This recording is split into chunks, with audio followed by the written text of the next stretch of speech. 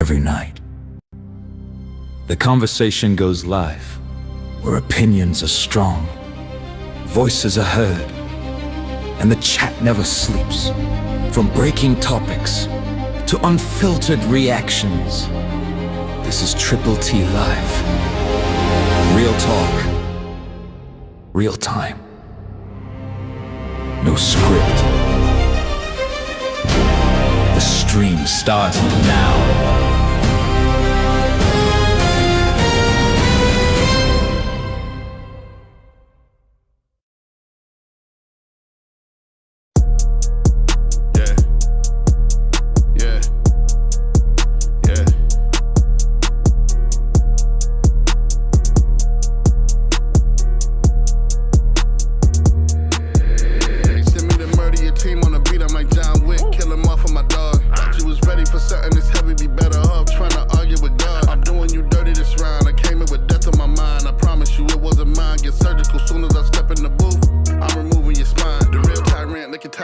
Split flows at degrees that your tongue can't. I'ma put you so deep in the dirt that you couldn't return to the stage as the crowd chants. Yeah, I'm the villain this time. Look how I glimmer and shine. Your light looking dimmer than mine. When I'm on the hunt for some prey in the circle of life, I'm still in my prime. Call me the truth, better act like you heard of me, even if it's through the grapevine. About to be 40 this year, I'm still looking good. I'm aging like fine wine. My flow just get better with age. When I'm in the rage, just know that it's game time. When I'm on the mic, I'm something like MJ. Come check out my hang time. They ain't want me to rap cause they knew I would snap like a ratchet and come for the top spot. If you talking about country rapping, I ain't first on the list and he catching the first shot. I ain't even a rapper no more, I'm a singer. I'm just catching bodies for TikTok. Put my name in the rundown, so I ran them down. Who up next? Get my flip-flops. Crocs wasn't even in sports mode. Lot of holes in your stories, a boatload. If rap was a drink and a snack, then I guarantee I'm iced tea and you cocoa. On the block, I be riding that low-low. I don't need me a squad, I be solo. I ain't know what to write, so I reached out to God and I asked for a sign like a hobo. They told me this rhyme will be difficult. Show me a challenge that I can't run through. I hop on the beat and I'm checking them MCs like mic check 1, 2. You say you the one, I'm the one too. If it's only one left, I'm the one too. I'ma give them a hook, then a 1, 2. If that don't work, I got a gun too. I'm here for my bag, I'm in it. Swag go tennis. Fun going back and forth like tennis. Round was finished about 6 bars ago. Now I'm just vibing with it. Game, I rigged it. Judges ain't know, but I knew from the start I would probably win it. I was just bending more rap for the crowd to the season in it. Team, we did it. It's crazy. I ain't even going my hardest. I'm just here having some fun. You probably got ChatGPT and a couple of ghosts in the booth trying to catch you this dub. I promise you, Bubba, it's all love. I ain't wanna be petty, but so what? When they told you that Tyler was sick, I hope you ain't think that they meant I was throwing up. But I'm gonna need that check in advance. It's been fun, bro, doing this dance. But I'm gonna go ahead and cut the song short. That way you had some kind of chance. Turn it up. Truth.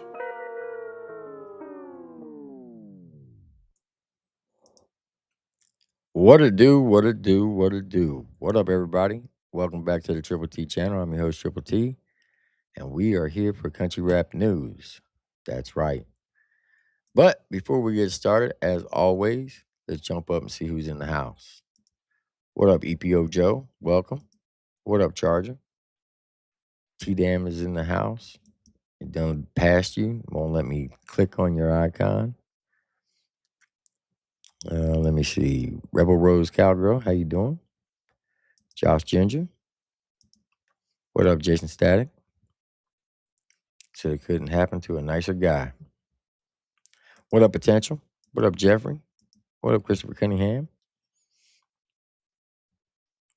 Justice Roberts, how you doing? The lovely Jennifer's in the house.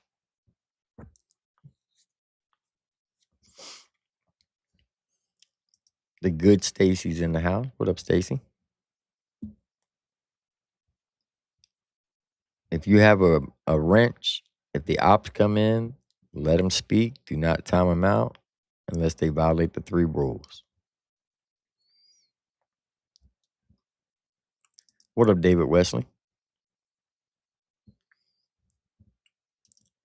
James Bearden's in the house. Welcome. What up, Paul? Josh Atkins, how you doing? What up, Inferno?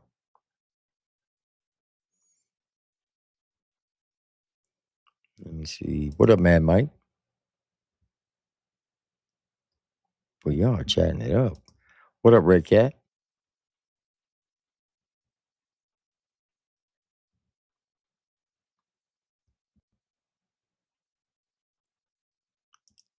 Cosmic Crazies in the house. Welcome. Let me see. What up, J Hag?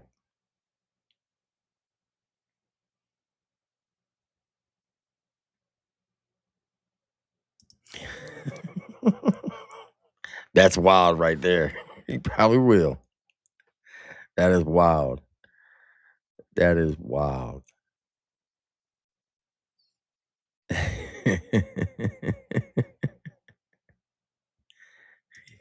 Jay said, I've been trying to call Ryan, still no answer. What up, Crawfish? Oh, man. What up, Carl?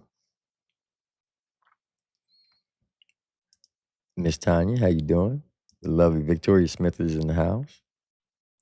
What up, Black Death?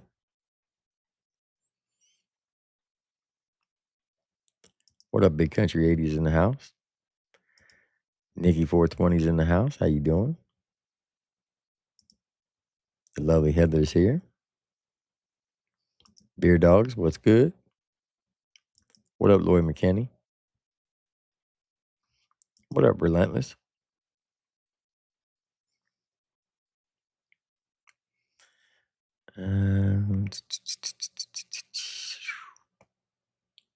What up, White Wolf? Hey, my hero, Kathy Clock the House. How you doing? I hope you're doing well. I've been praying for you. I hope you and your family are doing well. What up, Mr. Red Legs?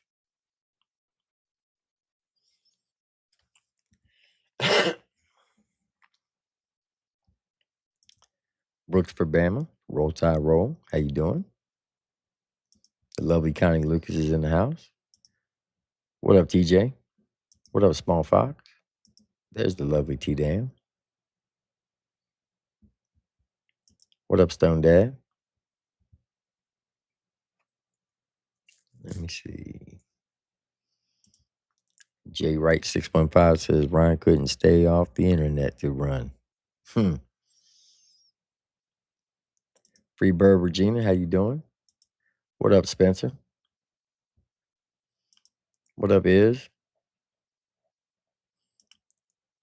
Cody 270, how you doing? Dagburn Skinny Dogs. That's a hell of a name. Hell of a name.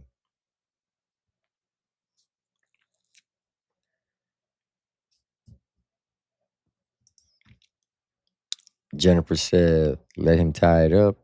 He lost and the family got justice. It was never about money.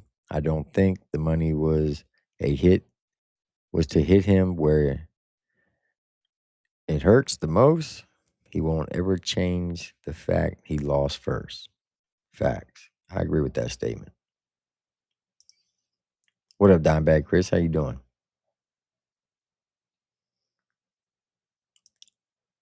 What up, Nuggy? I got you.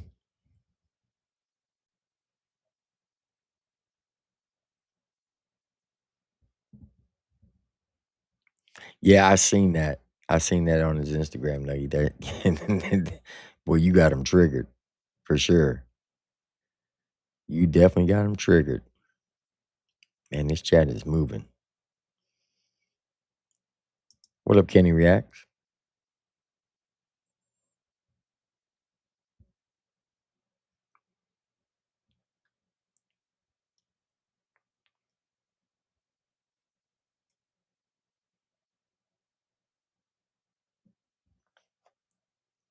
What up, B Money?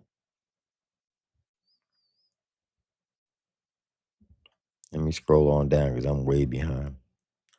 Mud Daddy gifting 5 memberships. I appreciate that, Mud Daddy. Congratulations to everybody that got it.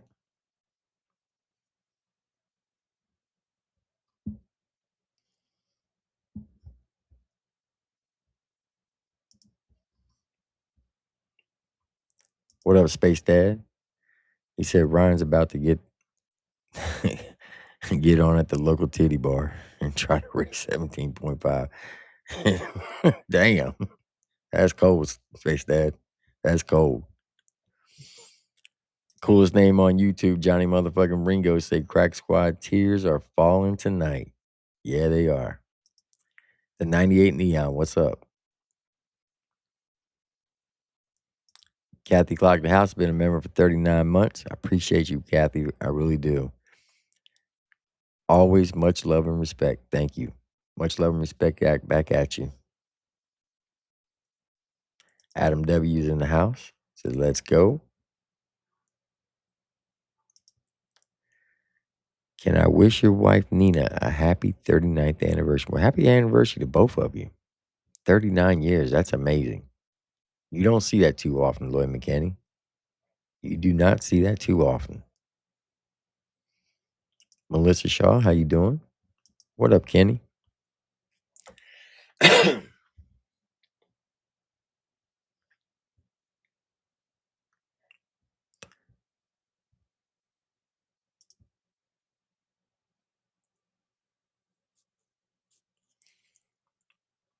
Nip Gallagher said, just watch the rundown. I can't believe the judges stole it from Ty again.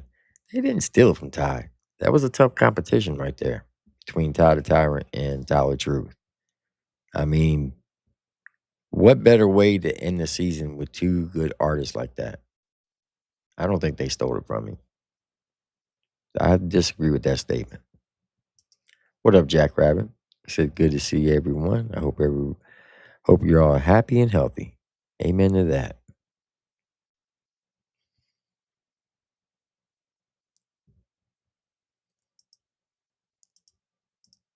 T. Dan been a member for 37 months. Says happy 39th anniversary to Lloyd and Nina. Exactly. Everybody put a happy anniversary to Lloyd and Nina in the chat. What up, Dirk Bleach? It's good to see you, man. Crystal Mays, how you doing? What up, White Wolf?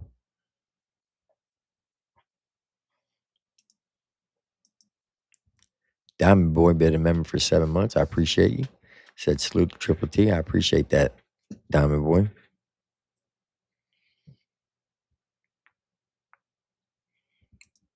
Tanya Outlaw Nation sister, how you doing? What up, Downstreams? What a Triple T looks like someone's going to have to sell his Pokemon cards. Yeah. He was bragging he had like 62 of those Charizard cards. You better start selling them. That's for damn sure. Miss Heather. Space Dad said he's about to sell some breast milk. Damn. That's crazy, Larry. Pothead said, I watched a trial before where someone sued a hospital and won millions. In the punitive phase, they won more than millions in the first phase. Yeah, it's not over. That was just this is the first half of the verdict. They still got to go through punitive damages, and it may get worse for him. They may rack it up to a total of 30 million. It's a very good possibility. Country Bro 80, how you doing? It's good to see you.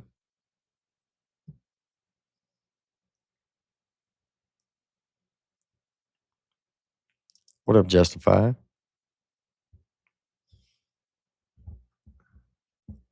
What up, Chief?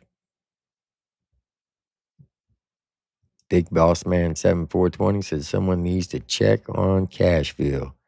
His cash cow done got milk today. He's going to be hungry. Heard he is headed to the Gobbles for dinner. Damn. That's brutal right there. That is brutal.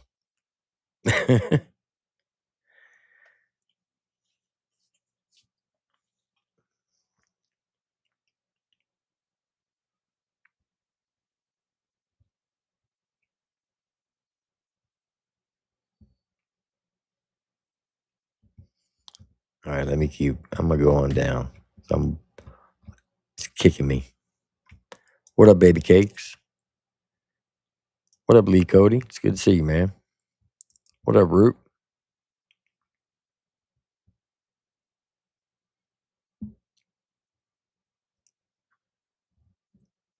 Man, y'all are chatting it up in here. Kentucky Sweetness Amanda, how you doing? Grant Hillberry, what's good, my guy? He said, them tears be filling that creek up. Yeah, the creek was dry, but it's about to get flooded tonight. That's for damn sure. Jen's Hangout, how you doing? Hypocrisy, welcome.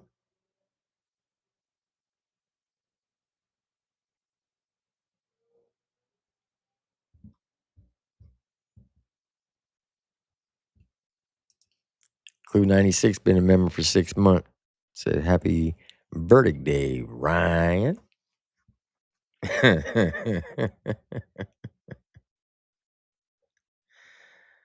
Oh, man.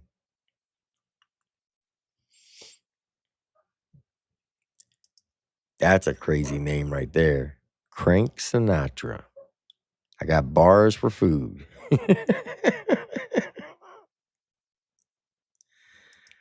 TJ said it was that moment he fucked up.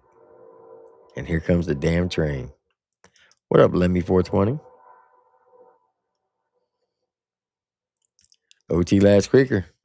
Still hanging in there. He says Creek Squad with the 4 strong arms. All right. Hey, at least you're holding it down for him. OT Last Creeker.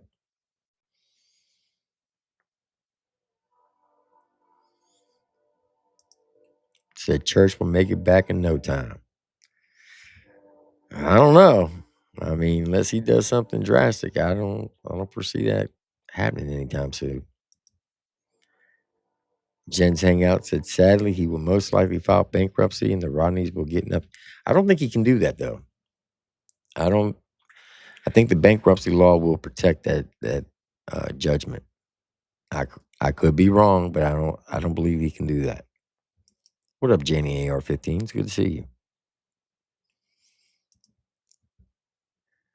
Britta Mad Hatter's in the house. Welcome.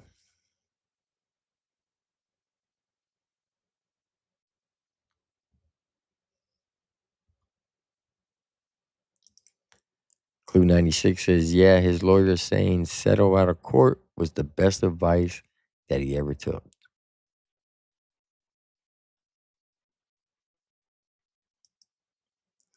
Damn. Shots fired. TJ said, it's okay. Cashflow said he would manage Richie Valor. I don't know about that one. What up, Mountaineer? How you doing? Said a homeboy got smoked. Yeah, that's an understatement. That is an understatement. How you doing, Holly?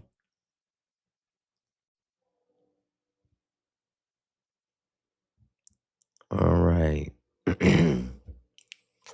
If I missed anybody, I do apologize. What up, Swordfish? What up, Charlie T? There's a lot of people in here right now, and we're going to get started. What up, Zesty Mountain Dew Lips? It's good to see you, man. All right.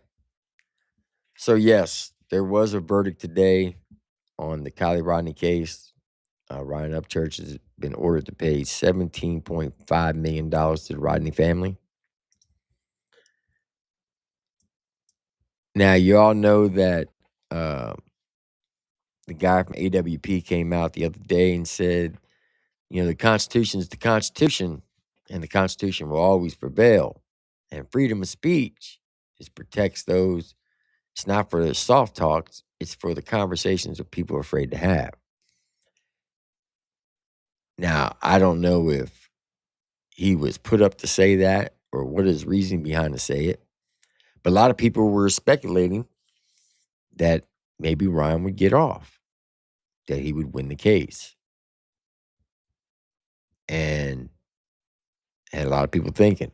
I'm not going to lie. I thought the same thing. I'm like, is he trying to imply, because he's been sitting on the trial, that possibly that Ryan could walk away unscathed for the last 3 years of bashing a 16-year-old girl who's deceased?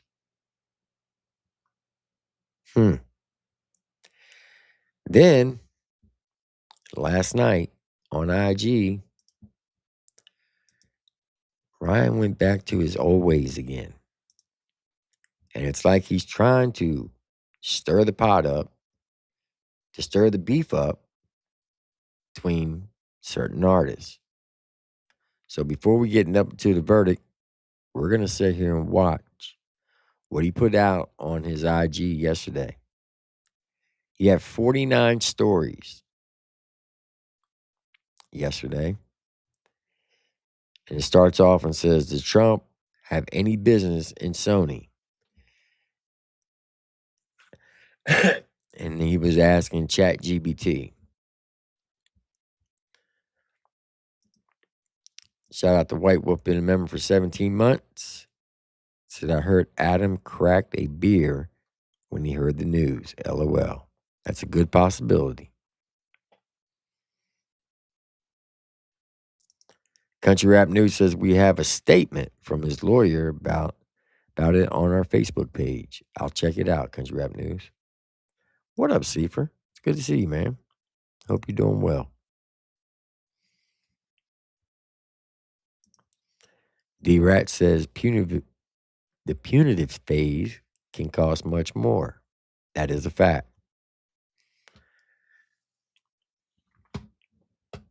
Now, y'all remember when I said that he was going to court, that he was being sued for $30 million. There's a possibility that the punitive damages might take it up to that. Only time will tell.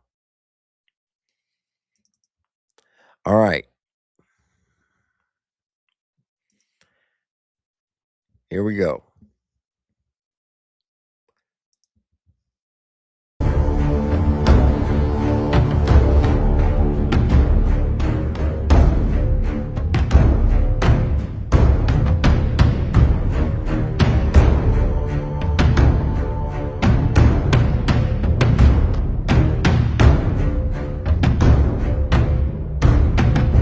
So he's asking ChatGPT about Donald Trump being involved in any type of music-related labels.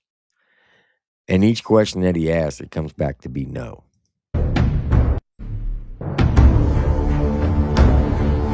Another one about the music business in Nashville, no. So I'm just going to fast forward all this. Bro, that post that I made about the chick, she's like 51 days into reading the Epstein files, right? And right now, what she's reading involves Nashville. Listen to the bands and companies that she mentions. Go look up those band members. Research those band members and where they go and who they're signed by, bro. Bro. Dude. Nashville's corruption is about to crumble. Hell yeah. Okay, so it's not going to be hard. It's going to be actually quite easy, but follow what I'm saying. Remember when we watched the Morgan Wallen body cam footage? And I was like, yo, there's something weird with these security guards. They're like super sketched out that the cops are there, right? And then we seen what we seen on the news. On News Channel 5 in Nashville today, which was this.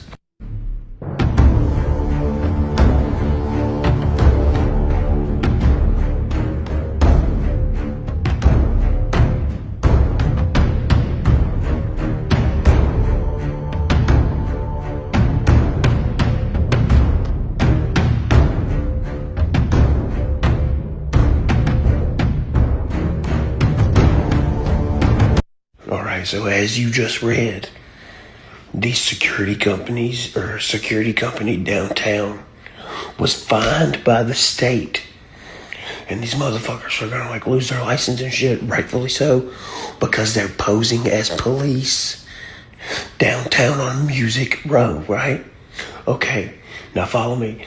Now, what that chick said when reading that testimony about Nashville and the Epstein files, she said this.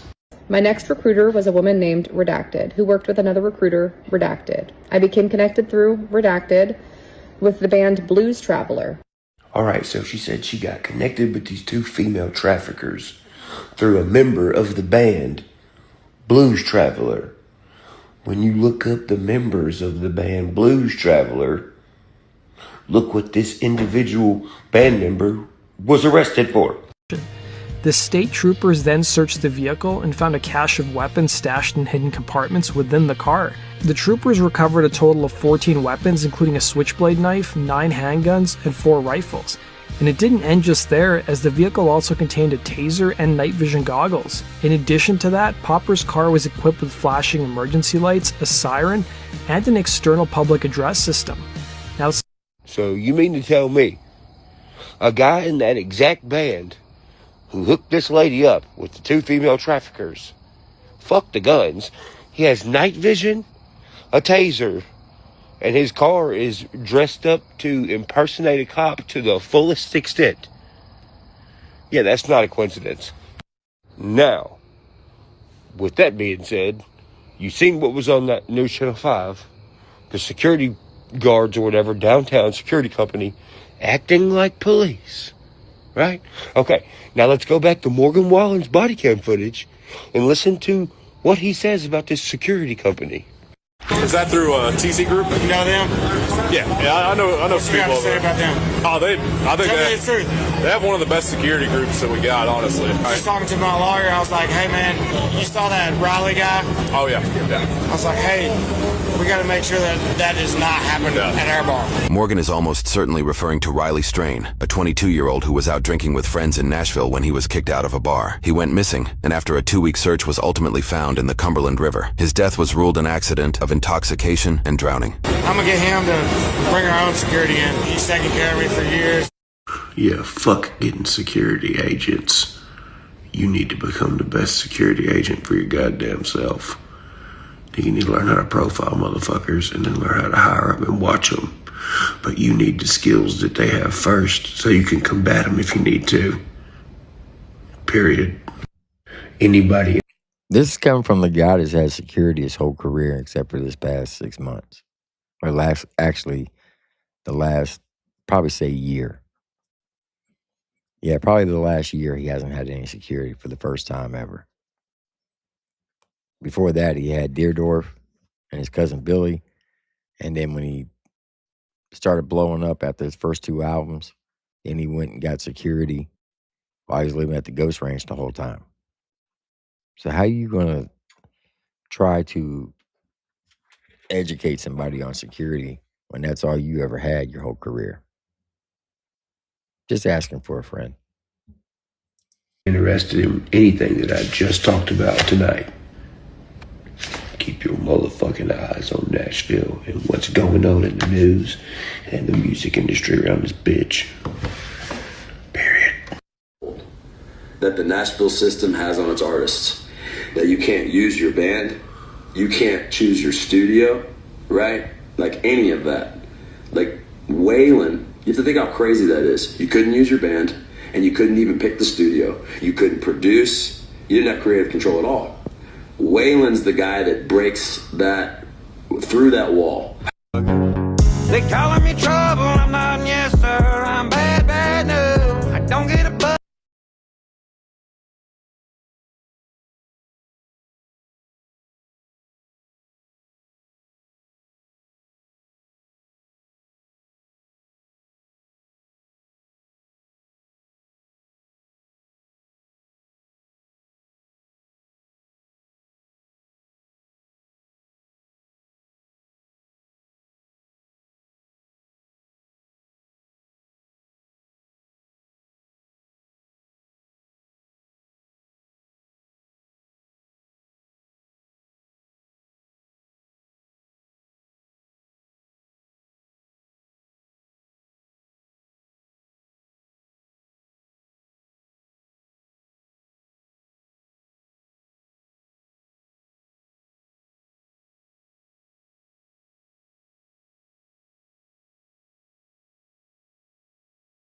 Hollywood, you see it? We ain't in the dumps. We living over here in the good life. The grass is green, you feel me? The grass is green. You can walk your dog and let your kids play outside without gunfire. We don't eat romaine noodles over here either. It's grills and meats and shit.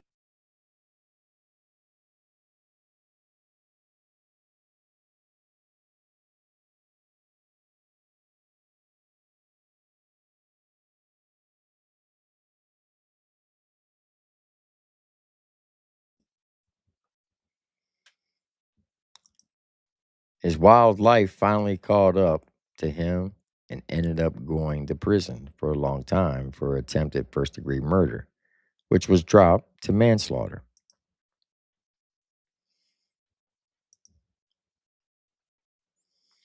Criminal court clerk, Nashville, Davidson County, Tennessee. Data report, May 17, 2026. Record check search criteria, Womack James. Date of birth, 7/14/1978. Case details. Womack James Lee. Date of birth, July 14, 1978. Citation, January 27, 2006. Status is closed. Charge of offense, attempted first-degree murder. Charge type, felony. Amended offenses, convicted offenses, attempted voluntary manslaughter. Convicted type, felony, concurrent with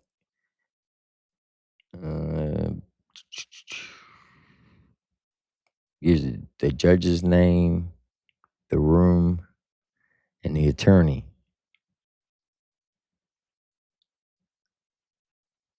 Okay.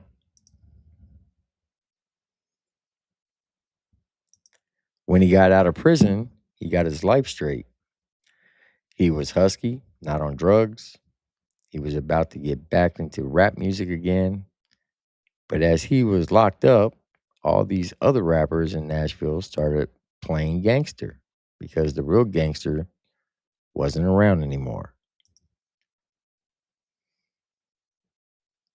Off like a car with no roof. This big money shit, home not trick what you flip. And all this blue money got me walking like a crib. I know you broke bitches out there praying that I slip. Hunt around drum knocking chunks out of shit. And what you call a bankroll, to me that shit a tip. And who you say you mammy, to me another bitch. And what you say is stendo, to me that shit a stick. And who y'all say the plug, man he just a lick. So when he gets out of prison and gets back out in Nashville, he observes the local music scene he hasn't seen in a while. He sees what has happened since he's been gone.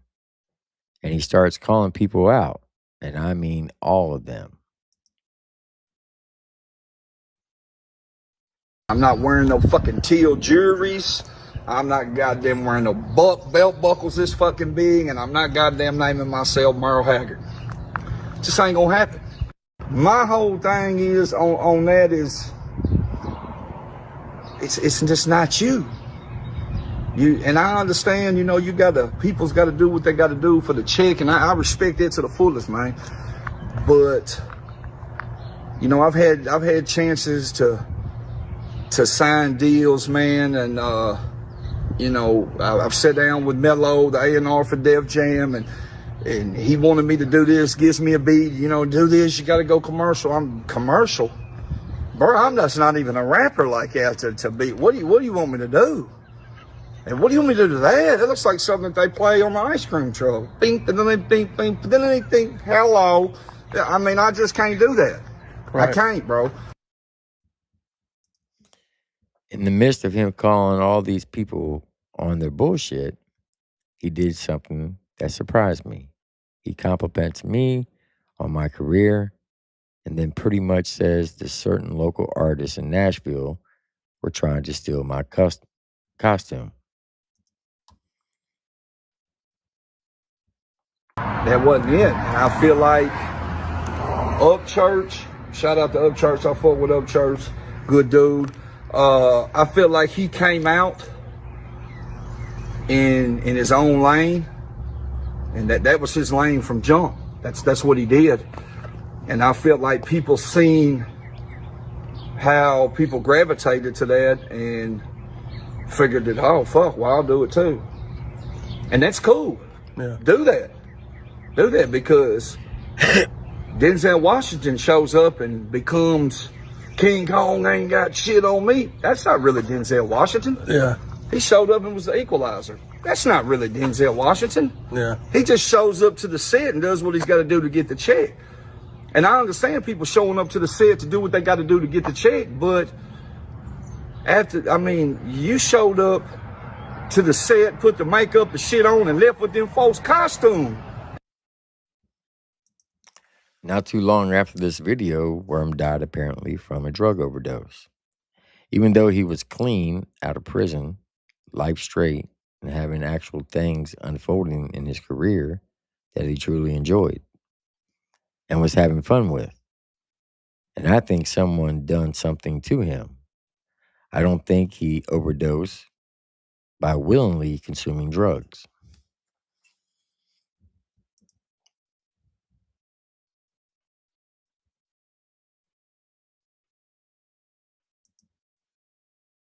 So now he's quoting J.D. Vance, the vice president, for every person that slips through the cracks because of a crooked judge, we're going to get 10 people who actually go to prison. Treating me like old news, 'cause that's what they gotta do. At Chad Arms TV, what happened to Worm? What are you trying to imply, Church? Yes, Chad Arms, shout out to Chad Arms.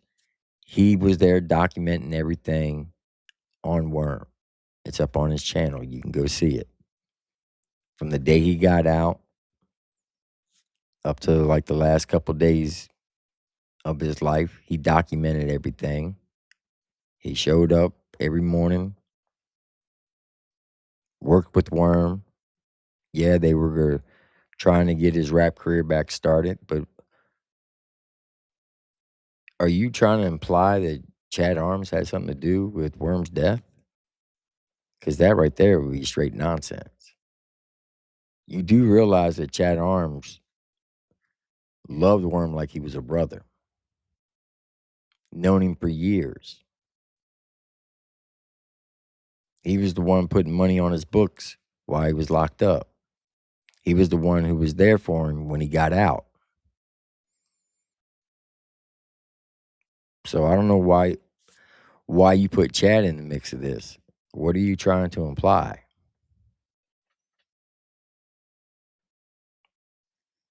That's kind of crazy. But Bubba be a tank, I'm always topping off the diesel fuel. Picking me apart till I start picking off a piece of you. I'm Billy with the pen and pad, this ink will leave you black and blue. See a daisy by your tomb, take a picture. Something more to the James Womack story. There's more to Worm's death. There has to be. It don't make any sense. Chad Arms, you look like you slobber all day, motherfucker. You know what happened to y'all's whole little group? Y'all motherfuckers quiet as a mouse right now. What happened? Y'all was all running around talking that big shit? And y'all all got real quiet. Here's another thing. Why can't y'all answer any questions to the fans? What happened? Adam, where you at? You ain't doing rapping? Oh no. You been not doing rapping. Well, Ryan Edward, if you need to know, Adam is rapping. He just finished up another album last Wednesday. Yeah. As far as Chad Arms, what are you talking about? He's been putting out albums. He put out the whole Gray-Headed Goat series. He's still putting out music. Show Improvement Entertainment is putting out music. They're doing something that you're not doing. They're out doing shows, something that you're not doing. Everybody's working, performing, doing tours, making albums, everything that you're not doing. So I don't know why you seem to come after Chad and Show Improvement Entertainment, or Adam for that matter. They're all working, something that you're not doing. You're too busy on IG coming up with conspiracy theories of God knows what. Every week it's something different with you. First it's the alien. And then you're beefing with Ripta. Then you were beefing with Deerdorf. Then you were beefing with Billy and his wife Skylar. While the whole time beefing with Adam. Then Jelly Roll. Then your manager up and leaves. Another manager. Now you're beefing with him. You're just beefing with everybody, but you're not doing any music. But you think by putting content out like this is going to make you relevant again to where the artists are going to respond to you and hoping that you can get into some type of rap battle with them? What, they help recoup some of the money that you just were ordered to pay to the Rodney family? This makes no sense.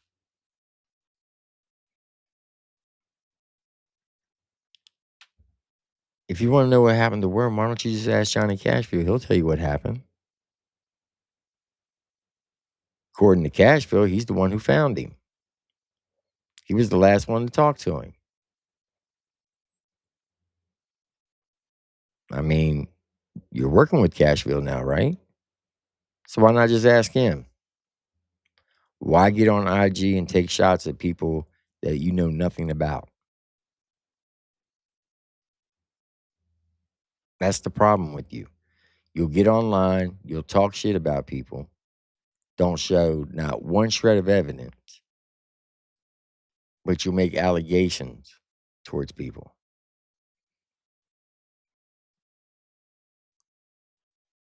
I don't get it.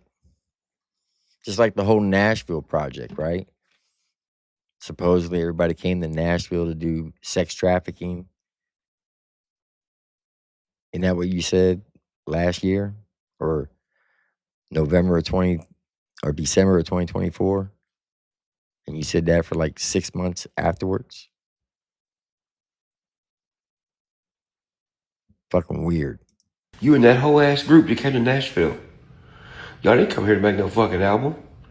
Well, if so, where's it at? It never came out. Actually, some of the songs did come out. They were on Adam's last album. 4 of them to be exact. So by my calculations, there's 38 more that needs to be released. Because there were a total of 42 tracks.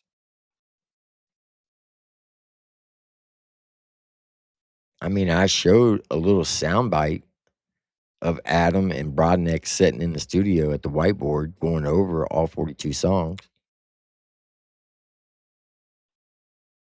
I've actually listened to the whole album while I was in Nashville. They did make music. What are you wanting to know if you can maybe cut a couple of verses and put them on there so you can get some revenue out of it? Is that what you're trying to imply? Is that what you want to do? It's a little too late there, bub.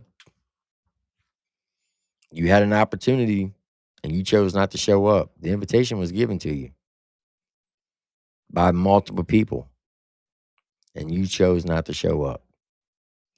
That's your loss. So what was y'all here for, midget? Y'all still yet to answer any of them questions to the fans.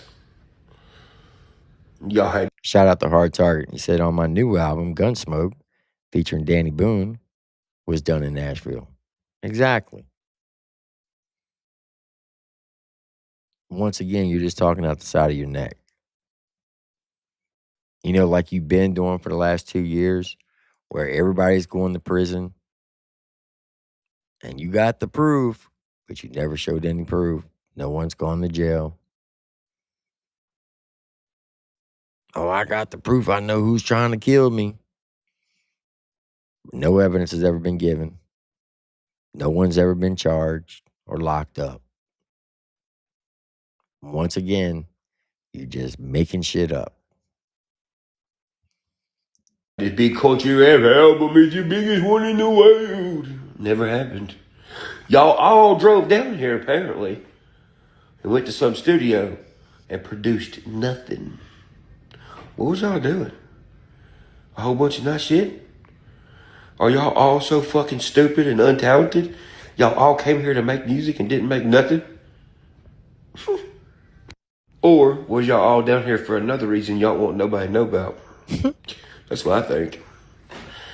You know, I find it odd that Lil White gets online and he's like, everybody better come to this meeting, I swear to God.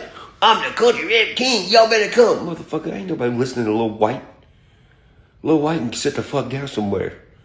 Ain't nobody gotta fucking listen to you. Well, then why don't you put it on wax, Mr. Tough Guy? Aren't you the same guy that called everybody out? You remember when you called out Tom McDonald and you said if anybody else wants to smoke, they can come get it because you're the best rapper in the lane? Well, they came and got it last January. You didn't respond to none of them except for Adam. And the 2 tracks that you did put out against Adam were straight trash. That's why most people, 99% of the people, can't remember one line from any of those songs. But okay. Well, everybody showed up, right? Y'all didn't do nothing. What the fuck? Did y'all take too many Oxycontin, Xanax bars, Percocets, and Lortabs? Something suspicious with y'all motherfuckers. What'd y'all do? Y'all did something. Adam over here. Yeah, they were in the studio for 14 days recording. That's what they did. I was there to witness it. Not all 14 days, but the time I was there, they were in the studio recording. Leroy Biggs was there. Matter of fact, you gave him your vehicle to come to the studio. Hell, you complained about it enough in your IG stories, remember? I'm retiring. First off, we done heard you say that 30 goddamn times. And if you actually retiring, how the fuck you make money? Your music don't sell. You don't do shows. You don't do tours. You've lived. Wait a minute. Okay, let's get this straight. The last show you've ever done was August 4th of 2024 in Televille. You put out 2 albums since then. One of them you took down. The other album, Black Denim with Hozier, did do shit. You canceled a tour. Remember the Dixielanders tour that you canceled? And the people never got their refunds for those who bought the tickets. To this day, they still haven't got a refund for it. Since Taylorville, let's see, Adam did 2 tours since Taylorville. He did the Brantley Gilbert tour and he did the War tour with Hard Target, Dusty Lee, and Simple Man. How do I know? Because I went to one of the shows for a whole weekend out in Oregon. Yeah. Plus, he put out 2 albums. So he had 2 tours, 2 albums, 5 diss tracks, and he just finished another album last Wednesday. That's a way more than you have done. But okay. Literally never done tours. Your little rinky-dink shows where fucking 60 motherfuckers show up and don't know your lyrics, that don't make you no money. Especially when 30 fucking artists are on the stage, which y'all all make 75 cents a piece. Where are you getting 30 artists from? Like, seriously. There was only 4 people performing on his last tour. The one before that, he was on tour with Brantley Gilbert, and they were selling out coliseums. if my memory serves me correct, the last Coliseum you ever sold out was Corbin. And that's when you had everybody sign the Lambo in 22 or 23. 2024, you didn't even sell it out.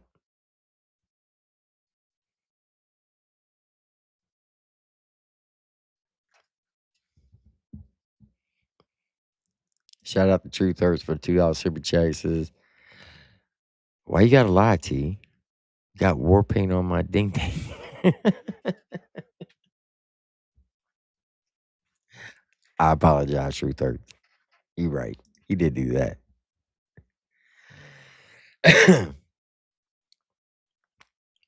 I mean, you just keep making shit up.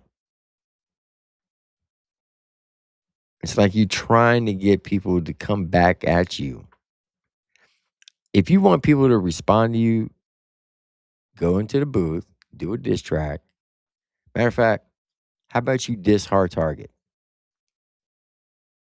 Start there. Diss Hard Target, and Hard Target will go back and forth with you and body you every time. Like, seriously. Diss Hard Target.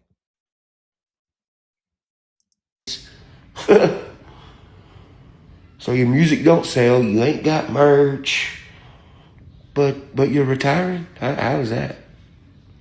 That don't add up, player.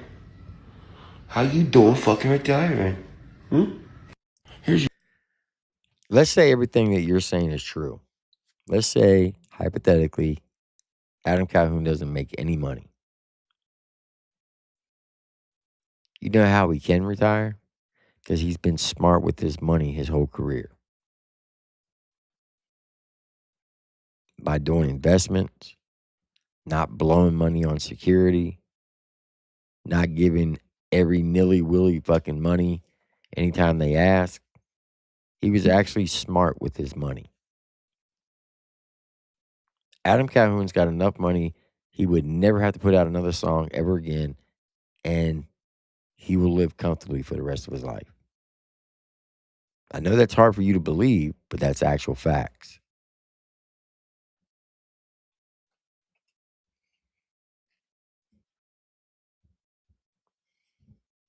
Shout out to Dan Armstrong. He says Ryan won't go into the booth. He treats it like the treats it like the mic violated him one night when him and the mic had way too many drinks. So he's traumatized. That could be, Dan. It could be. Probably happened at the Sausage Castle. You never know. Diamond Boy said, no, Ryan's done. Like Ryan Dunn. Yeah, you're absolutely right.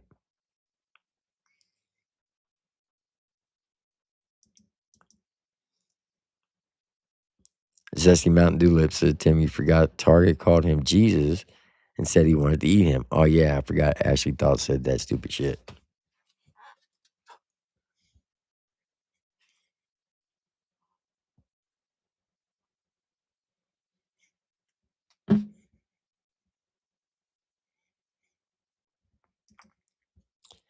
What up, Cam?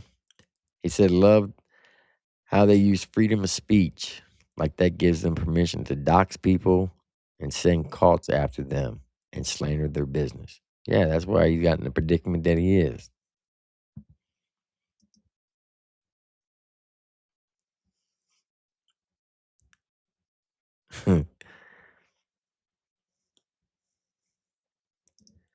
Super Text One said the comeback took a hit today. I know, right? A big hit. Like 17.5 million hits.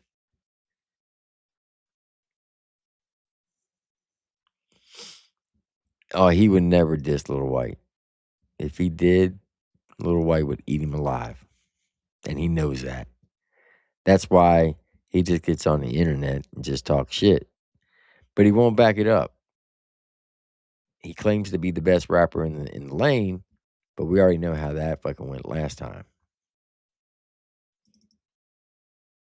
You little puzzle piece to raise your eyebrows. Watch this. Okay, so remember Morgan Wallen's body cam footage, right? He expressed his concern about the security groups. It seemed like. Then the other day we see on the national news that the security company was in trouble for posing as police officers, right? Okay. Well, Deerdorf, why'd you tell me? Well, I think I'm gonna get into being a security guard.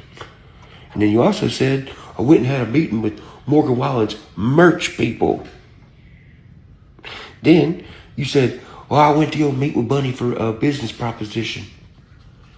Then you're on Instagram buying like 10 fucking cop cars, it looked like. I don't know how many, but Yeah, it's called flipping them. You know, that's what he does for a living. He buys cars, sells them, fixes them up, sells them. That's how he makes his money. You know, the business that you tried to ruin, where you were going around in Cheatham County telling everybody, like, making up all this shit that Deerdorf was doing to get people not to fuck with him, not to buy any vehicles from him. That's why you're getting a lawsuit from him, too. In case y'all don't know, he's not just being sued by the Rodney family. He's also being sued by his former best friend of 20 years, Robert Deerdorf. And he's also being sued by Uncle Dub. a bunch of cop cars in your driveway.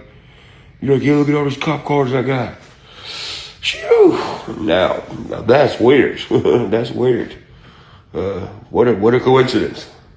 You know, I don't think it's any coincidence that Deerdorf and all these other motherfuckers, when I was looking into this shit and asking questions, they start telling me, man, the cops are in on it, man. Yeah, man, Illuminati, man. The people in power, man. The people in Nashville, man, that's in high places of authority. Really? Well, y'all the ones buying fake cop cars and having security meetings, and now the security downtown is in trouble for being... Boy, look at them pupils.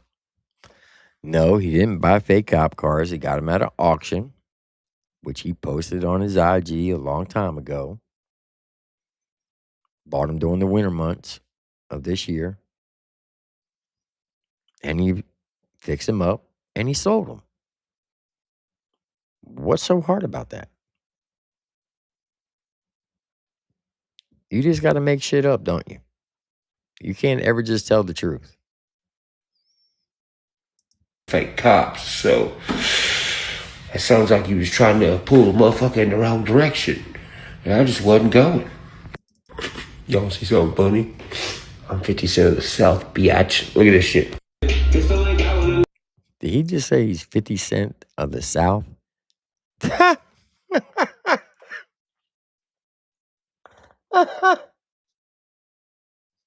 No, he didn't. Number one, you lost the ability to troll. So you can't be claiming to be a troll like 50 Cent. And you definitely can't rap like 50 Cent. You're nowhere compared to 50 Cent. You might be the nickel of the South. That's all you're all going to... It's probably about all you're going to be worth here in the next year. Look, this is how you know when Ryan Upchurch is really going to be desperate for money. He's going to start selling features. And there's going to be some lower artists out there that think if they can get a feature with Ryan Upchurch, it's going to blow their career up. If you're one of those artists who think that, I would not buy a feature because it's not going to blow your career up. Many people have done features with him in the past. And a lot of them never blew up. And that's just a fact. He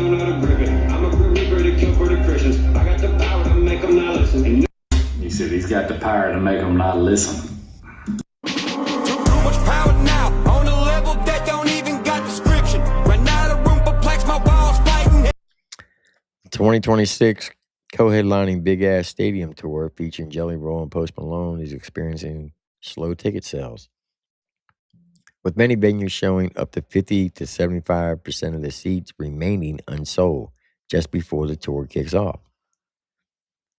Yeah, that's common. certain areas in the bigger cities, they will sell out quick. In some areas, they won't.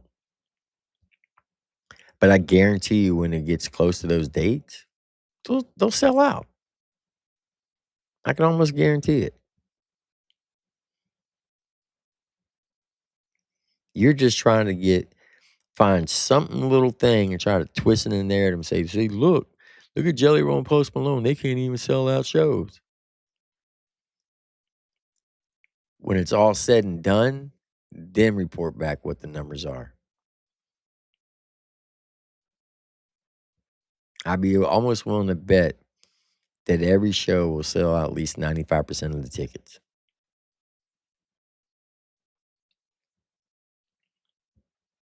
Hey, when y'all big wigs and big timers down there in Nashville want to do business with a real down south boss for the people, let me know. All right? So you said the people in the music industry, if they want to deal with a real down south boss, let you know. Are you going to call up the good Ryan? Because he's way south. He's like in South Florida. You're talking about Hard Target. Yeah, if there's any music executives in Nashville want to deal with a real boss from the South, hit up Hard Target, and I'm pretty sure he'll quote you a price, and y'all can put out some bangers. Because Ryan Edward is not a boss in the South. Number one, he ain't got no more employees. They all quit, or he fired them. So he's not a boss of nobody. Just saying. These other dudes, they don't know what they're doing. Also, I don't know if y'all heard Drake's new album, but he talking that real shit. Oh yes, he calling motherfuckers out, and he's tipping his hat to the independent music scene. So, Drizzy, if you see this, hey, you need a white boy, holla at me, baby. Also, to all the wannabe country rap. Wait. Did you just ask Drake to hit you up? Are you serious right now? You think Drake would work with you? Now that's funny. At least you didn't lose your comedic side. That was pretty funny. I'll give you that. Is A-Cal in the chat? I see everybody saying Adam. There he is. What up, Adam? Ryan gonna start letting his fans titty fuck for money.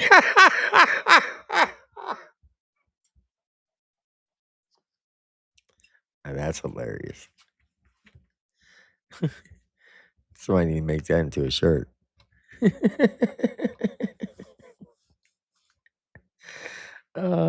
That's hilarious. Shout out to Hard Target, come through the chat. Shout out to TJ Sanders. Shout out to Trey Healy.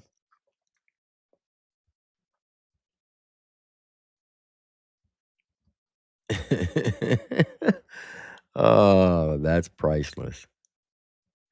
That is priceless. Rap motherfuckers out there, what happened? Did one of y'all's bank account get frozen or something? Because I ain't got no more bots on my page. All them bitches are gone. Nah, you ain't got no more bots on your page because you're broke. You can't afford to pay them no more.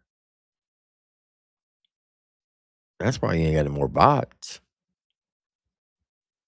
I mean, just keep it real. Talking kiddo, beat it. I'm supposed to be my brother's keeper, so don't. So I thought this was very interesting. He posted up a picture of something Drake put out 2 days ago. It's at 2.8 million views and tags him in it. That's the only reason why he did it. Clout chasing. Make us hit another buzzer beater. And don't be suddenly eager to hit me up and have no discussions either. Now you gotta plan a meeting with me just like the Russian leader and shake my fucking hand in front of other people. Yeah, fuck the chatter. Since 2009 as I climb the ladder, they envy me like Nevada, but it never mattered. My niggas run the phone soon as you check in a prison. Your niggas run and talk to hold for a second opinion. Me, I stood 10 T's and accepted the mission. Cause I'd much rather death than submission. How can you press the ignition and let some memories of the past affect your decision? I love you cause of the history, but if we being real, I could never forget you. And you never called me back, but destiny's written. For real. I was trying to mimic moves from Michael Jackson's Thriller. I thought I was Curtis Jackson while I was rapping in the mirror. I felt like I had a chance when I discovered Mac Miller. My visions are sublime, where I'm going concrete. Just the image that these people been eating. The only nightmare that I got is one of people. I wanna fuck you slow with the lights on. Be you the only one. Sometimes I'm a little too honest, man. Call shit out. All right, so that's what he put out on IG yesterday. So now let's talk about why he did all that. So obviously, he was trying to stir the beef back up because he knew what was coming with this outcome of the court hearing. And this is from Country Rap News. This is a press release for Mr. Ryan Upchurch's immediate release. The Rodney Robertson versus Upchurch. This is from his lawyer. The freedom of speech is one of the most fundamental rights that is necessary for every free society. And that right is one that needs protecting now more than ever. While Mr. Upchurch is a staunch advocate for the United Constitution. What? For the United Constitution. I think they meant to say the United States Constitution. And the rights that so many veterans fought and died for. Oh, you mean like how he said that I was stolen valor? Remember you saying that, Ryan? Remember how you said I was stolen valor? It's interesting that your lawyer would say something about the veterans. And so many veterans fought and died for. Mr. Upchurch can be that advocate and also feel sympathy for a family in their time of grief. It is in this spirit that Mr. Upchurch would like to extend his heartfelt sympathy to the Rodney and Robertson and Neiman family. Mr. Upchurch asks that the family be given respect and time to grieve and move forward while with their lives, and would ask that the family be allowed to heal in peace. As to the verdict, Mr. Upchurch has no comment at this time. Well, ain't that a bitch?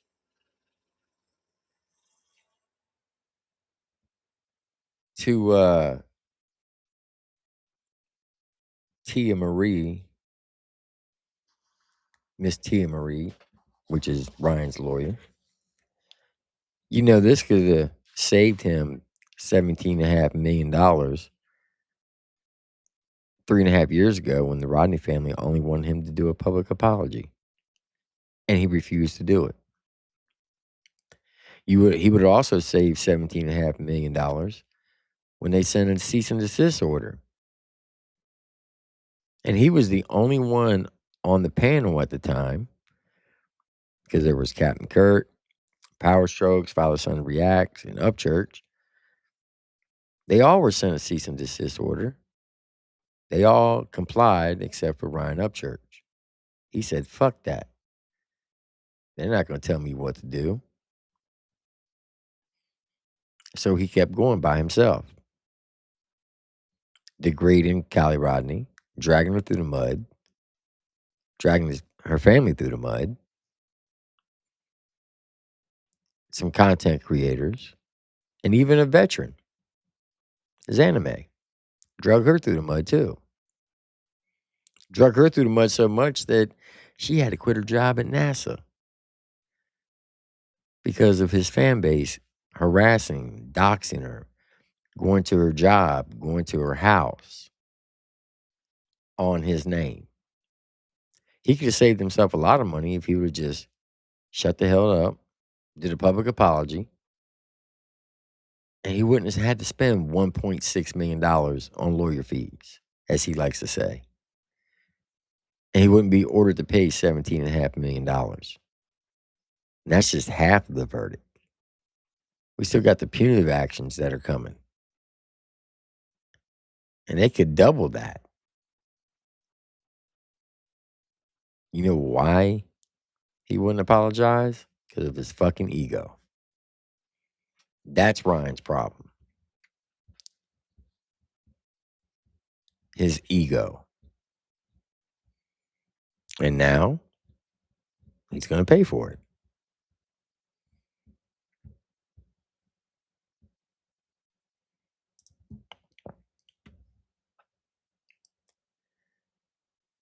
All right.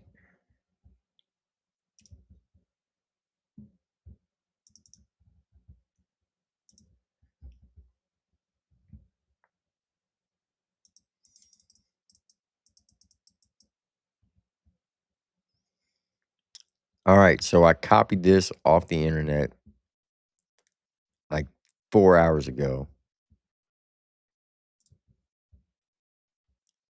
So I'm going to read it to you. I put it on a Word document.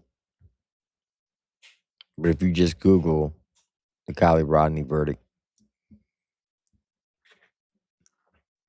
this is what comes up.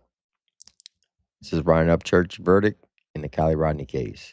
A Tennessee jury has awarded $17.5 million in defamation verdict against YouTuber Ryan Upchurch in a case brought by the family of Kiely Rodni. Case background. Kiely Rodni, a 16-year-old from California, disappeared on August 6, 2022 after attending a party near Tahoe National Forest. Her body was found on August 21st, 2022, inside her SUV, submerged in a lake. Authorities later ruled her death an accident with no evidence of foul play. In August of 2022, Upchurch began posting on YouTube and social media about her disappearance, offering theories and suggestions. The case was fake, possibly tied to a GoFundMe scam. Plaintiffs, her father Daniel Rodni and grandfather David Robertson, sued in federal court in Nashville for defamation and emotional distress. Allegations.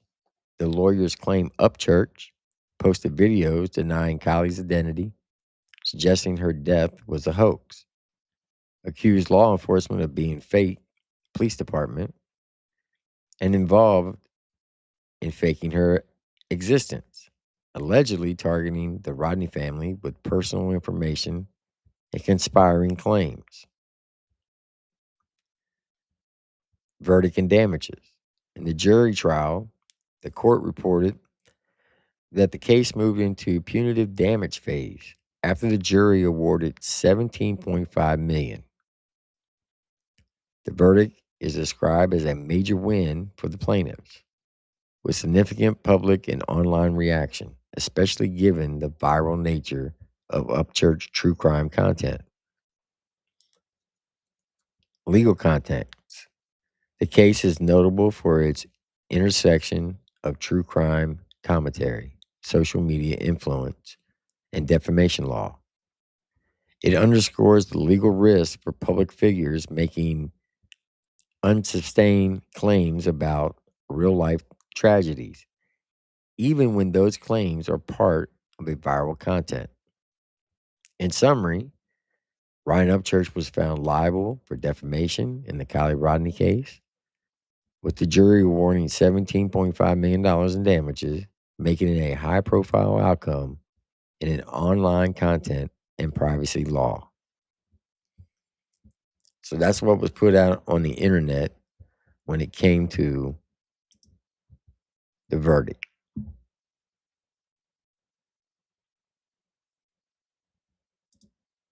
And I know what some people are going to say. Look at you. You're just over here praying for his downfall, his demise.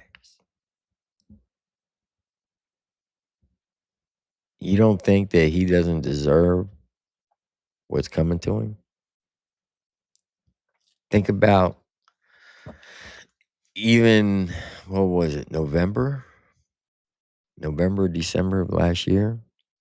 And I quote where he came out and said, I still don't think the bitch is real. He said that, standing out in front of his house on one of his IG stories. I covered it.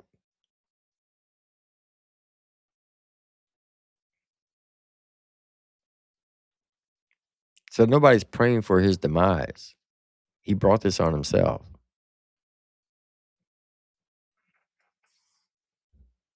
I got you, Elmore. Appreciate the $2 super chat. He brought this on himself.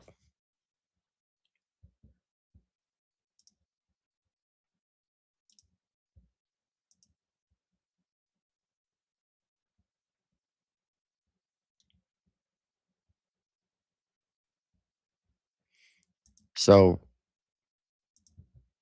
nobody's praying for his demise. When you sit there and drug this girl for 3.5 years, you drug her, called her names, said that the whole thing was a scam,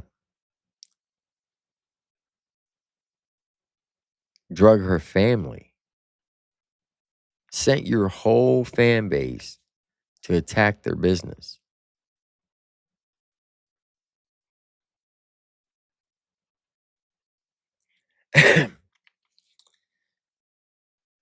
Now, have some people screwed you over in the last 3.5 years? Sure, they have. Your mom being one of them. That's why you took her to court. Some say that she was buying property to protect your investments because she knew what was coming. I don't know if that's true or not. That's what some people say.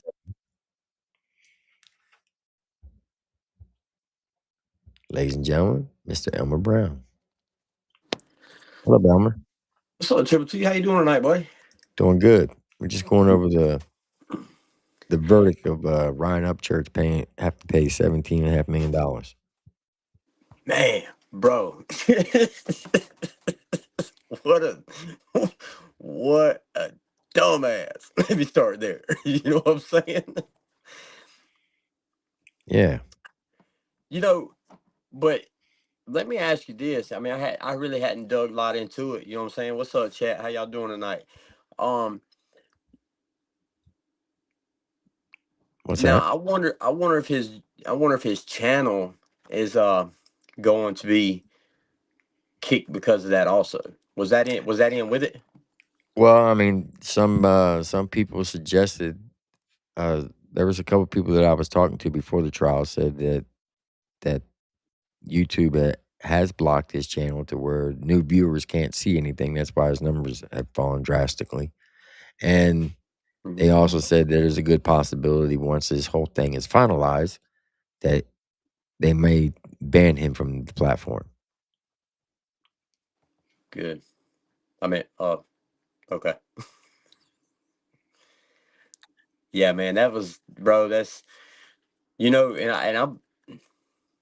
look at it like this, man. Like what if what if this ain't the last lawsuit he has against him? You know what I'm Well, he's saying? got 2 more in the chute coming after him. He's got his friend of 20 years, Deerdorf, suing him. Got Uncle Dub suing him.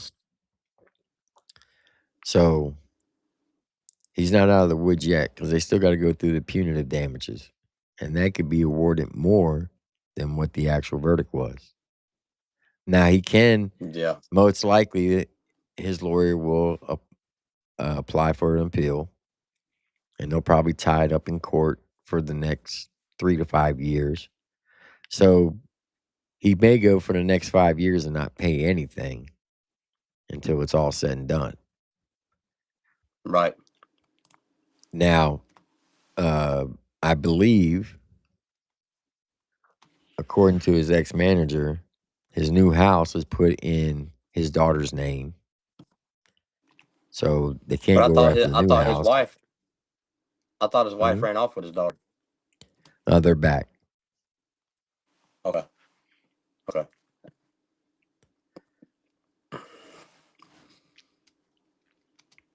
So, I, me personally, I think that it'll get tied up in appeals court probably over the next 3 to 5 years. Once the total verdict comes out, if he's got any type of good lawyer, they'll appeal it. It'll go through the appeal process, which usually takes 3 to 5, and after that, then he either's got to pay or pay because there's no way out of it. And some people say, well, he'll just file bankruptcy. Bankruptcy doesn't, that wouldn't be able to be allowed to fall underneath the bankruptcy law. I was gonna say, don't like lawsuits don't fall up under bankruptcy, do they? No. I ain't think so. Nope. I ain't think so. Yeah, you can't file bankruptcy on a lawsuit, bud. Because if that was the case, everybody would file bankruptcy when they I'm got trying to sued. tell you. Shit. Yeah. I know that's real. So man, So, the rundown went good, bro. Hey man, shout outs to Tyler Truth too. To bring that up, man. I watched it. I watched the ass end of it and the beginning of it.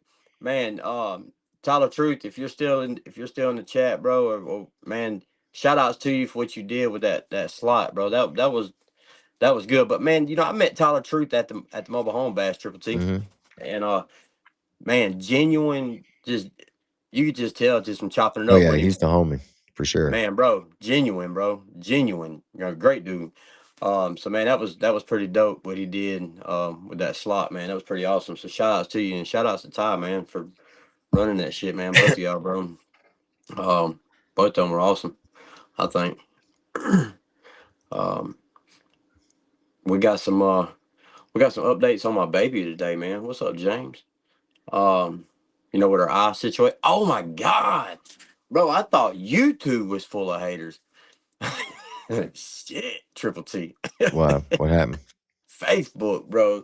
So there's a group. You know how you got these different groups on Facebook. Well, anyway, I posted a picture of my baby on the way to the doctor yesterday, and because they got a walk-in clinic here in at the pediatrician's office here in Dothan, Alabama, and so my wife took her to the pediatrician yesterday because she woke up and she had, I guess, the blisters around her eye and stuff, got irritated and they started bleeding. What kind of freaked us out when she woke up Sunday morning. And so she took her to the pediatrician. Well, I put her in the car seat, took a picture of her, and I posted it on Facebook. And I said, man, y'all just say prayers for my baby. Um, and I posted it in a group called What's Happening in Dothan. And man, I probably had 7 or 8 thousand comments. You know what I'm saying? Like, bro, and I'm not exaggerating when I say between 7 and 8 thousand. I deleted the post, man, because I just seen so much hatred on there. It's unbelievable all the hatred that you would get from a picture of a baby Oh, with yeah. a messed up eye. You know what I mean? Oh man, he beats his kids. Oh, that look like somebody beat that baby. Da, da, da. Hey, bro, you got to be kidding. All right, so I need to delete this post or I'm going to wind up catching a charge. You know what I'm saying? I'm so, but I made a statement though. You know what I mean? Before I deleted that post, I looked at my analytics on it, and they paid my light bill. Oh, yeah. You know what I'm saying? Yeah. Those comments paid my light bill this month, That's bro. good. In a matter of 24 hours. But yeah, man, it's crazy, bro. Like, But hard to handle. but You said don't he have to pay the 17.5 before he can appeal? Uh, that I'm not sure. I seen somebody put it in the chat. I think it was Charger or Truth Hurts for the $2 super chat says you have to put up the 17.5 as a deposit to the appeal. Okay. If that's the case, then okay, he has to put up the 17.5 in a, I guess, like a trust fund bank account before he can appeal it. So if the appeal doesn't go through, they can at least get their They money. still get the money. Yeah. Yeah. So you have to pretty much back up your appeal. You have to pretty much back it up before you can appeal it. You got to be able to have that money before you can make any appeal, just in case you lose it. Hey, bro, That's that's kind of almost like a bail bondsman. When you put something up yeah. for collateral to bail somebody out of a, say, $1 million bond, you What's got up, to have beautiful? something to back it up. So that would make sense. But that makes a lot of sense. I mean, because you got to protect. They got to protect their ass. You know what I'm saying? At the end of the day, they got to make sure they get theirs. Oh, $17.5 million. What do you think that? So I'm new in all this right here. So how bad do you think that's going to Oh, hurt him financially? hurt? Well, he Yeah. already owes the Yeah. government $12 million. So do you see this kind of ending what he has going on? Oh yeah, he's gonna be broke. He's gonna have to sell his Yeah. catalog. He's gonna have to sell the Ghost Ranch. I thought he done sold his catalog. No, Oh, mm, okay. no. Okay. He's definitely gonna have. He should have sold it when he had a chance. Because I don't see it being worth 17 million. Number one, the Ghost Ranch he put up for sale initially for 5 million, and then he took it off the market. Why, I don't know, but he should definitely.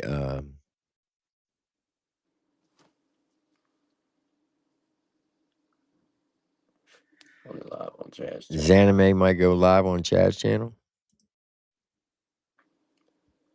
Is he live right now? Who's Anime? She was the veteran lady that worked for That you NASA was that just his fan base you was talking about that. stalked, and she had to quit her job. Well, that's sad, ain't it? I appreciate that, Cat. Man, bro, if I was her, I'd almost sue his ass too, just for damn. You know what I'm saying? Oh, she definitely had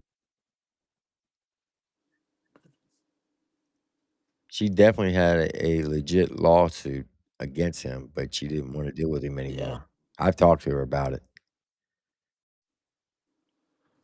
Sometimes, man, it's just what from me being who I am. Sometimes, man, it's just easier just to hit that block button and anything just to block it out. You know what I mean? To Mhm. Is save you that some. when he went to the Kingston house, when he moved there, left that dog to fend for itself on the property?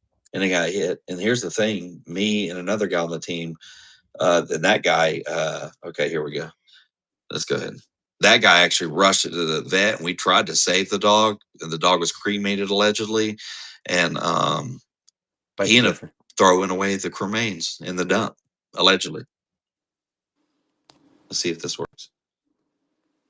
Hello. Omni. Hey, I'm Omni. I am wearing a mask because That's fine. well, my face is not a matter of public record.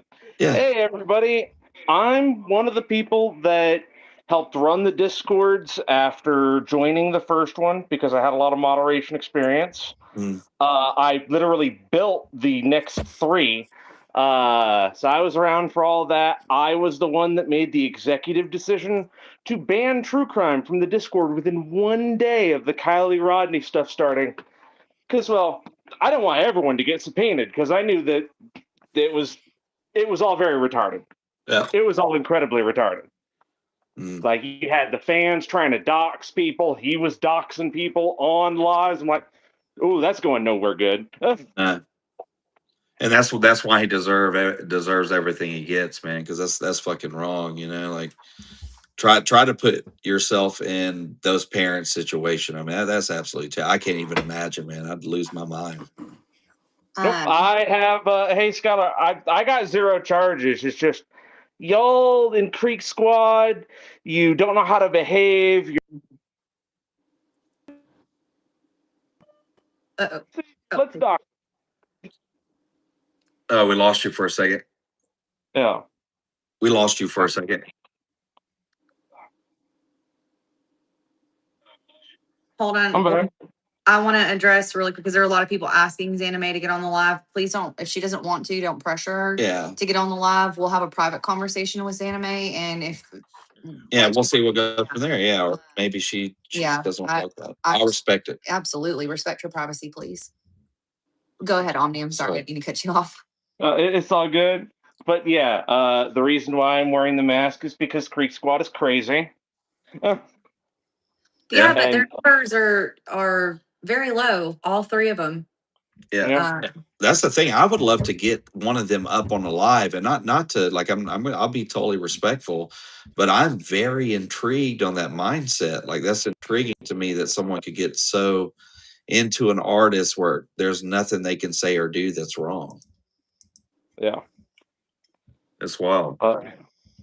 Yeah, it's crazy to juxtapose how intelligent Ryan thinks he is with him being literally less tech literate than like a 60-year-old legally blind person. It's crazy. Yeah, he's lazy as fuck. Allegedly, in my opinion.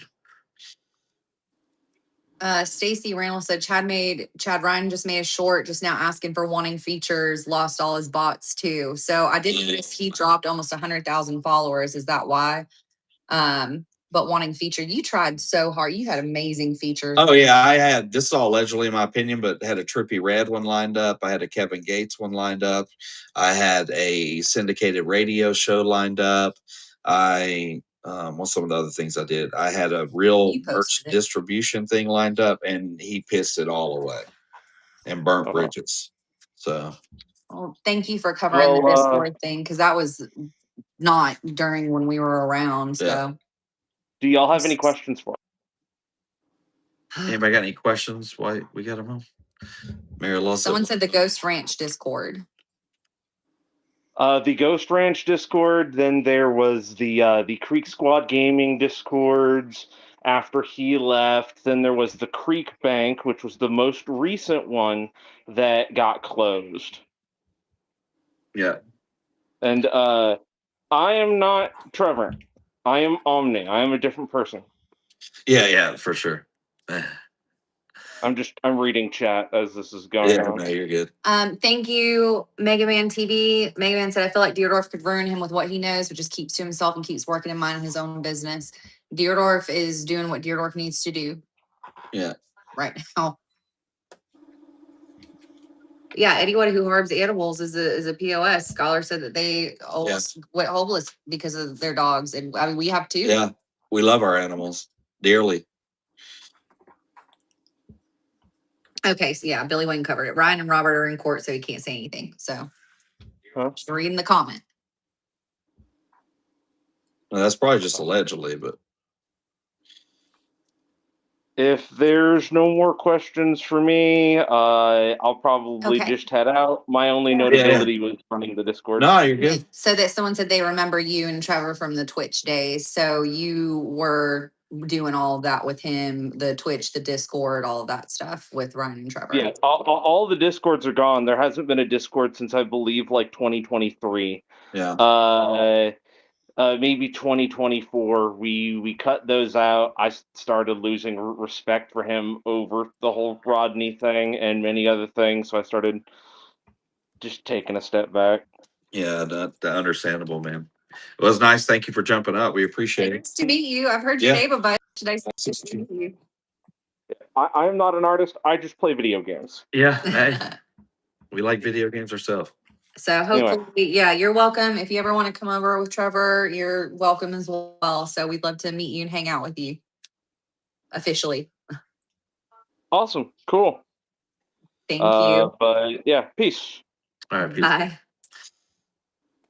All right. We're back. Yeah, Ranger was rehomed because Ranger was left there as well for the guards to take care of. Yep. And then I was responsible allegedly to getting helping find a rehome with the help of a local clinic.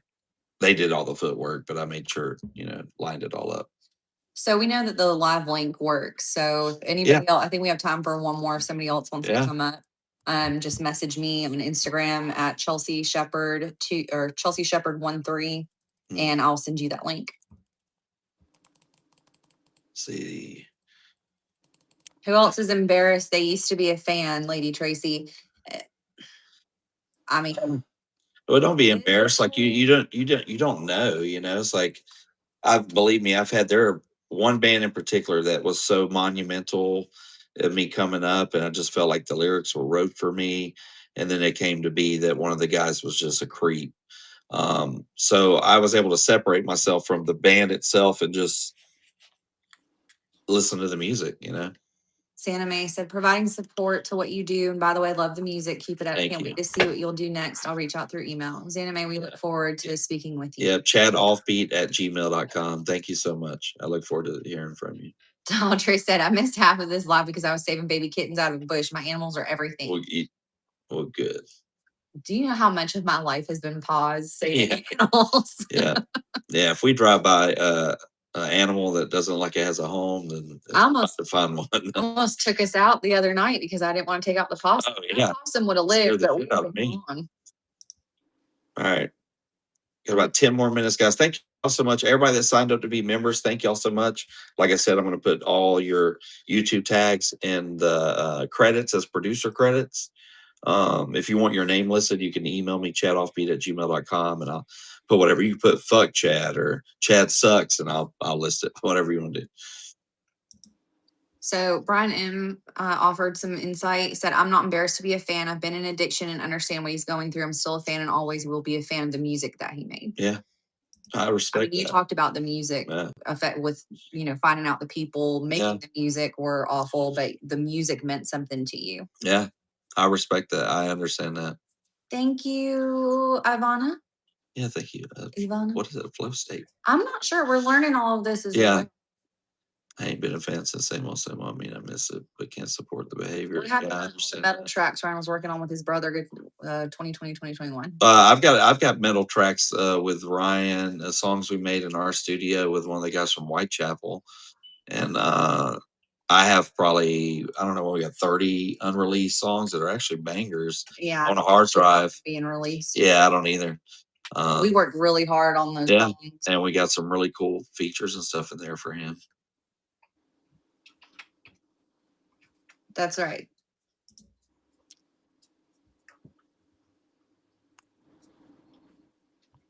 Okay, simplistic. I don't know what the jewels and all that stuff. Thank you. I'm sure it's cool and I appreciate it. Yeah. The brand of red MAGA rap is over all of them. Yeah, I agree. I just don't. Look, I support anybody doing creative stuff. I am actually, and this might shock you guys, I am actually not a country rap fan. I can tell the difference between good country rap and bad country rap. I am a music lover, and a connoisseur, but I don't listen to that style of music. I mean, that's not going to be something I'm going to sit around and play. I mean, we like all music. And I think that's why we were kind of valuable, though, because we could hear something and be like, oh, yeah, people are going to love this. Because if you can have someone that's in something totally different, align with that, So I don't know. It's just an opinion. Truth Bombs Daily Frill said, I can defend the music, but I can't defend him. Yeah. And that's all that, that's completely understandable. That's all that we've asked of people is like, hey, if you're a fan, can you just separate the art from the artist? And then Spilly said he had to change Billy Wayne changes my number because dumbass Ryan posted it. He did the same to me, except guess what I've been doing? I've been calling them motherfuckers, allegedly, in my opinion, and I may be filming it. And it might be kind of funny, and I might release it. I don't know. We'll see. Ivana the Dead One, you guys are amazing. Got my full support. I'm Cody Ivana. Here's Cody Ivana is my artist name. Ooh. Well, yeah, we'll check you out. Yeah, we'll check that out when we get off of here. And then somebody said that Mr. Fusion TV, Lady Tracy, thank you. Mr. Fusion TV channel did an interview with Xaname. If people want to learn what happened, we'll have to go check that out. Okay, yeah, I need to get caught up. Yes, we'll do that maybe after this, and we check out the music. Where can I go to donate money to Chelsea, but not Chad? You can go to Chad Offbeat Cash App, Money sign Chad offbeat. Chad's OnlyFans, is that? Yeah. Just kidding. No, thank you. We don't. We're good. I was great. I was with him until the jelly video. How are you going to hate a man who's trying to help and love you? It didn't make any sense. So I was yeah, that whole recording. I don't know what he was trying to accomplish with that. I thought it looked really shitty on him. I think it's wasn't a good look. And yeah, I thought that they were just showing up and trying to be honest with the dude. That was just my take on it. Howard Shook said, Chad and Chelsea, you guys be easy. Appreciate you guys standing up for what's right. Well, I really we're always going to do. Yeah. And I mainly did it not to sound selfish, but I did it for my family and the people that I love and respect, because my last name does mean something to me. It really does. And as long as the people I love and respect knew the truth, that's all that mattered. So, but I do appreciate every one of you guys. I just want to see. Okay. Someone said he posted something. Was the Jelly Adam intervention just them trying to get him off drugs? I don't know. I didn't. That wasn't my takeaway from it. I'm not sure. Is he just sitting here listening to his own music in front of a bulbous microphone? Okay. Well, trying to act like he ain't bothered. We all know that ain't the case. Well, then. Actually, in my opinion, he probably doesn't think it's real or convince himself. I don't fucking know. Anyway. Mars deserves some views. Upchurch has definitely pushed me away because this has made me so disgusted with his choices. I mean, that's. I understand that. What up, Mr. Bear Dog? I don't know what that means. But... Josh Roderick, I'm glad you guys are okay. I can't believe all the shit you had lined up for that. I'm grateful. Well, I don't blame you for what you thought was right, and I think he needs to get sober. Yeah. I mean, and here's the deal. Do so much, and we can only say so much. Yeah, and not to be boastful, but this is the truth. I set up the Boosie thing. I set up the Clay Walker thing. I set up the no jumper thing. I mean, you can go to my Instagram and see that they follow me. They don't follow those guys. A lot of the opportunities that came his way is because of people like us that were in the backgrounds every day messaging people like, hey, trying to find opportunities and doing stuff like that. We were a valuable resource to him. And we were treated like shit. And that's just allegedly, in my opinion.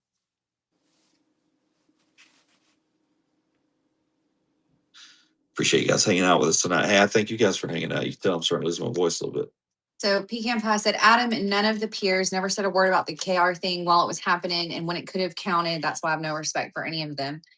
What's the KR thing?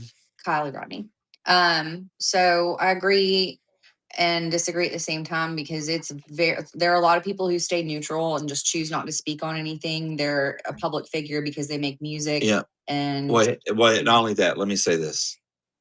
A lot of us, if not all of us, are guilty of not really saying the fucking truth. And that's to include myself.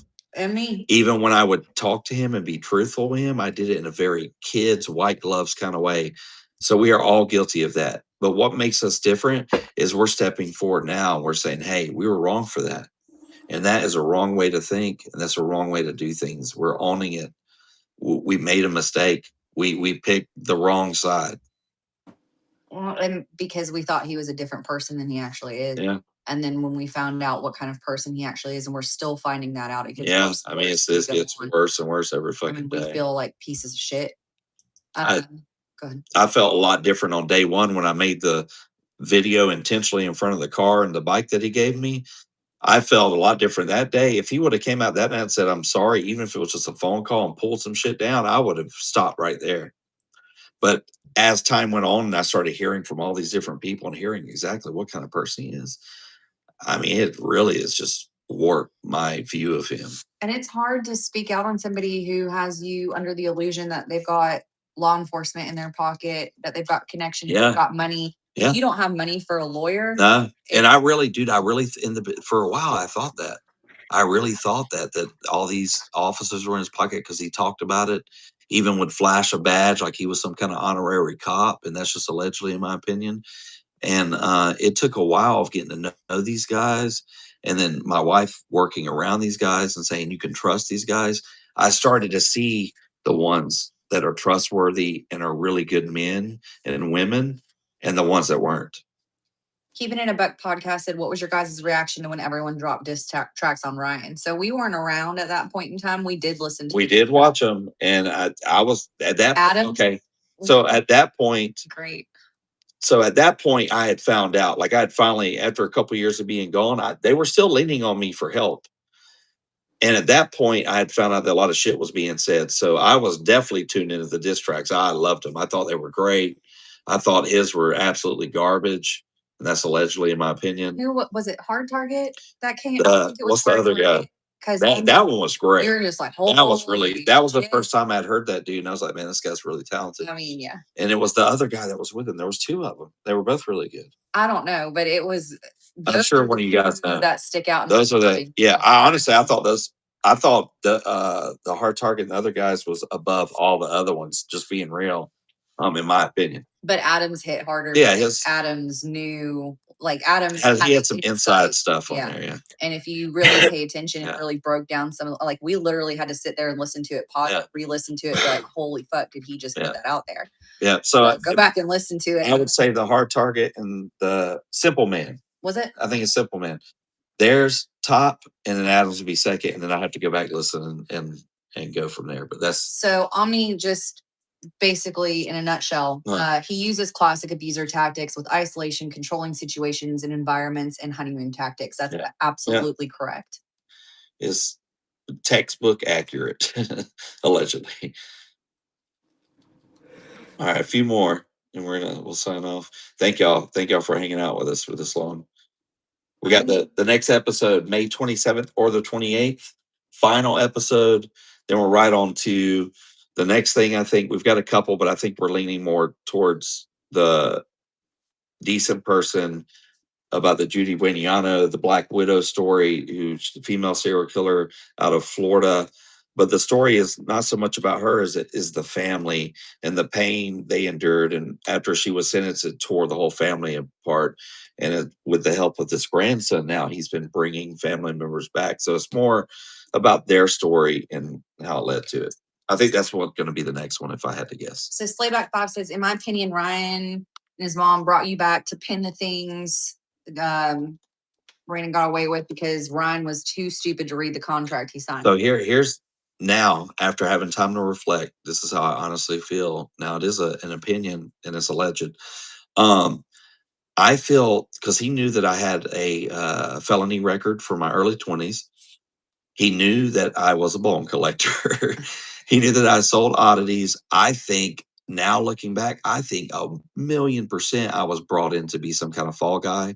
And I kept calling out on it and making sure that things were documented so he couldn't catch me up in some shit. But I really feel that way now in my heart and in my gut. And that's allegedly, it's an opinion that I have. Stephen Brown said Kentucky Marketplace has someone selling John Wayne Gacy's prison photos, signed paperwork. They say it's a real deal, files on him. You can send it to me and I can tell you if it's real or not. Chat Offbeat. We've done a lot. And here's the deal. Honestly, since we went back to work for him, we've kind of stopped doing all that. We have our own personal collection. Occasionally I'll have someone hit me up and I just kind of middleman it. But to kind of touch on that, everything we have done has been legally and ethically done. We sell medical specimens. Don't sleep on a bed of skulls or nothing like that. We're not as crazy as people have us out to be. Also, we have our stuff in reputable museums. The Ball Museum in Brooklyn, Alcatraz East has several items that used to be from our collection. So anyway, just want to say much love to Trevor for all his hard work over the years.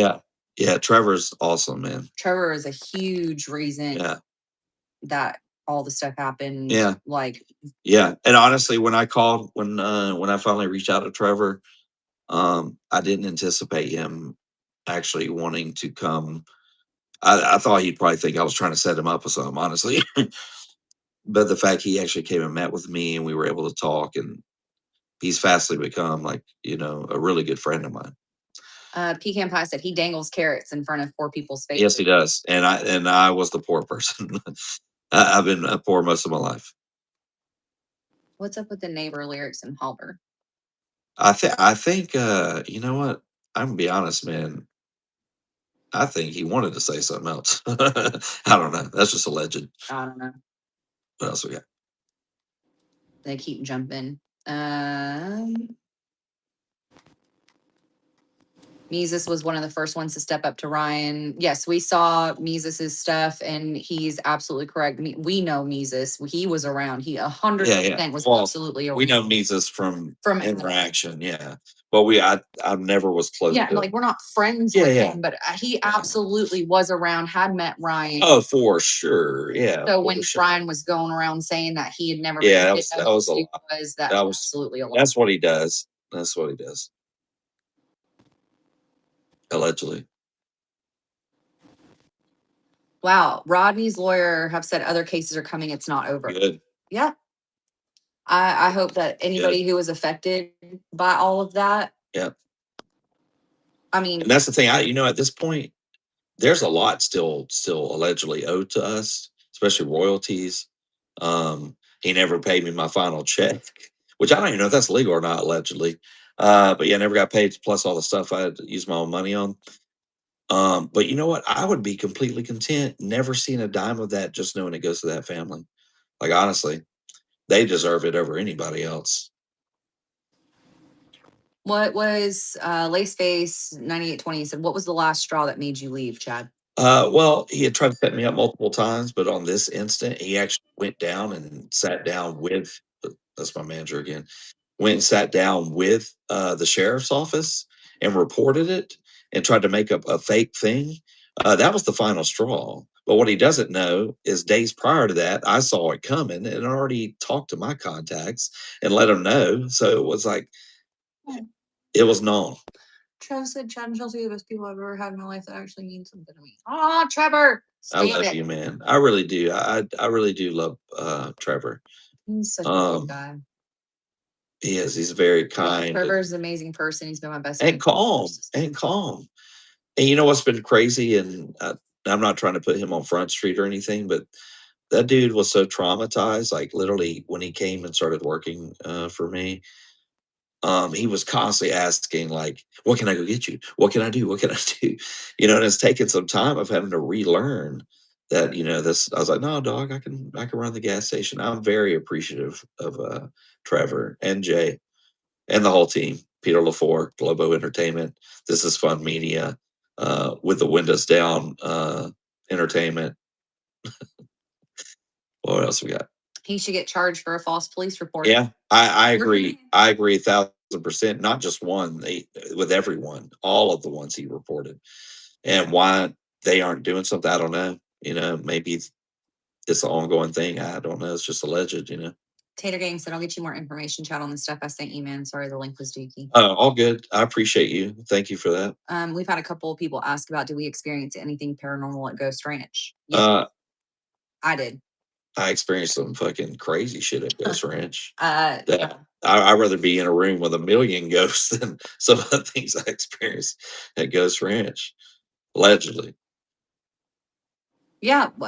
Pecan Pie said what he did was beyond the pale, and KR wasn't the first case he exploited to hawk his stupid vids. He did the same thing, doxing and terrible stuff in Summerwell's and Gabby Petito cases. Call the Tennessee Labor Board. That's like the second or third person. I need it. My manager's watching this. Is that something we can do, Peter?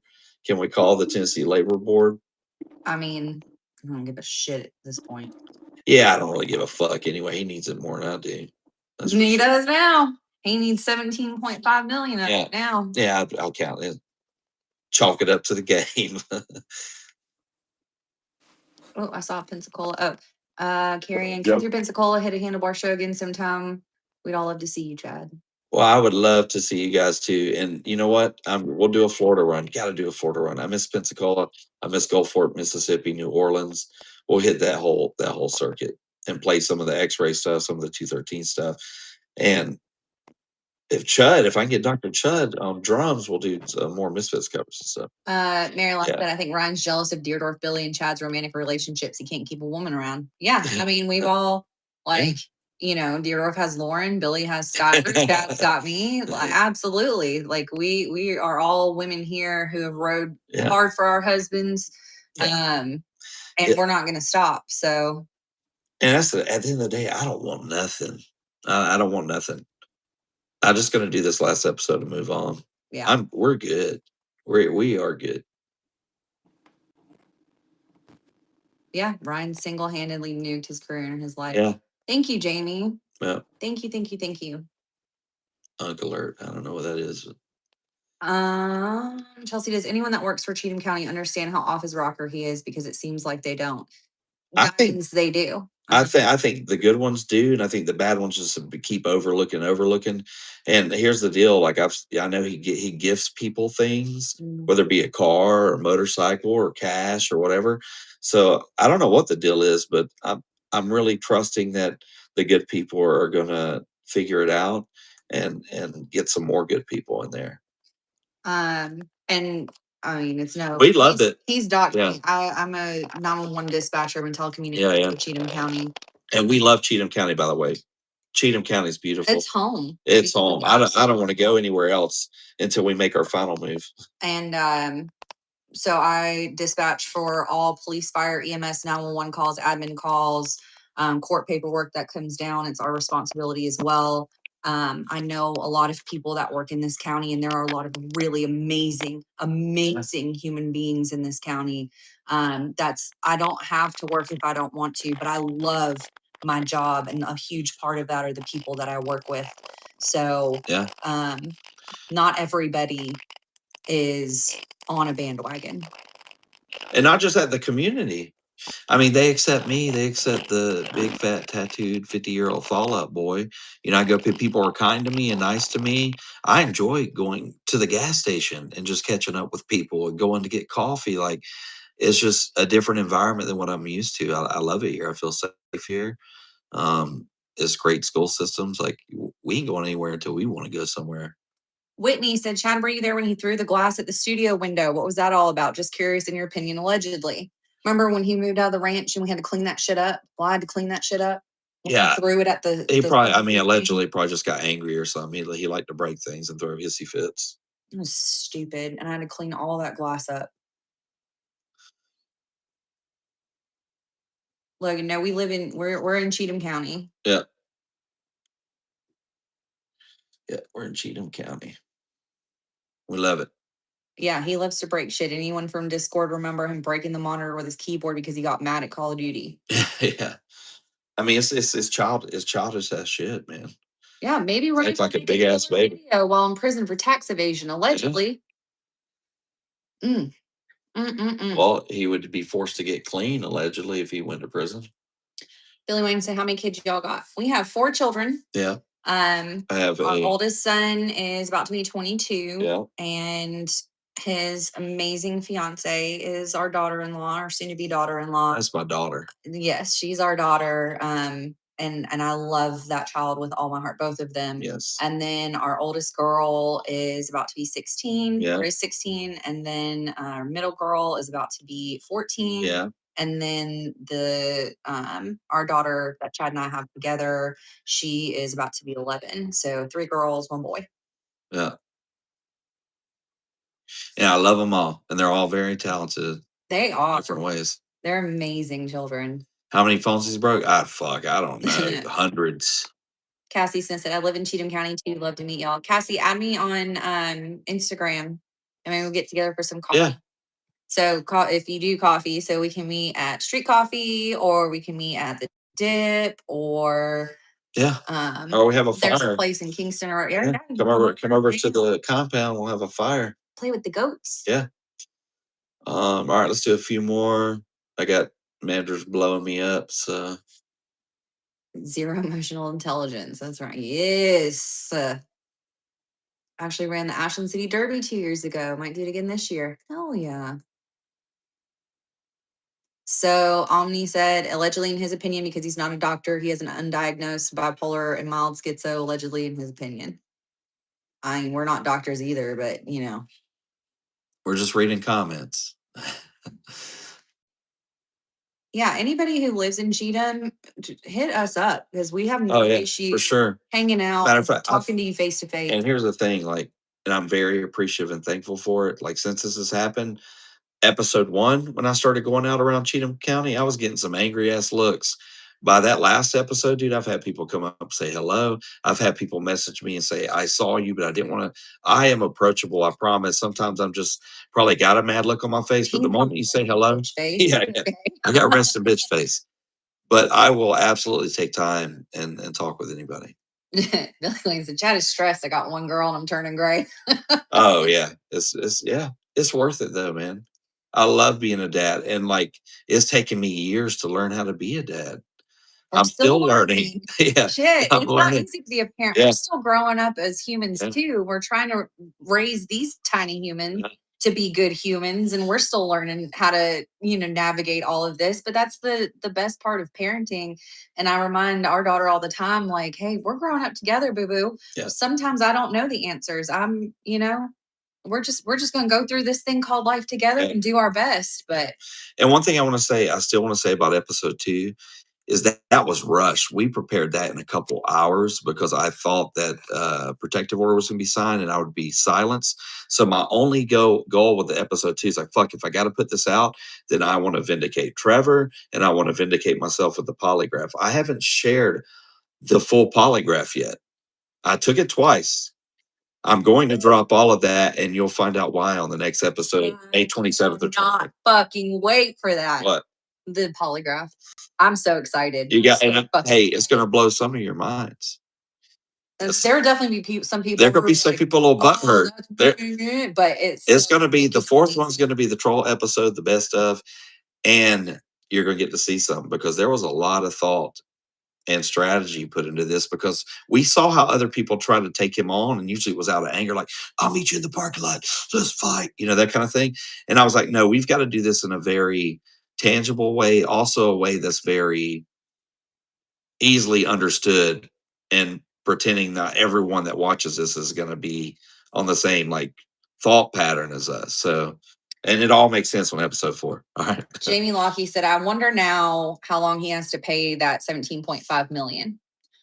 I feel like I heard, and I'm not quoting any kind of fact. Yes, I heard that the process starts with all that in like 30 days. Now that's just an opinion, but I'm sure Buttercup. Yeah. I'm so sorry you guys have to deal with Squirt. You seem like nice Southern people. Thank you. Yeah. We're just say one of my favorite up whatever so far Yeah. has been Upstein. Upstein? Oh, yeah, that's a good one. I like that one. Yeah. Yeah, I mean we are. We're just living our best life and doing what we like and into the things that we like, and we just like oddities and horror movies, and that's fine. But genuinely, I try to treat everyone with kindness and respect, and I match energies. You come at me aggressive, then I'm going to come back at you the same way. But I try to treat everyone I meet in person with kindness. I'm really sorry if Squirt made fun of me. I don't give a shit that he made fun of me. Like I am sick of hearing my name because I think I do it all the time. More than I've ever heard him say. But I mean, it's so childish. It's so beyond childish. Yeah. I did see Kentucky Sweetness say something about Bowling Green. Oh, come a little further up in Kentucky than Bowling Green. So my mama lives there, and we're up in Bowling Green all the time. So where are we going to? A Scare Fest in Lexington. Mm-hmm. You can count us in on that. We were there last year with Dr. Chubb from the Misfits. And what's another one? Louisville, FrankenCon. Yep. Yeah, we do the convention circuit a lot. But we're always in Bowling Green, so let us know. Yeah. I'd love to hang out with you. Listen, Chad is a real dad, and like I was gonna say, I thought he said real dude. But I was gonna make a joke, but like you've never seen him in person though, so how do you know he's real? Yeah, well, that's true. This could be AI generated. Yeah, that may not be real. Oh, congratulations, Ferguson got my first kid coming in December. I'm stoked and terrified. Oh, well, it is terrifying. Oh, look, y'all, these folks are genuinely good. They sent me a ton of clothing when a friend house burned down completely unprompted. If you live near them, meet up. Oh, I know who that is. Thank you. I know exactly who that is. Okay. I didn't because your screen name was different, but yes, I mean, because I've been down and out. And that was the thing too, is literally when I was working with Ryan, we'd have fans come up and I would say, just take my Harley out for the day. Like because I've been down and out and people have lent us helping hands like many. All right, I'm tired of hearing them. All right, so let me pull this up. So, phone started making a bunch of noise, brother. oh, you're good. So the question was, when will Ryan have to pay the 17.5 million? So when you Google it, it says in the United States, a timeline for paying after losing a lawsuit depends on the type of case, the state, and whether the losing party appeals the judgment generally. The judgment is entered after the verdict. The judge signs the final judgment. That can happen immediately or days, weeks later. Appeal window begins. Most states give the losing side about 30 days to file an appeal. Federal cases are usually 30 days as well. Payment is often delayed during the appeal. If the losing party appeals, they can sometimes delay the collection by posting an appeal bond, often called a supersedes bond. The bond protects the winning party while the appeal is ongoing. If no appeal is filed, the collection efforts can usually begin shortly after the appeal deadline expires. Sometimes the court orders a payment deadline directly in the judgment. If they refuse to pay, the winner may use collection methods such as wage garnishments, bank levies, property liens, seizing certain assets. For large public lawsuits like celebrity or media cases, payments can take months or even years if appeals are filed. Small civil judgments may get paid within weeks. All right. Then I said, so then I went to ChatGPT. I said, do you have to put down a deposit for the amount you owe before you can appeal it? And it says yes. In many cases, if someone wants to appeal a money judgment, the court can require them to post a bond or deposit money first before the appeal pauses collection efforts. This is commonly called a supersede bond, appeal bond, or stay bond. The purpose is to protect the winning party in case the losing side drags the case through appeals and still loses later. Typically, the losing party does not always have to immediately pay the winner directly, but they often must secure the judgment amount with the court or a bonding company to stop collection during the appeal.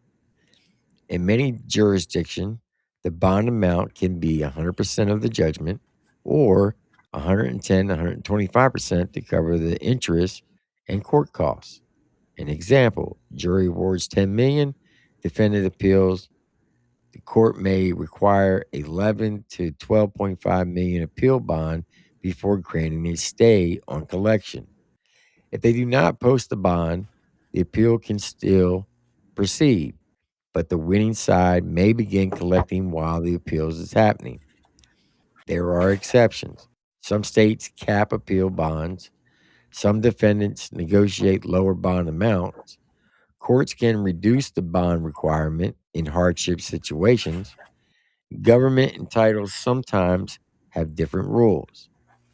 So the short version is you usually do not have to hand the winner the money immediately, but you often must secure the amount before you can fully pause enforcement during the appeals. So then I went to ChatGPT and I said the Rodney family was awarded 17.5 million. When will Ryan Upchurch have to pay the money? It says as of now, there's no public court filing saying exactly when Ryan Upchurch must pay the 17.5 verdict of the Rodney family. What is public is the federal jury reportedly awarded the family 17.5 million in a defamation case. Here's what usually happens next in the case like this. The judgment enters a final judgment. Upchurch's legal team would likely have around 30 days to file an appeal. If he appeals and wants to stop immediate collection efforts, he would likely need to post a large appeal bond or secure the judgment amount with the court. If no appeal or bond is filed, the Rodney family could potentially begin collecting efforts after the judgment becomes enforceable. one important detail. The reporting says the case may still be in punitive damage phase. That means the total amount could potentially change depending on what the jury does next. So the short answer is he probably does not have to pay immediately or hand over the 17.5 million tomorrow, but within weeks, major legal deadlines begin, especially for appeals and appeal bonds. If he wants to delay payment during appeal, he may have to secure a substantial portion of the judgment first. So, in a nutshell, they got 30 days to do an appeal, but he will have to put up a bond, probably the same amount that's awarded, and then he can appeal it. And while it's in the appeal process, they can't collect the money while it's in the appeal process, but the bond is there. So if he does lose the appeal, they can transfer the money immediately to the Rodney family. In a nutshell. So I don't know his financial status. I don't know how much money he has. But I'd be willing to safe to say that he doesn't have 17.5 million in the bank. So he's gonna have to sell some properties. Probably have to put a lien on his catalog or sell his catalog in order to. Now, what he could do, and this is a possibility, they can strike a deal with the family and say, okay, he doesn't have 17.5 million. However, he has his catalog. And they can sign the catalog over to the Rodney family until they recoup the 17.5. Once they recoup that money, then he gets ownership of the catalog again. Once you can't. No. Not sell it. They could basically award the catalog to the Rodney family. So they would get all the revenue from the catalog every month until the 17.5 is paid up. Once the 17.5 is paid up, then then he can take control of his catalog and start receiving that money. That is an option. But that would be a deal. Or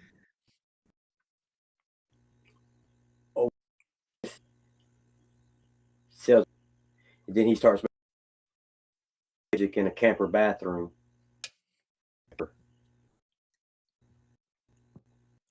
Okay. I mean, what's your question? I mean, what are you trying to say though? Is there enough money in the property? Like, is there that much money with all his, you know what I'm saying?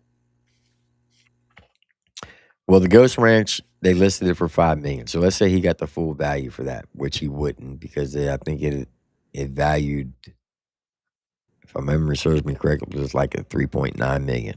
But let's say he got $5 million for it, and somebody was dumb enough to pay for it. The house that he lives in is 1.9. So there's 7 million right there. Then all the other properties that he has around Cheatham County and in Tennessee, let's say that total amounts another 5 million. You're still looking at 12. You're still 5 million short, 5.5 million short. So he can go that route and then turn over his catalog to the family until they recouped the 5 million, and then he would get the catalog back. Which, let's say he makes, I don't know, let's say he makes $200,000 a month off his catalog. That's what, 2.4 million a year. They would get it for 2 years, 2.5 years, and then they'd be squared up. That's if he sold all his property, and that's being generous with the dollar amount. I wouldn't want that catalog, bro. But I mean, huh? I don't know. I don't think I'd want. I think I just. I wouldn't. I don't know if I'd want the. If that was me, you know what I'm saying? Like if Well, I mean, if it's if this catalog's making 200 grand a month, right? I mean, that's $200,000 a month you're gonna get every month until it's paid off. That's if his streams stay. And if he puts out any newer songs or anything, that all goes towards the catalog. So any new could go towards that same catalog. Yeah. Never mind. Because they're basically just like the lien holders on the catalog. Yeah, I got you. Now, if he dropped a major hit, like say that song Richmond North of Richmond, right? That guy, he was making $55,000 a day when that song dropped off all streaming platforms. You know, if he did something like that, then of course he could pay it off a lot sooner.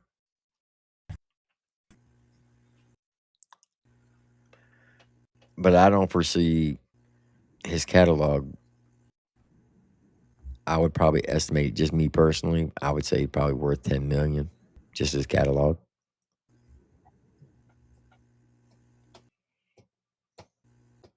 That's just my personal opinion. And then this is just. Yeah, and he still got 2 more. Yeah. And the punitive, that's just the first half of the lawsuit, because the punitive action is not over yet. The punitive can double. What the hell is that? I don't even know what that word means. So punitive damages, right? So they were awarded $17.5 million for defamation. So if there's any damage, any money lost through their business that they own, they're suing for that too. So let's say the Rodni family says, "Hey, we lost $3 million from our business because of all this," then they would be awarded the $3 million. Oh, is that their own business too? Yeah. Oh, And that was one of the major things, because a lot of his fan bases was going on and doing Yelp reports on Google against the company, which was lowering the stock of the company by giving it bad reviews. And also the production from the employees. Yeah, for sure. Correct. All that. Wow. So it could, if it was $3 million from loss of income, it could even proceed higher than that. That really went into more details on the business side. You're absolutely right, Jay. He said the problem is he doesn't own 100% of his full catalog. It's owned by different people. He only owns a percentage of each song. That's facts. Now he owns the majority percentage. That's why he's able to control the catalog. But every song, he doesn't get the full revenue from every song, because like Cashville gets a percentage. Anybody the producer gets a percentage. Anybody who did the beat gets a percentage. If there was somebody playing instrumental, they may get a percentage. If somebody did any writing on the song, they get a percentage. So he doesn't own the full rights to every song.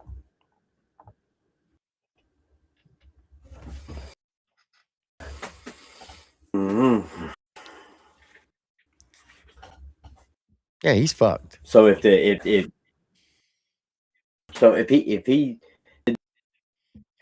even came up, you know what I'm saying? That even happened. The ones who were getting the lower percentage of the catalog, they would still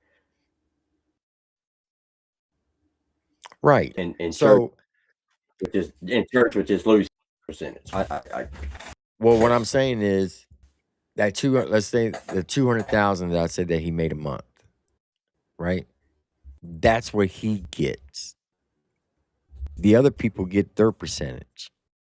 That's not out of that 200,000. I got That's what he's getting. I got. Yeah, he's fucked, man. Like, yeah, I seen the comments probably go as whatever. This. That's a good question. I don't. Okay. So I know everybody says that he's going to have like the biggest comeback, right? So Cashville, who used to be his manager, who's now working with him again, he has told me many times, oh, this is going to be the biggest comeback in music history. He's going to have the greatest comeback, right? Well,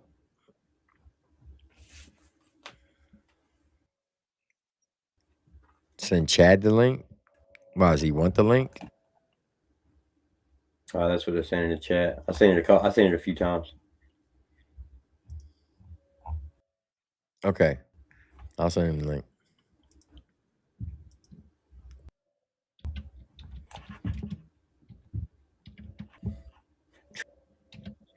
Yeah. I feel important when I'm up here with you. I don't know why. Because I'm not important. You are very important. No, I'm not. I ain't nobody. I ain't nobody. That's for damn sure.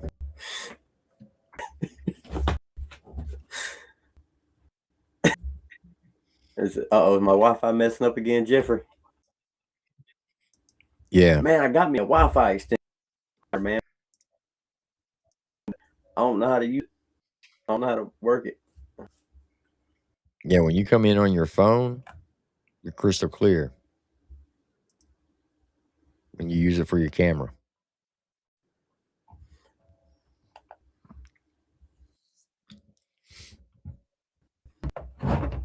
So I don't even know where I was going. What was the question for somebody? What was your question? What up, Zanime?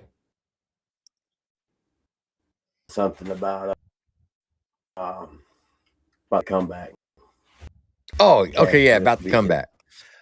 Right. So Cashville was saying, shout out to Zanime. Y'all go sub up to her if y'all can. And Zanime, once again, thank you for your military service. She's a good friend of mine. So he swears up and down that, well, ladies and gentlemen, Chad off the beat. I'll come back. What up, Chad? Okay. What up, man? How you doing? Doing good, man. It's nice to meet you in person. Let me turn it this way. Maybe this is better. Is that better? Yeah. How you doing, Miss Chelsea? Good. How are you? How you doing, Tim? Good. And Elmer? What's up, man? So this is Elmer Brown. He's a comedian and upcoming artist in the country rap lane. Oh, yeah. He's got a pretty big following on Facebook. Nice to meet you. He does a lot of things with people with addictions. Oh, yeah. That's awesome. Good for you, man. Yeah, he helps people get into rehab and get them clean, which is pretty dope. There's a big need for that. That's awesome. I support that 100%. All right, so the question was, can Ryan come back from this? Right? So I'm going to ask you a question, Chad. Yeah. Do you think that Ryan could ever come back from all this? Now, this is allegedly my opinion, but absolutely not. Yeah, I know exactly, in my opinion, where things were at. And you're even off. I heard you mention what you think he's getting a month. You're off that number significantly. It's a lot less than that. Well, I was just using that as a hypothetical. Yeah.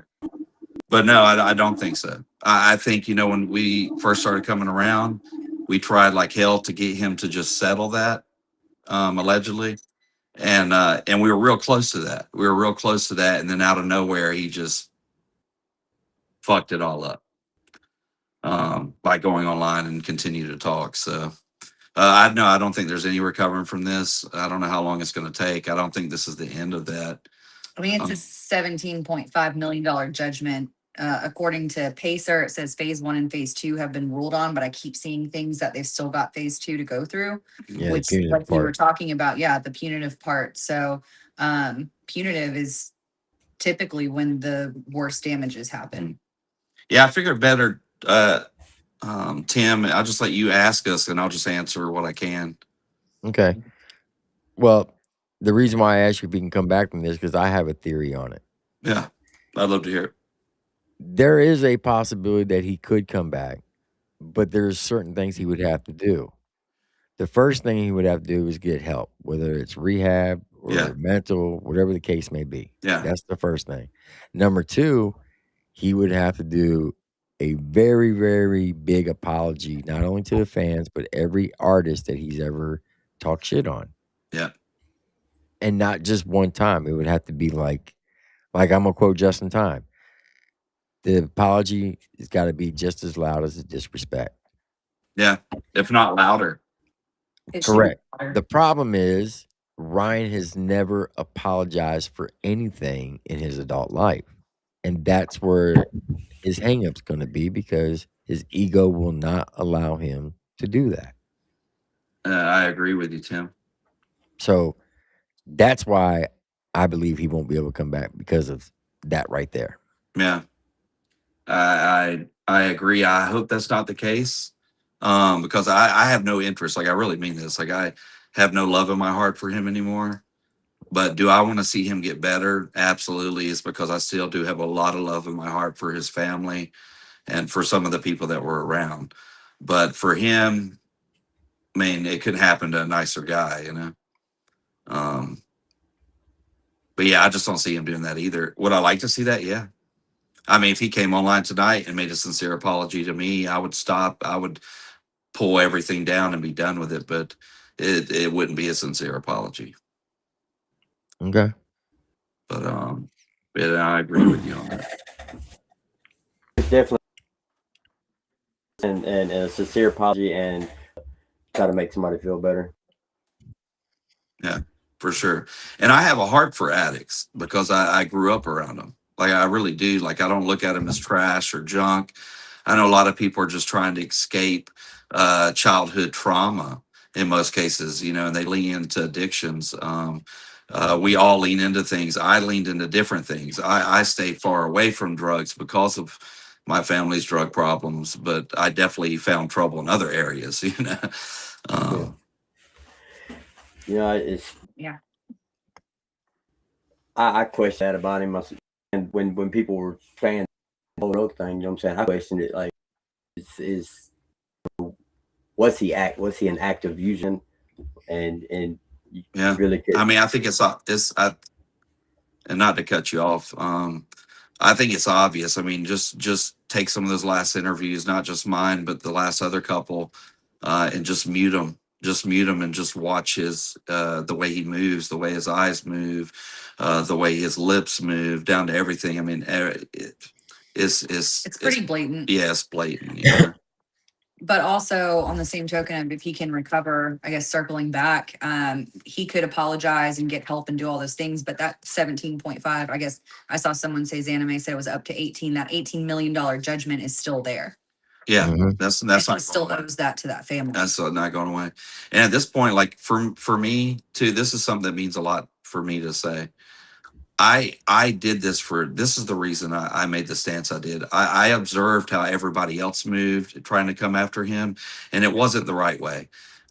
There was definitely strategy involved, sitting down, like, how can I make this tangible for someone that doesn't have the same kind of thought patterns that we do? And everything was strategic. The reason the second episode kind of looked rushed is because it was. I got served hours prior to me releasing that. And I didn't get to edit the way I wanted to, but my only hope, if the second one was going to be over with, if the protection order was granted, I wanted to vindicate Trevor and I wanted to vindicate myself, and I did that with a polygraph. Am I going to share the full polygraph? Yes, that will happen, but I can't do it till the fourth episode, after the fourth episode, because I'll give away the fourth episode.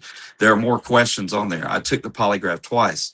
The reason I took the polygraph is because throughout my, working with him, he always second guess me and question me and would threaten me with polygraphs until one day we're downtown Nashville. And I'll say, you know what? Put me in this motherfucking car, drive me to a polygraph guy that you trust, ask me what you want to, Ryan. I'm here trying to help you.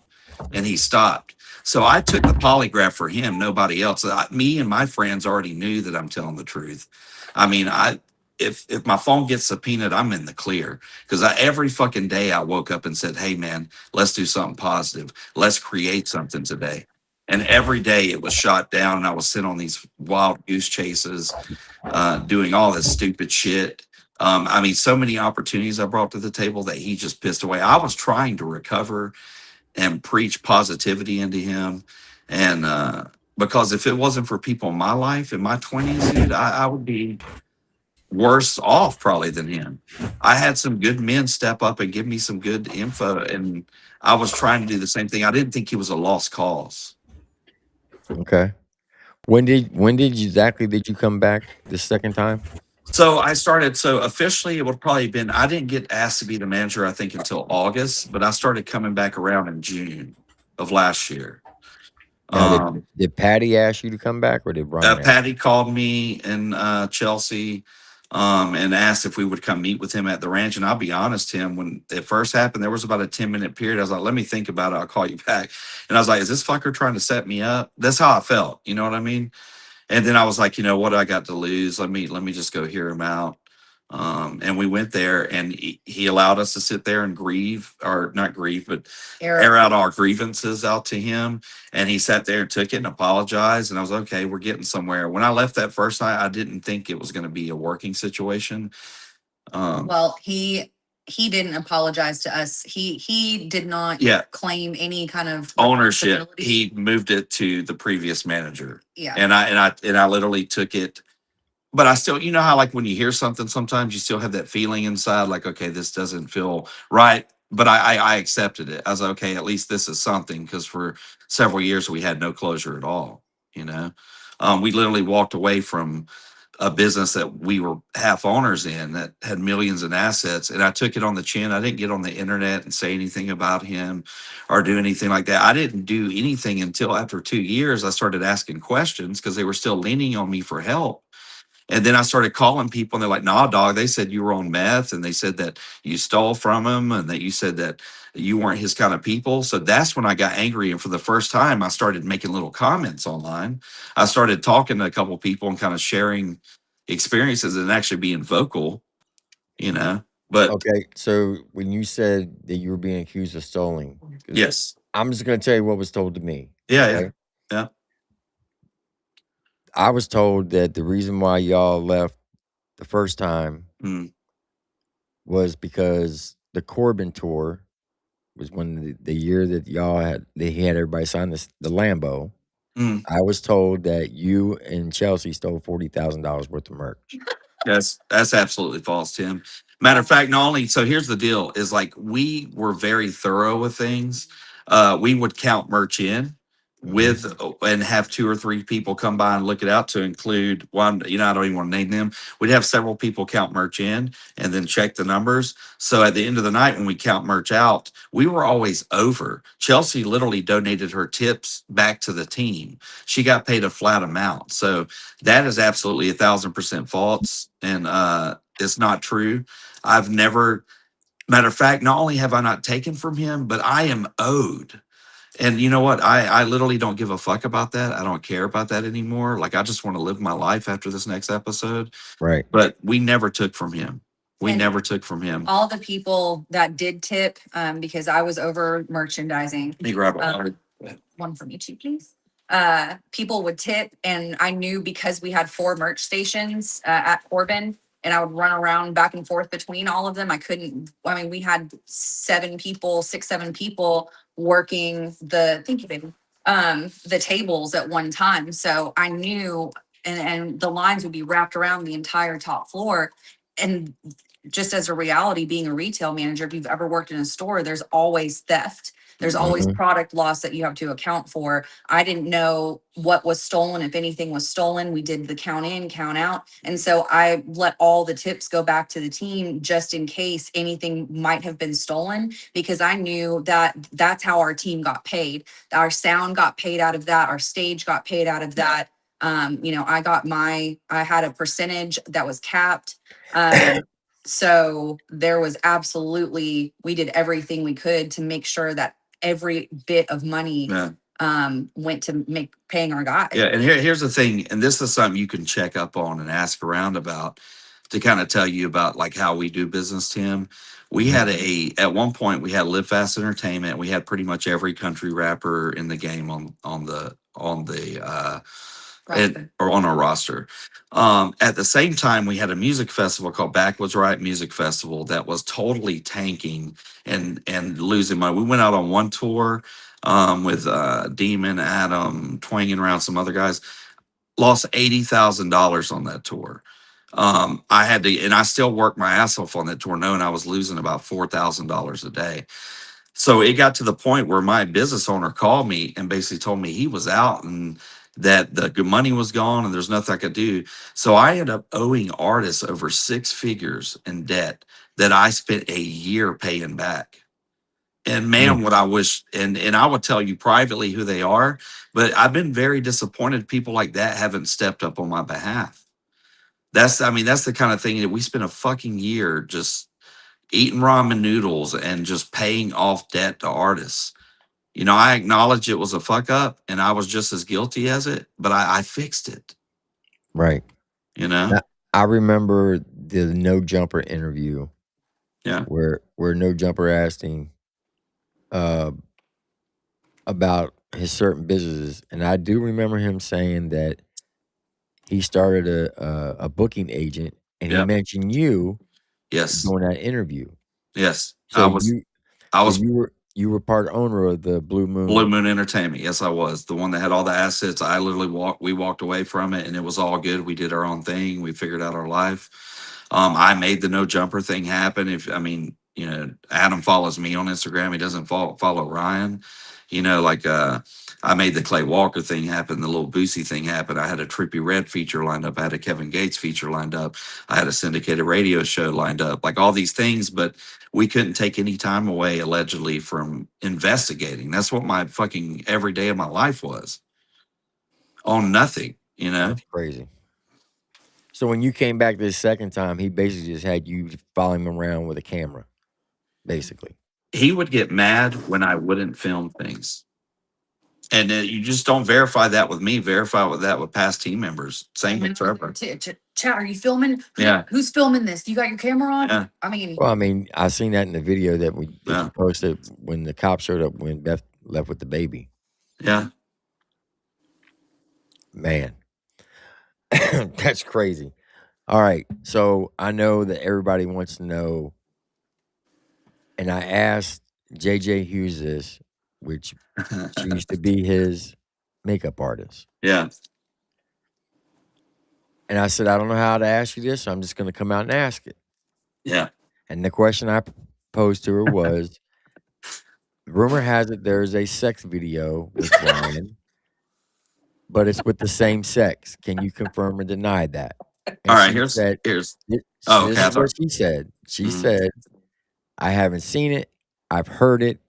But if I were to ask him what happened in I think it was the Roosevelt room or some type of room in the Hefner. Was it the Hefner room? The Hefner room in the Sausage Castle. Yeah.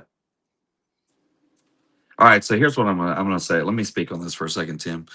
All right, so we worked down with helped manage Mike Busey for a full year. We moved down to Poplar, Florida, and worked with a bunch of artists. So that was the connection for the Sausage Castle. Now I never participated. There will be zero videos of me anywhere. Maybe some on my phone, some personal ones, but none from there. But here's what I do know. I know that everything that happens there is absolutely filmed. There are closets full of videotapes of some of the wildest shit that if I ever hit the fucking internet, there's people that aren't going to be looking at it probably at the best light. But what I do know is he absolutely went there, and he absolutely confirmed with me and Chelsea. This is allegedly that there is a video, and I know that uh, now the contents of that video I can't really speak on right now because it's just all alleged in my opinion. But and the reason I say those things is because I listen to the people that counsel me. Unlike some people, if somebody tells me how to walk, talk, and I respect that person, then I'm going to do what I need to do. But so hopefully that answers your question. Everything's filmed there many times from several different angles. So, uh, so if anything went down there, there is absolutely a video that exists somewhere. So if that helps answer the best of way that I can for you. Okay. Because Johnny Gobble put out 2.5 years ago that there was a sex tape video done at the Sausage Castle, and he actually named the names of the people in the video. He said it was Tubbs, Justin Adams, Ryan Upchurch, and a female. Okay, I can confirm that we did a show for Backwoods Riot in Florida at Asatula at a mud park, and Ryan performed. Tubbs was the manager at that time. Justin Adams was one of the acts, and that was when I know for sure that Ryan went to the Sausage Castle. We were there. We drove them. Yeah. We ended up going back home. And whatever happened that night happened that night. Now, here's what I can say, and this is, in my opinion, it wasn't involving those guys. That's wrong. That's wrong. That the information, like you guys have some of the information correct, but to my knowledge, hold on, wait, my manager's texting me. Okay. I think all those people were there, but I don't think those were participants. Do I think there might be some alleged, in my opinion, participants that okay. All right. That's about all I can say on that, dude. I'm getting texts. I'm getting texts. I got you. What else? What else you got? You want to talk about the DD-214? Well, he questioned me about my military service. I mean, Tim, I will absolutely send it to you on a personal level, and I just ask that you keep it private. Nah, let me. Yeah, but I can. But here, let me just tell you a little bit about it. So I did infantry training at Delta 254 Hell's Kitchen, Fort Benning, Georgia. I got stuck immediately into 129 Infantry Brigade, which was a training unit that a lot of privates didn't go to, which really meant that I just pulled ammo duty when for other infantry soldiers. I did CQ duty. I didn't do anything that's memorable to speak of. 9/11 started when I was in the military. A lot of my friends went over. A lot of them never came back the same. The ones that did come back, I have nothing but love and admiration for people in the military. My military experience wasn't that great. I did get in some civilian trouble towards the tail end of my military career. They had to hurry up and push me out of the military. I got a general under honorable discharge because I had civilian charges. Right. But I have nothing but love and admiration for people that served.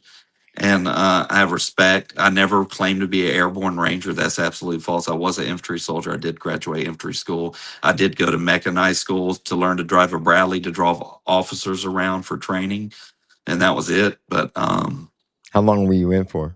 I was in. I mean, my DD2 was at 3 years and some months. Okay, so there's a video that somebody put out on TikTok to try to say that you went AWOL in basic training. I did not go AWOL in basic training. I went when I started getting into trouble in the civilian world. I absolutely did go AWOL, but because of my civilian charges, they had to hurry and get me out because it was going to be an issue. There was no holding cell in Fort Benning. There was a point where I had soldiers that were my friends that were sent to pull duty on me as my charges were coming through. But yeah, they cycle me out. I do get disability. And I am eligible for like VA home loan, all that stuff. I made some bad choices in my 20s that I've paid for decades now. Yeah, I mean, we all make mistakes. Yeah. And I'm close to having them expunge and pardon. And Ryan knew that. Matter of fact, he was supposed to write me a letter of recommendation, and he never did. But luckily, I had a bunch of stand-up fucking high-speed dudes write some really cool shit for me. Did you ever try to get your DD-214 changed over from general to honorable? So that my first goal is I'm going through the process. It's like I'm waiting for a date to go speak, I guess, maybe before the parole board. Once I get that done, that is absolutely on my next list of things to do for sure. I definitely am going to attempt to do that. Well, if you need any help with that, because everybody knows I work for the VA, I can help you through that process. I'd appreciate that, and I might have absolutely lean on you for that. But that's the truth, and it's Okay. searchable. And I don't mind showing you. I just don't want to put my Oh no, old. I'll take you for your word for it. Trust me. If you're getting, you got a I mean, I don't VA get a ID whole card, lot. I right?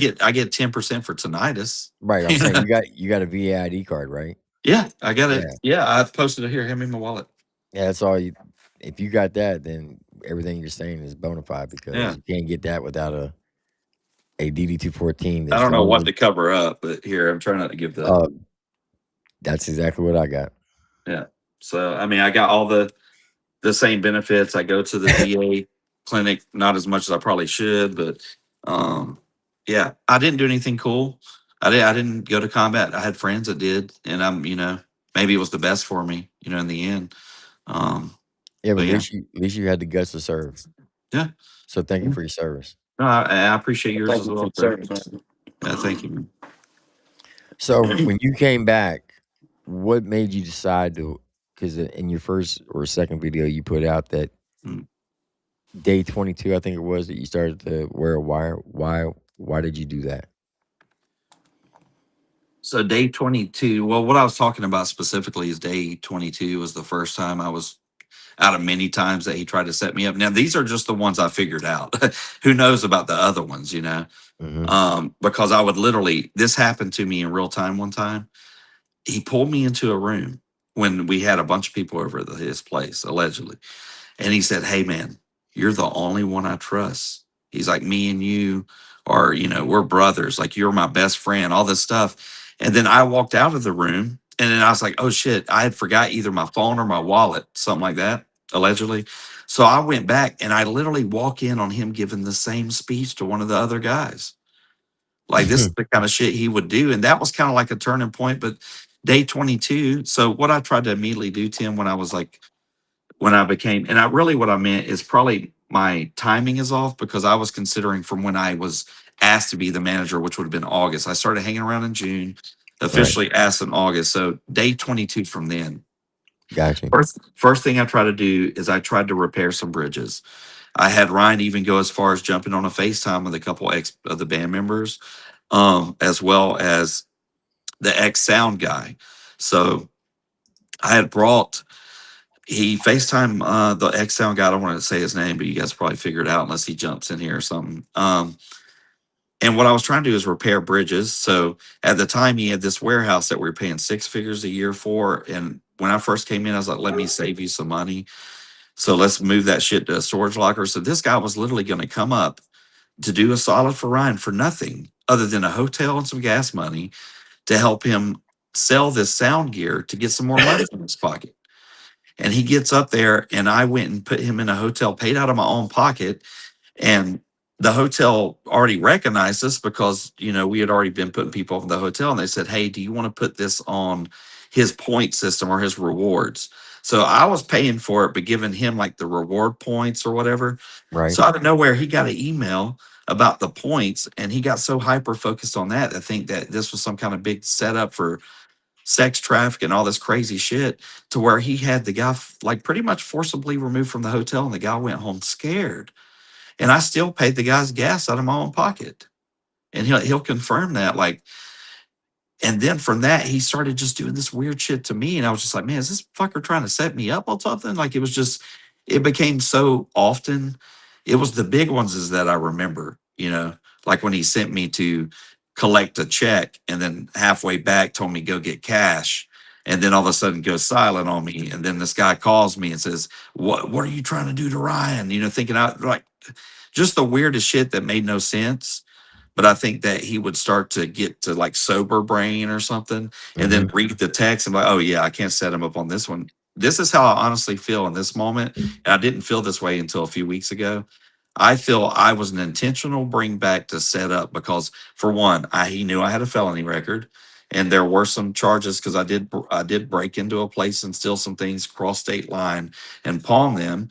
So, and he knew that about me, so he knew I had a felony record. He knew I was into collecting bones and oddities covered in tattoos, and he could just paint me as this satanic priest, which isn't the case, you know. And I was an easy target. I really feel it was an intentional thing to bring me back and set me up for all, because I think he needed someone for the fans to say, see, I told you, he went to prison. Like he had to at that point. He's been talking so long, he knows he's losing fans, you know, and that's just my opinion. But um I think it was intentional. I really do. He keeps saying, I figured it out. They're going to jail. Half of his posts were, Yeah. I uncovered the conspiracy, Yeah. and nothing has ever come of Yeah, it. and he is absolutely terrified and paranoid of going to prison. And I couldn't figure out for the longest time why. Like I was really like I was thinking like, damn, what the fuck were they doing while I was gone for 2 years, you know? You know?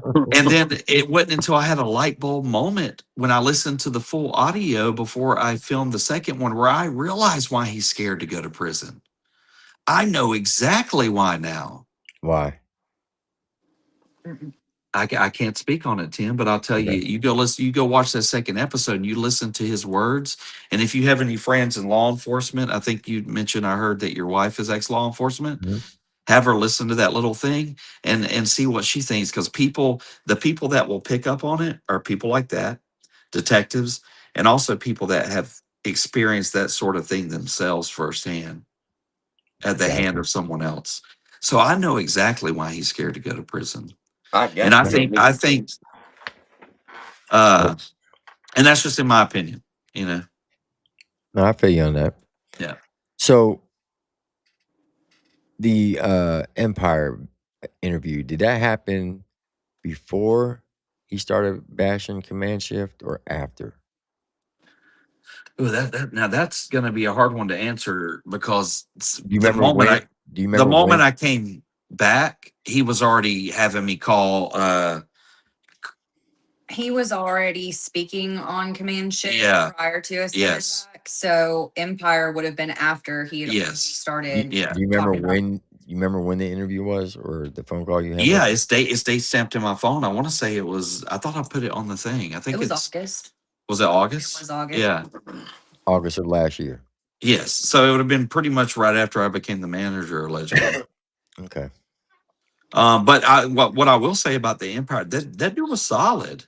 That guy from Empire was a solid dude, and honestly, it probably would have helped him out a lot. You know, like I didn't get any kind of bad vibes from that guy. Like the thing is, I know he's bringing up, or I've heard people say about the assassinations and that kind of thing. But you can have any corporation with thousands of people, and there's going to be some bad apples. But that particular dude was a solid guy, and I think if I just had a good gut feeling about him. I really did. Okay. Now, is his mom still in the picture? Do you know? I have no idea, man. We haven't talked to anybody since we left. I have no idea. And when did you leave? March 23rd. March 23rd, March 23rd. Okay. March 23rd, I sent him my resignation as to include his legal representation. Now, did you leave before Beth came back or after she came back? Before. Before. All Yeah. right.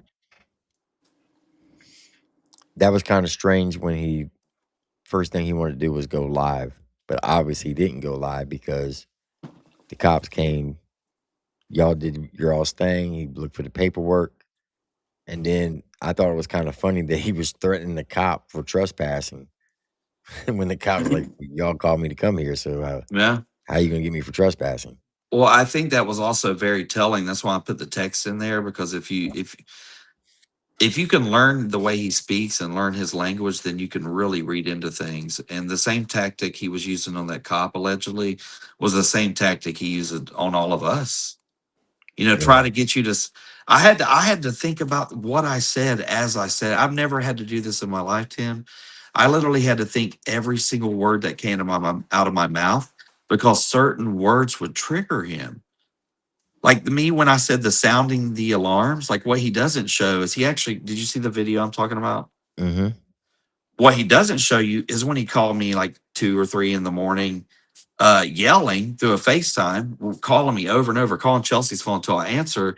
And then I put on a shirt and come out here because I was respecting the fact that she works 12-hour shifts. And when I said that sound the alarm, what I was saying is fucking call the cops, dude. What do you want me to do? Right. And that got stuck with him. He asked me about that at least 30 to 40 times after the fact. He's like, hey man, when you said sound the alarm, like what were you meaning? Huh. Like it would come up all the fucking time, dude. It was the word. So I had to literally think of words I would say, like what words is gonna trigger this. I mean, it was a terrible way to live. Yeah, I noticed that when y'all were walking through the woods with the cut grass, it was like he was almost like he was playing Call of Duty, like he was Yeah. emulating his Well, Call of Duty games. something I wish I would have put in text on there.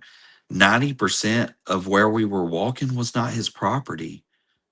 That was the neighbor's fucking yard. Oh my Those God. the trails that were cut so do you know when the whole time we're walking from the first half, when we go around the tree and then when you start to see his house for the first time, wherever the brush ends and the grass, that's his property. The tree line he's going through, that's not his property. None of that was his property. So he has no say so what goes on that property. No, the dude was cutting like any farmer would do in Cheatham County. Like the whole time I was there at that point, like I was still trying to figure everything out. And like there really was, I had paranoia, man, because he had me convinced and he was showing me things. But then when I started seeing things, it's like once one thing happened, then I started guessing everything. And then I started seeing things and I started learning this game that was being played. And I became very proficient at it, Because I know for the longest time he was telling people that he had the ex-CIA director sitting in his kitchen table. That dude, this is allegedly, in my opinion. My manager keeps blowing my phone up. He's like, stop. So this is in my opinion. So super reputable lawyer in town. You can Google him right now. His name is allegedly William Ramsey. All right. That guy I reached out to, he came in, we sat down and talked. He was a straight shooter, man. I was like, okay, finally somebody gonna tell him what he needs to hear, He's like, hey, I'll represent you allegedly, but you got to stop going on the internet and talking about these people, this judge, blah, blah, blah. He's like, I know these people. They're good people. So he agrees, he leaves. Hours later, he's on the internet talking shit. Next thing you know, I'm sitting with Ryan and I get a phone call from that lawyer and we pick it up and he's like, hey, is Ryan with you? I was like, yeah. I was like, yes, sir. He's like, put me on speaker. He's like, Ryan. He's like, you screwed the pooch on this one, buddy. He's like, I ain't gonna be your lawyer no more. And it was like for the first time I saw Ryan like speechless. And he was just like, allegedly, he was like, okay, man. So then that happens. He quits. The next day, Ryan goes and watches some fucking UFO video with this guy named what was his name? Something Clapper, sends me a picture of James Clapper. him and says, this is who you brought to my house. I don't trust your phone no more. Because I Googled top lawyer, and then found out who had the best reviews. And then I sent him a picture. The other guy said, no, dog. I was like, the nose is different. The chin's different. The only similarity is both of these fuckers are old. That was literally the only similarity they had going for him. And he was absolutely fucking convinced, dude. One of his things allegedly is like thinking that people are other people.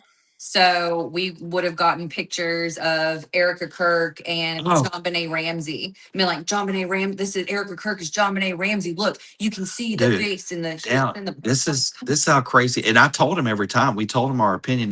Now it was very white gloves, Tim, and that's where I fucked up.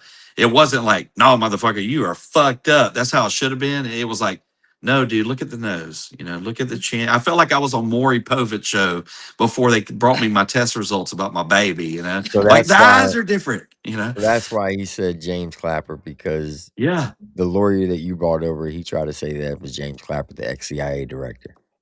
It was absolutely not. That is Jesus delusional in my Christ.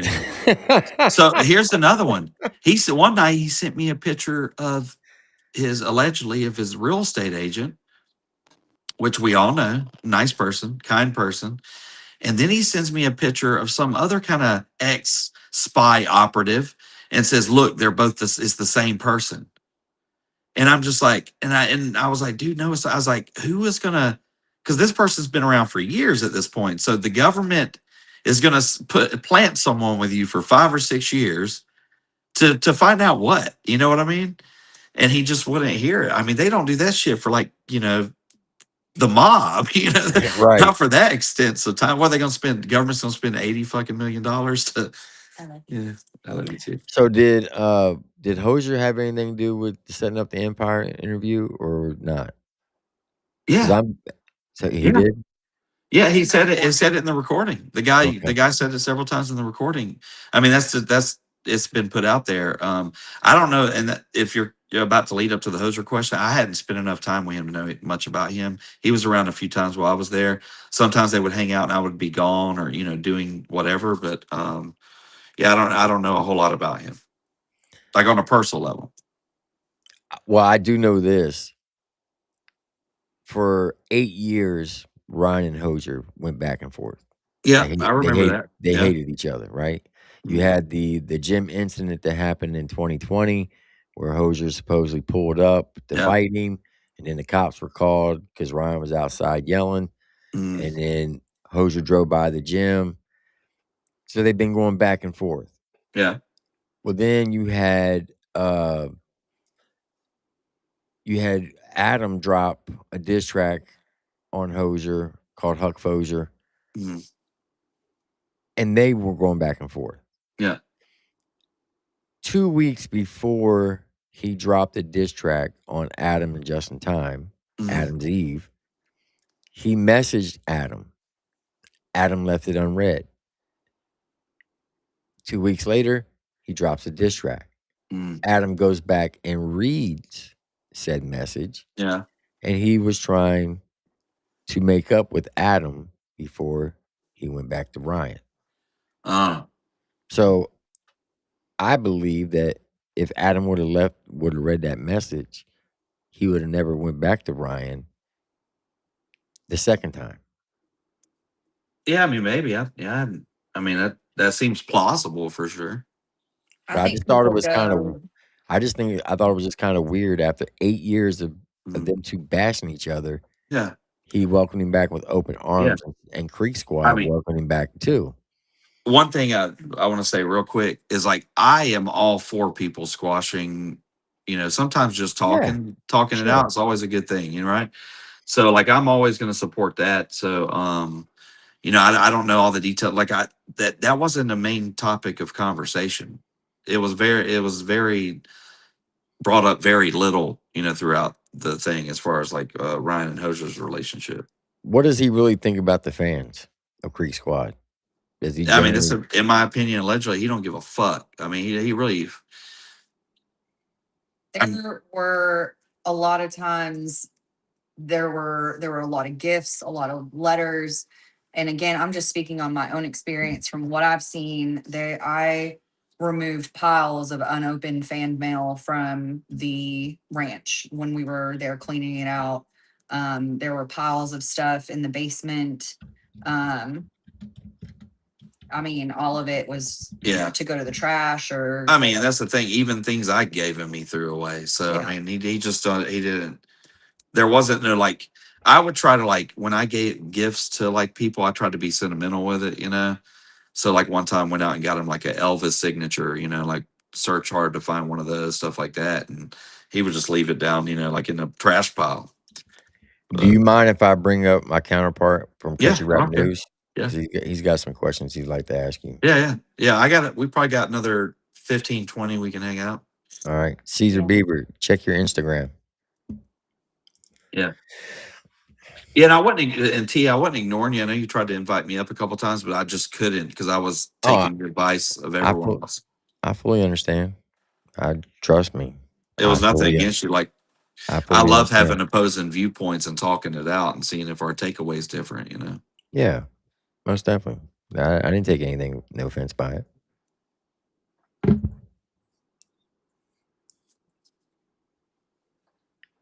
So is that your what? studio in the background, or is that like a It's a stock green. image? It's a green screen. Okay. Nah, It's like, oh yeah, I you ain't got got the that kind of setup, money. dog. I wish. So, what is the story about his dog? 'Cause I see people putting in the chat that Jesus, dude. He didn't allegedly he didn't give a shit about his animals. The dog was allegedly left at the ranch, got hit by a vehicle. We one of his employees picked it up. We rushed it to the veterinarian. We tried everything. Told him that we didn't care about the money. Save the dog. The dog ultimately got cremated, and those cremains were literally he took and threw away in the dump. Allegedly, in my opinion, had someone throw them away. We love our animals. Like literally have a personal connection with them, and Most of the animals you ever saw Ryan have or Ryan with ended up with his mom, who takes care of allegedly. them. really. Yes. So like I think it was Bullpix, the little Russian blue kitty cat that they had. I know she's got him. So, and that's one thing. That's one thing I will speak on his mom. His mom loves animals, and she has taken care of every single one of the animals. I mean, she's. I've seen that when we move mountains for those animals. So, Caesar Beaver, check your text message. Let me put it in the chat so he knows.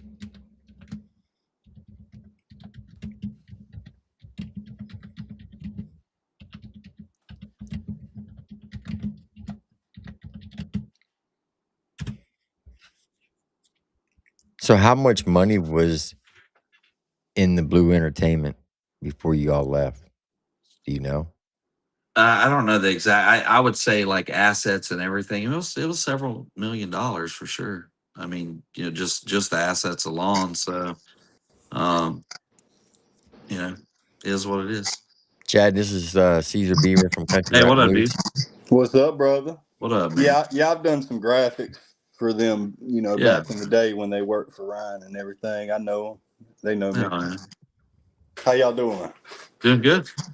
Heck yeah. Yeah, so what I was wondering, they already answered one of them about if Hosier was responsible for setting that meeting up. You know what I mean? Yeah, I'm sure. I don't know all the details, but yeah, I mean, I was just asked to attend on, as the new manager. I just Yeah. was looking out for. I didn't know a lot of. I'll be honest. When I came back, I didn't know a lot about.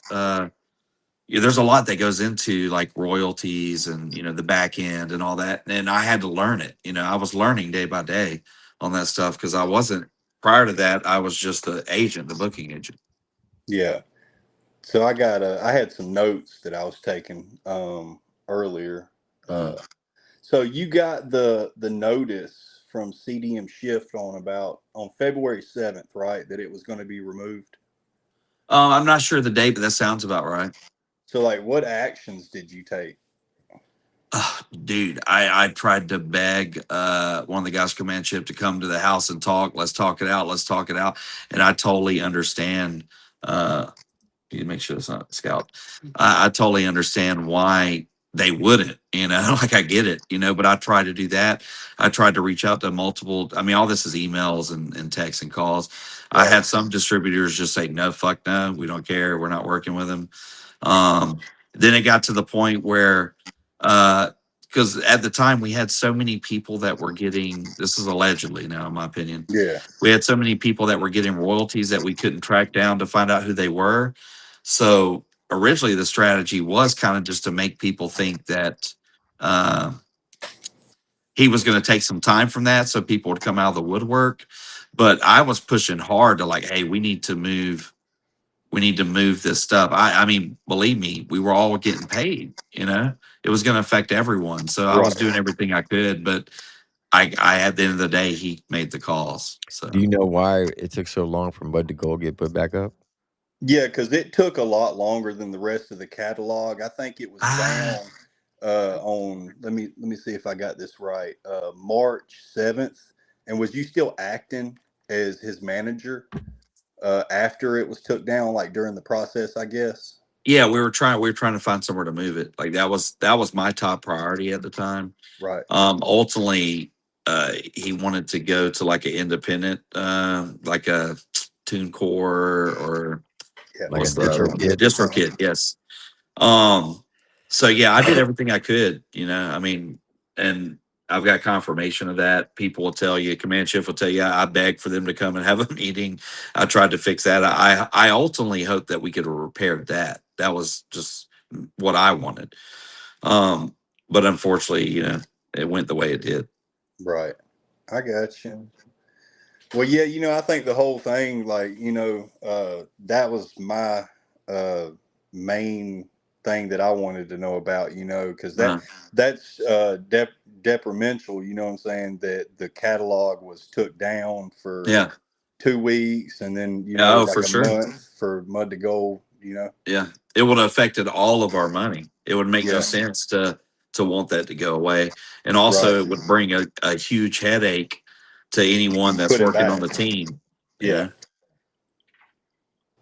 I Interesting. got you. Yeah. So have you had any contact with Cashville? No. Okay. No, but I know that this is allegedly, in my opinion, I know several YouTubers now, just over the last course of the month. And I had heard, this is through the grapevine, that he had set up a big recording session and it got canceled. And then he was calling around trying to get in touch with me to work with me. And then I guess that he must have got hooked back in, but no, I don't have anything for him, like I'm not gonna go on there and talk about his family. That's just not who I am. And I Would don't you really want to talk about him much, I'm sure he'll would have his day. would you ever debate him? Debating? Yeah, It's like not on a worth panel? my time. It's not worth my time, man. Okay. Now I would get up and debate like Ryan, 100%. I would go face to face on here with him, but yeah, him, nah. I mean, he's on the losing team, and at the end of the day, I think this will probably affect what he's able to do going forward as well, especially when the things that I feel in my heart and gut are going to come out over the next few months. Right. In my opinion, I think you're definitely not going to want to be associated with that team at that point. Right. All right, so let me ask you this. I don't know if you can answer or not. Yeah. Can he afford to pay the 17.5? No. A lot And of that's money. just allegedly, in my opinion. That I don't think that's no. Okay. I didn't think so. Another question. Did you ever warn Upchurch about the danger of the catalog disappearing? Yes. Absolutely I did. I mean, I was getting a big chunk of that. I was, Yeah. why It was, why would what I was it, not? I'm 5%? 5%, yeah. Yeah. Chad broke it down to him in terms of exactly how it would affect him, why it was so Yeah. important to find another distributor, because there was going to be X amount of days of I mean, that's why overlap. I'm sorry to interrupt. No, you're That's fine. why you was talking to Empire. No.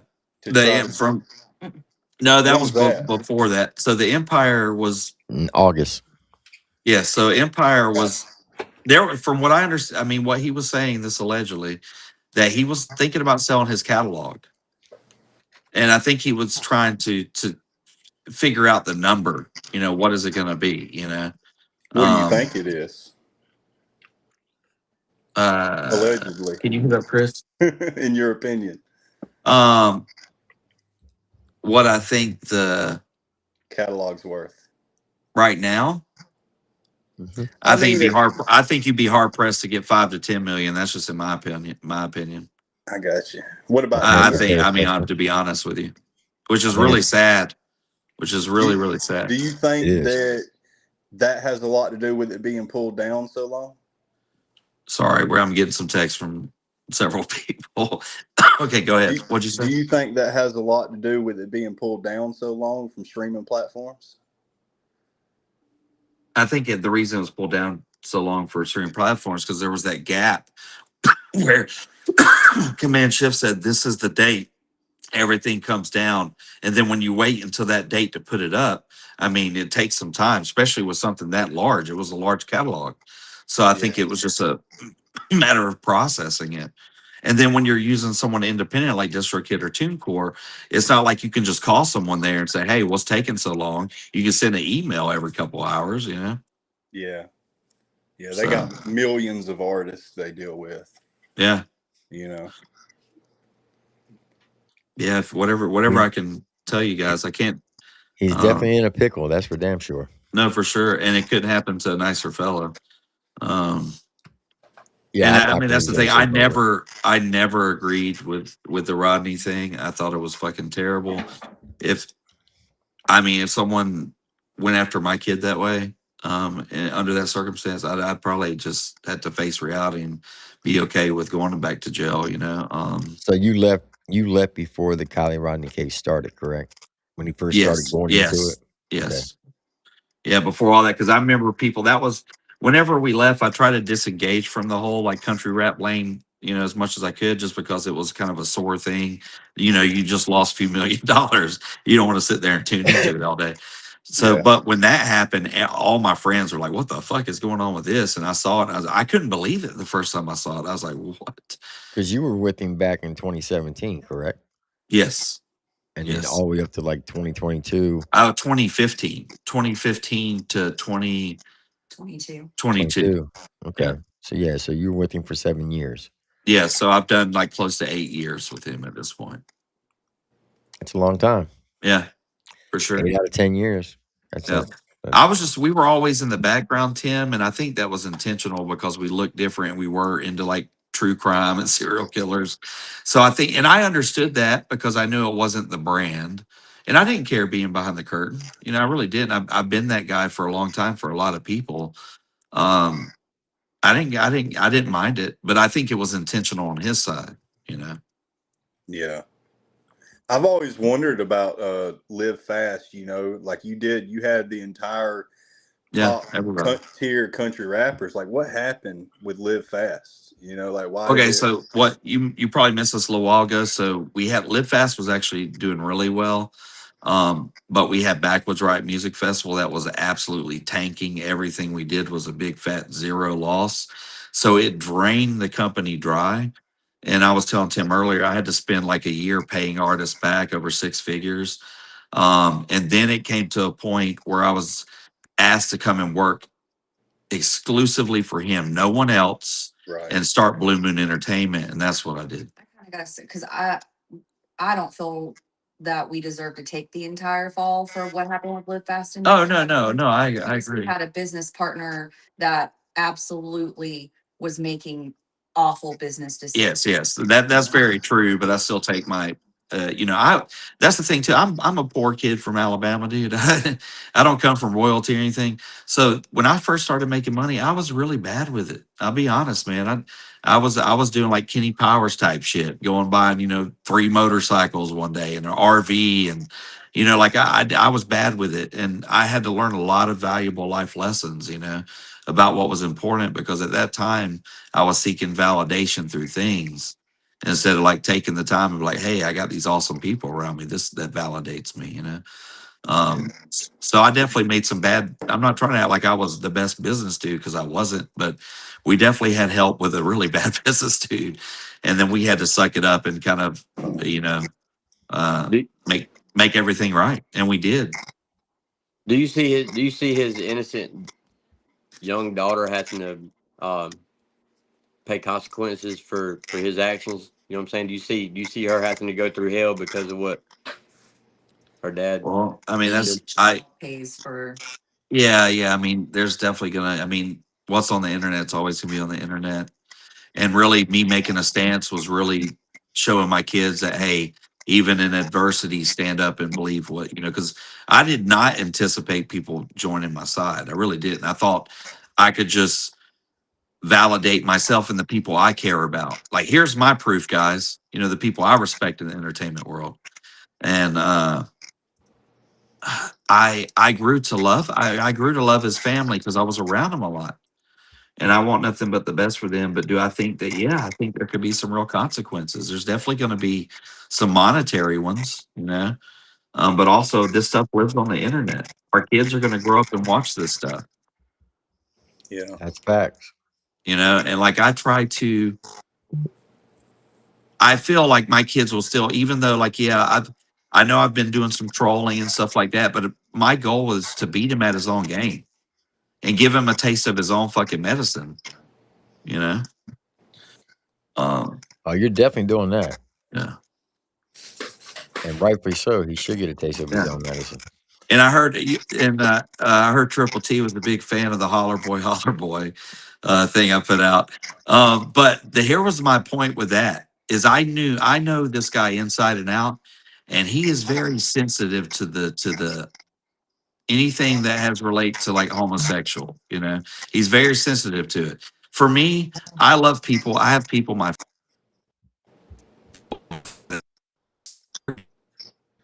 shit about your sex, your religion, who you decide to love. I don't care about that. And I know some of us may not agree on that, but I knew what would hurt him the most if I took that and I made it seem homoerotic. Because now when people play that song, hopefully one day some of them will be like, damn, they'll think of that video and be like, yeah, I wanted to fast forward on that one. You know, that was my whole thing with that. It's just,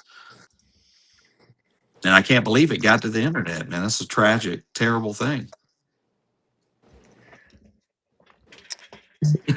His silence. He's like, next topic. How's the weather? Me personally, I would have never. I understand what you were No, going through, but I me get it. personally, I wouldn't have done that skit. Oh, I respect. Oh, dude, I promise you, Tim. If you search me on the internet, there's way worse out there than that. I played it. I played in a joke comedy band where I would have male strippers on stage. So there's a lot more that exists in the internet, more than because for me, like I just like to. You know what? Since I was a kid, dude, I don't know what it is. Is I like to raise eyebrows, and I think me when I was going as a kid going to shows and I felt uncomfortable. Like I just like that situation. I like to get in an uncomfortable situation and then learn how to exist in it. And I think sometimes Yeah. people need to be shook a little bit to kind of wake up. And that's kind of like some of the things that, I try to do. And that's just like my creative process. No, I understand that. Me personally, I wouldn't. No, I get it. I was going to see if you come be in part 2, man. Oh, hell no. I'm good. No. But I do think you should have played Swaller Boys. I think that would have been funny.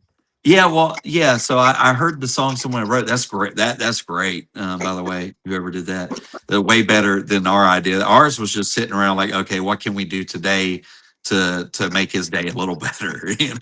That was my mindset. And there's a guy named Jack Rabbit Slim wants to know if you can unblock him on IG. He is a good person. Jack Rabbit Slim, did he say something? So yeah, I mean, here's the thing. Yeah, I can. If Tim, if you'll send me that and like in a message, I'll do that. I got you. I just when people start getting nasty and mean, I just block them and move on. Like the same thing I tell other artists. Hey, if you don't like something you read, just block it, move on, dude. Or hit the guy with a have a nice day or hope you have a wonderful weekend.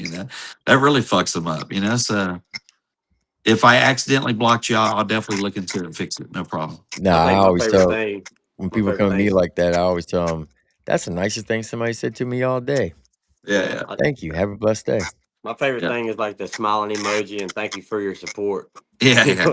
I love somebody today talking on Country Rap News. I'm like, whether it's positive or negative, I appreciate you, man. For sure. Thanks for the algorithm. Yeah. And I don't know if you guys noticed this, but the decent person videos that I'm putting out, they're not monetized.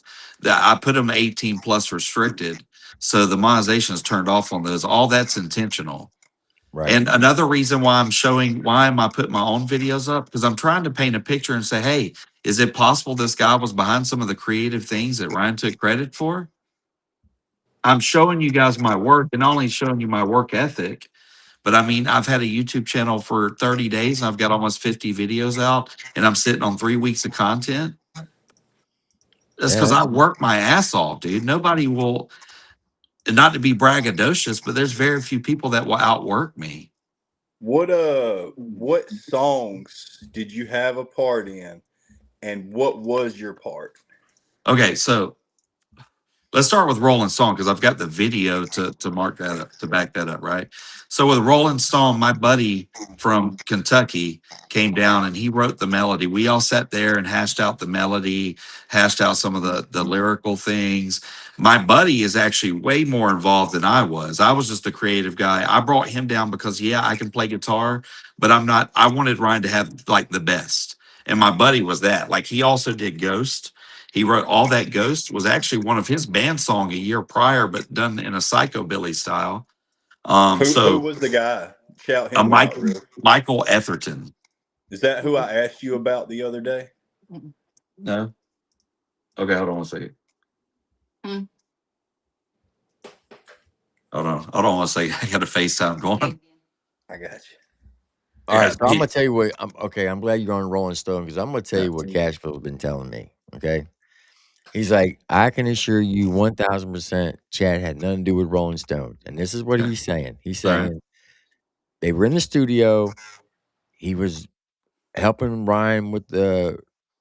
He told him to change one or two words in the song, and Yeah. he said, "Do you know anybody that can play guitar?" He's like, "Yeah, I know this guy," and he named you.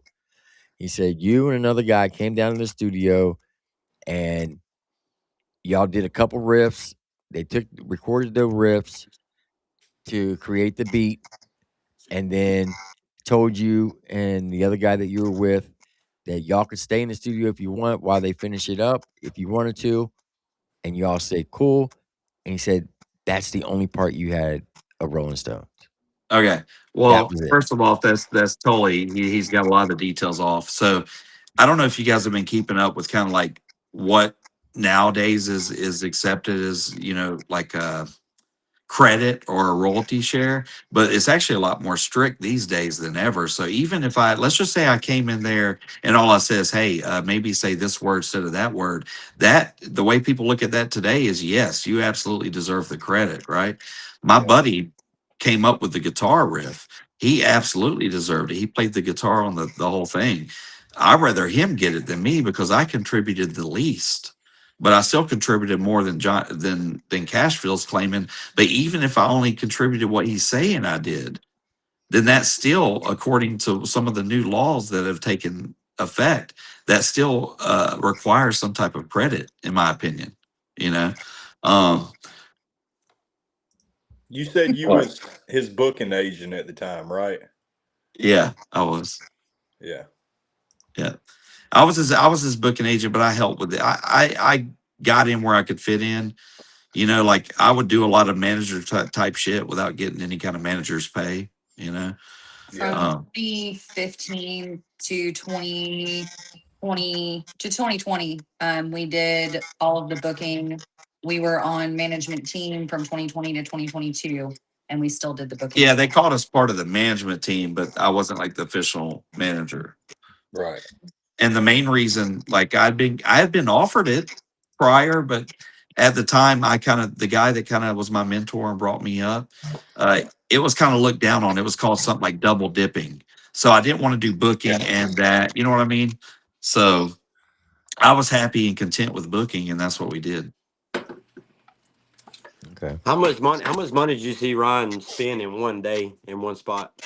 Or The let's say most, in a day. In a day, how much money did you see him spend in one day? definitely plus probably 200K or something, maybe more. Well, it's not including Allegedly. Yeah, allegedly. I mean, yeah, well, that's not including like going out and buying the house or something. And now Can you that's just my opinion. okay, can you confirm or say what type of drugs you seen him do? I thought, did I not cover that on the third episode? Did you get a chance to see that, Tim? Yeah, but you were very vague about it. I said 100% confidently Adderall and prednisone. prednisone, right? Okay. And then I came back and I said, imagine, Like bath salt and stuff like that is what you said. Imagine if that were to happen, though, what kind of monster you would create. Just I got imagine that. That would be a terrible thing, and that's just an opinion I have. Now, to be quite honest, I really don't care if he's on drugs or not because the old saying when it comes to music, sex, drugs, and rock and roll, I mean, that's just part of music culture, in my opinion. Yeah, and that was the thing too. I didn't understand Tim when he was so worried about prison because I thought the same thing. I was like, okay, I've been around where cops overlook the drugs, you know. Right. So like, what is he so worried about? And it took me a while to kind of figure it out. Whatever happened between him and No Okay. Jumper? Why did they have a fallout? Yeah, I got a couple more and I got to go. But I think because he got online and talked shit about them at some point, if I'm not mistaken. I can't remember 100%, but I think that they were doing their, you know how they do like a live react to stuff and you could pay to have your stuff react, and someone had submitted like a diss on if I'm not mistaken on Ryan, and then that got back to him, and then I think he said some shit, you know, Okay. if I'm not mistaken. I think that's how that went down. I got one more in me, Tim, and I got my manager's over here. I got you. You got anything else, Caesar? No, that's pretty much all. I Well, just want to know about the just write them down. catwalk We'll do another one. stuff. Okay. I I'm do. just I Yeah, got one. after episode 4, I'll do another one with you, Tim, if you'll have me back. Most definitely. I You can come back anytime you want. I All got right, one more. bro. Do you think if he was asked up front publicly if he was an active user, you think he'd admit to it? Oh, well, he keeps denying it. I would That's what say I'm saying. no. Like Yeah. if he was asked by like higher ups or someone who he really had to answer it to, you think he would still lie about it? I think he would probably lie about it, and this is my opinion, after a hair follicle test said that he was lying about it. He would say that somebody planted the hair. Somebody planted hair in there. You know, I came Damn. down there and I planted a strand of his hair. Or Damn. somebody's hair. Well, I heard you say you from Alabama, man. Roll Tide, I am too. Yeah. South Oh Alabama. yeah. So Dothan, Alabama, originally. where? Dothan. That's where I live at. Oh yeah. Circle City, man. I graduated Ashford High School. I just did a I'm not gonna tell you exactly where I live, but that's right there. okay. I just did a punk rock flea market with a bunch of celebrity guests at the Crossing, the casino there. That was my first sold out show in my hometown right there. Oh yeah, man. Do you know Yeah, Will? I know him very well. Okay, well ask Will about me. Yeah, I love maybe Will. we'll cross paths one day, man. Yeah, for sure, man. Let's do it. All right, man. Stay blessed. All right, y'all too. Well, Chad, Chelsea, thank you for coming Hey, up. thank you for having us, man. I appreciate you. Y'all have a good night. All right, you too, sir. So there you have it. Chad pretty and Chelsea. productive. Pretty productive. That was I didn't get a chance to unexpected. say hey there, Receiver Beaver. How you doing, buddy? Man, I'm doing, Bubba. I'm doing, dog. How you doing, brother? I'm doing good, man. I can't complain, man. You know what I'm saying? Getting tossed around in the genre a little bit. You know, I'm blessed. Yeah, man. I like seeing your face more, man. You know? Yeah, man, for sure. That was an unexpected visit tonight. Yeah, and he answered everything just quick, to the point, like very productive. You know? Yeah. I think we I gave answered him some some. serious questions, I feel like. No, you did. You know? For sure. Well, shit, damn. Now I'll probably Upchurch. I'll wake up tomorrow and be like, damn, why didn't I ask that question? Or why didn't I ask this question? Yeah. So now I'm gonna have to go back and write down all my questions. So when we do this again, I'll have them and be like, okay. Well, This is what I want to ask you. we confirmed that Hosier helped set the meeting up. And we Cop also Easy. confirmed that it was in August, like I originally said, because everybody was telling me that it was after Command Shift dropped him. Right. And it wasn't. See, that's what I was thinking. Allegedly, there was. If you read between the lines, it was confirmed that there was a video. That's what he said. That's a weird place. Your boy ain't never gonna be at Sausage Castle. I promise that. I'm not either. Bless his little heart. I've seen a lot of country rappers in pictures up there. Yeah. Tim's favorite country rapper's got a picture up there. Who? Calhoun. Well, he's not my favorite, but yeah, I knew that. Yeah, I seen that, and there was a bunch of other people in the picture too. He's actually got a video of him like wearing some type of crazy thing, and he's like in this light show or some shit. Probably got a midget over there by him or something. It's a wild place, or a giraffe or something. That was an interesting conversation. Yeah, It was. I know I'm gonna think of some more questions and be like you, man. Like, dang, why didn't I ask that? Yeah. Bro, keeping it buck 200K in a day. Yeah, that was crazy. That's a lot. That's a lot. 17 million is a lot too. That Seventeen he point that he five. ain't got. And it's gonna go up because he's still got the punitive damages that Yeah. they gotta tally. Yeah, So Yeah. depending on how much they lost on their business, it could it could possibly double. You never know. Mm-hmm. I don't know how much, I don't know anything about their business financial background or anything, but let's say if it was 3 to 5 million, you add that on top of it. Yeah, you know a lawyer's gonna go for more so they can get more themselves, you know what I'm saying? So if it And was then in order for him to appeal it, he's got to put that money up as a bond. that's a lot. so you wonder if appeal is even gonna stand, you know what I'm saying? If he's going I Well, don't the only way he can get that money is if his catalog's got to be worth 100 million, because what they do is they project it out 20 years. You know what I'm saying? But who's gonna buy his catalog for that much? They are gonna lowball him like crazy. yeah.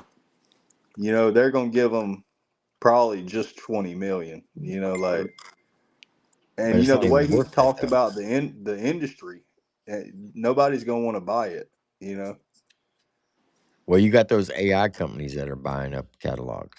I you're They mean, right. pay. allegedly, my catalog's like at 723 million right now. You know what Damn. I'm saying? I'm Yeah. lying like hell. I am lying. Y'all, none of y'all believe that shit. You know what I'm saying? I'm just now. Damn, that shit sounded good. Shit. Yeah, I ain't going there. Ty the Dab King, you will never see your boy at the Sausage Castle. I'm married, man, so I don't put myself in crazy places and situations like that. Nope. You know what I'm Hell saying? no. Nah, even if he sells the ranch, he still wouldn't have enough money. How much you think the ranch is worth? I wonder. What? How Hold many on. acres? I heard in the chat. I read in the chat earlier, Trip T, but that somebody said that he still owes money, or he owes money on the ranch. I wonder how true that is. I know he owes money on the new house. He didn't pay for that outright. Okay. If it So was me, I would move out of the ranch. I think he's already living somewhere else. Yeah, he's And living in that new house, that Italian mansion in I would Kingston. open it up as the country rap Graceland and try to make money on it. Yeah, that'd be I his mean, best bet. yeah. Because there's enough crazy creek squatters that will pay to go there. Mm-hmm. And he can do appearances there, and dude, he'll make probably 25 bands a day off that, probably. But Yeah, it's not going to be like that every single day, sure. But he but could do guaranteed on the concerts. weekends. Mm-hmm. Do concerts. Yeah, And you he can don't even make have to pay me a percentage for giving you that idea. That was just free game. he can get 50 grand a month, 50 grand a weekend off of that. Yeah, easy. It won't take him probably 5 years, and he'll be able to pay off that 17. Probably less than that. Especially if he's touring. Hell, he might be able to do it in two. Open that thing up as the country rap Graceland. Well, Jackrabbit says that Chad said he still owes on the ranch. That's okay. He can still open it up like that and owe on it. they're gonna take that shit. Yeah, he's got to do something quick. Like, I don't know how it works, Tim. How do you think it works? Once they charge you and So say, so I looked up the law on it. Once the judgment puts it in order, they have 30 days to appeal it in most states. And it'll be appealed. But then to appeal it, he has to put up that dollar amount as a bond. Can't do that. And once he secures the bond, then it goes through the appeal process, which can take up to 3 to 5 years, right? And that money is put in an account. So if they lose the appeal, that money goes straight to the plaintiffs the very next day. Damn. So I just got information from a good source that says the punitives were $250,000 each for two of the plaintiffs. So another 500,000. So he owes 18 mil. Allegedly. So he could possibly owe 18 mil. 18 mil. That's what I'm thinking. That's a lot of fucking money, bro. So he has to put up. In some court cases, some courts may require you to put up the court cost fees as well, which could be another 1.5 million. So roughly 19.5 is what he'd have to put up to appeal it. Now, does that include court fees? Like, I wonder if there's Yeah, going to be something. that's the 1.5 for the court fees.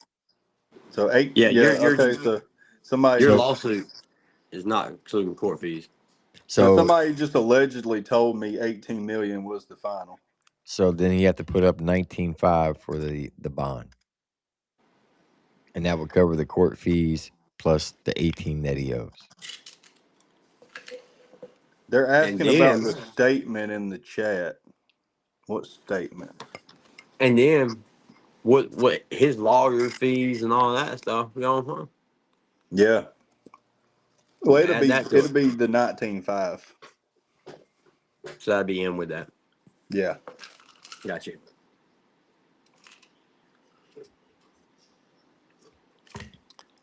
That is crazy. And this right here's some country rap news. Yeah, this is a good one, man. This is one of the best panels I've seen, in a minute. What I tell you, Triple T? What I tell you? I told you I feel important up here. You I don't are, know man. why. I'm not important.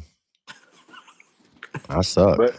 But Elmer is definitely the most important guy here. No, fuck no. Facts. You make us laugh. You bring joy to the world. You know what I mean? We did get one person into a detox. I mean, not detox, but sober living today. That's awesome. Yeah, That's bro. great. Did you ever pull up the statement from Country Rap News? Yeah, I showed it. Oh, okay. Mm-hmm. Okay. They was asking about it in the chat, and I was like, "What statement?" And they said Country Rap News. Yeah, I played it earlier. I showed it earlier. I got you. I wasn't in here earlier, man. I was doing a little work, man. This one right here. Does anyone know the property tax on Ghost Ranch? You talking about this one right here, right? Yes, sir. That's the read one. it. Yep, I read it earlier. Yeah, I read that earlier. So, speaking of statements, we got another one from that exact picture that you used. Let me show you what they're saying in the comments. There was a lot of statements that's getting posted tomorrow from those comments, Tim. So, if you go and look at Nuggy, shout out to Nuggy. He says, that looks like that's the look of I just got hit with a $17.5 million lawsuit. I better post a pic. That makes my minions think I'm okay. Laughing my ass off. You better get to work, church. Oh, wait a second. Your music is ass now. No, I'm not a bot. 26 replies to this, and they are gold. So Ashley Jordan says, evidently, it's not ass. You're here commenting on his page in his business. Do you know what his bank account looks like? Clearly not. What, it ain't 18 million. Tom Stringer says, time for him to start talking about Adam and the others and try to beat a dead horse to act like there's still a beef and they all haven't moved on with their careers slash lives. That Adderall ain't going to pay for itself. And I also am not a bot. So Ashley replies to Tom Singer, are you accusing him of being on drugs? Imagine someone that didn't like you coming to your page talking shit. Now tell me, what would you call them? A fan? I know I would too. And they're just going back and forth with this Ashley chick. Right. And they are cooking.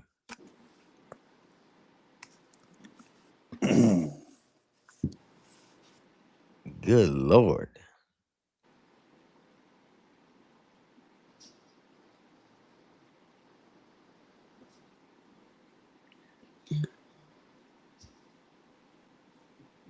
Also, I heard that all the rant videos about and stuff are down on his YouTube, allegedly, voluntarily. Are they taking him down? Mm-hmm. I think his whole YouTube account's going to get taken down. That's what I was told. Not just his videos, not just certain videos. I mean, because you know, I mean, I was told that he's possibly going to be banned from YouTube. I mean, but, you know, and if YouTube goes, I'm sure Instagram will go, Facebook. Instagram's You know, his biggest, way to speak to people. I feel like. yeah, but I feel like it can still. I feel like it can still go. You know what I'm saying? If he has Twitter, I feel like, in that type of situation, if you're getting one account shut down, I'm sure they're gonna make you get rid of all of them. I would I mean, really bro, focus on just the music stuff. You know what I mean? because Like, at the end of the day, if I was him. at the end of the day, I was playing with my. I had a vacuum cleaner, and I was acting like I was vacuuming my daughter's clothes, and I lost my account for 3 days Damn. just for that. You know what I'm saying? So That's what he's doing, yeah, my wife lost her account for 30 days, just for using the amphetamine word. You know what I mean? So yeah. with something like he has going on, I'm sure that you know his account's gone. I'm surprised it already hadn't been gone. Well, this is what I was told. I was told that, yeah, you're right. None of those rant videos are up. It's all Ryan music. took him down himself, allegedly. So this is what I was told by a reliable source, that around August of 23, or a couple months before then, he was given a cease and desist order. Mm. A There were what? a cease and desist order against the Kiely Rodni family's lawyers filed a cease and desist orders against Church, Captain Kurt, Power Strokes, and Father Son Reacts. Those were the four main channels that were up on the panel when he was doing the whole Kiely Rodni stuff. 3 of the channels stopped talking about her and took down all their videos. Church said, fuck that. I'm going to keep going. I got freedom of speech. In return, YouTube put a block on his page, his YouTube page, so new viewers wouldn't be able to see it. They basically shadow banned it. But those that were subscribed to him would still be able to see his content, but newer viewers wouldn't. That's why a lot of his views went down from middle of 23 up till now. So if you go back from middle of 23 and go backwards, when he dropped a song he would get 1 million views within the first 48 to 72 hours. Yeah, I remember. Since then, the last one that he got 1 million over was the James Dean song. Is at 1.5. That was the last million that he hit on YouTube. Well, you want to know something else I just learned? Allegedly, from a good source, What's that? that his YouTube isn't monetized and it has no ads and never did a partnership. It's unmonetized, allegedly. So, and then I was also told after this whole court case was over, there's a good possibility that he'll be banned from the platform. I mean, it could be possible. That's a big thing to let for YouTube to step in, though. They got how many users you think they got? How many creators? Like, to take the time to do that is serious. Hundreds of millions. Yeah, like probably 1 billion. Like, They get it like over, what is it, 100,000 videos every minute gets uploaded into YouTube. yeah. And So we have to say allegedly, Ty. Allegedly from a source opinionated. mm-hmm. I don't even know what the fuck that means. I'm from Alabama. I just learned that I had to do that. For real? Yeah, Yeah, I protects you didn't know. legally. It makes you legal? It protects you legally. Oh, as long as y'all say it, I ain't got to say it. Well, if you make a comment, you still have to say it. Like if you're trying to state a fact. And you don't really know the fact, or if you do Right. know the fact, vice versa, you still need to say allegedly. Right. That way you don't get. Allegedly, And then you this just is a say from a jar, good. big ass jar of pickle juice, and this shit's gonna help me tomorrow in the sun. You know what I'm Yeah. saying? So I'm drinking the shit out of it, allegedly. From a good source. Like Yes. you heard that from a good source. Yes, I heard it's good for you in the sun. So he's definitely not in a good position right now. No. I don't want to see that kind of judgment brought on anybody, man. My worst enemy. I couldn't imagine being sued for 17,000. You know Hell what I'm no. saying? Like, it would fucking end me. So 17.5. I mean, how much has he really made his whole career, you think? Like, Oh Well, shit. now his whole career, he's made way more than that. I oh, mean, I'm I just sure thought so. I seen in the 50 comments million. more than Yeah, that. but his problem is he doesn't know how to manage money. Okay, Yeah. here's a good example. When Chad left, right, in March, his power got shut off because his utilities ain't been paid for like 2 months. Because he's been spoon fed his whole adult life. He's always had somebody take care of his stuff for him. He's never done anything. He doesn't know how to do it.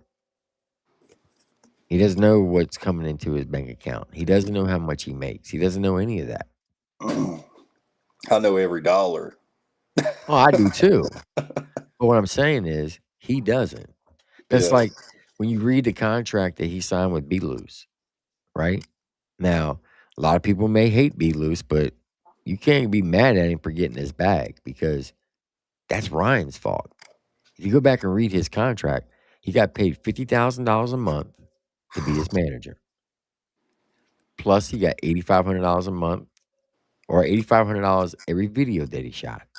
Damn. He got 20% of the tour fee. He got 20% of the merch every month. It came out to like 100 grand a month. That's crazy, man. No, it gets better. You got that on that Yeah, it's on one contract? of my videos. He also, when Ryan signed the contract, it says in the contract that Ryan pays the taxes on B Loose's Oh my God. income. What's that? Another 25,000, 30,000, 35,000, something like that. So B Loose is making 100 grand a month for I don't know Tax how free. many years. So you figure he's making 1.2 million a year, right? times however long he was the manager. What's he been up to lately? Where's he at? Oh, he's gone. He popped I smoke. know I looked at his Instagram and it hadn't even posted in a long time. I don't even think he's in the country anymore. So now, I mean, it's still on the same subject, but my wife was curious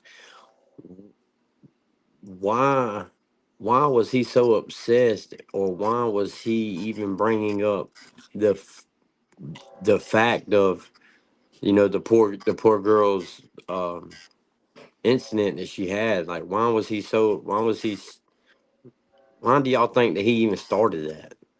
Just to himself, you know what I'm saying? Like, what would make him even just jump on a subject about that to Okay, so even lead this? he first started doing true crime content with a little girl in Tennessee named Summer Wells. And he did like 2 videos to bring awareness to it, which he didn't do anything wrong in those 2 videos. He was uh, very informative. He, he didn't bash anybody. He didn't say, "Oh, this is fake. This is bullshit." He didn't accuse anybody, nothing. He just said, "Hey, this is where the little girl was last seen on this date in this part." He was reading everything that was published. And when you got a guy as big as he is on YouTube in this lane from Tennessee covering it, it brought a lot of awareness to that particular case. So a lot of people praised him for it. Well, then that was in the beginning of 2022, around August or whenever she passed in 2022. I think it was here. I got it written down.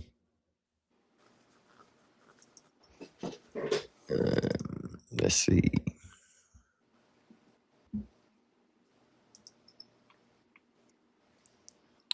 Yeah, so in August of 2022, when the case broke that she came up missing, and it was the biggest talk on the true crime community, everybody was talking about it. He started investigating it, and AWP got involved. So he puts out a Hellcat and like $100,000 for a reward if anybody could find her body or find her alive. And then he would get strung out on whatever, go on these other true crime content pages. He would hop up on the panel, and one of the persons that was on the panel, named Zanime, he got so pissed off at her because she didn't know who he was. And that's the sweet lady that was in the military and Yeah, NASA, right? Okay. right. So, yeah. And because she didn't know who he was, he starts fucking attacking her. Oh, you're stolen valor. You're a fake. You're this. You're that. And she's all over the news where she took leave, goes to Ukraine, and brings her family out of Ukraine in the middle of a war and bring them back to the United States. Fox News covered it. Dang. And he's still, oh, you're stolen valor.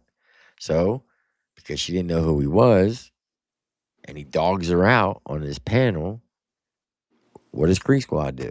They follow his footsteps. And then they started harassing her, doxing her, showing up at her house, making harassing phone calls at her job, to where eventually she had to quit her job. So August of 2022 to about July of 2023, he just went full force almost every day talking about her. She's not real. She's fake. Blah, blah, blah, blah, blah, blah, whoop de whoop, whoop de whoop. And people are like, bruh, you need to stop this. But a lot of Creek Squads like, oh, Ryan's telling the truth. Ryan's telling the truth. Ryan's telling the truth. Because they believed everything that he said.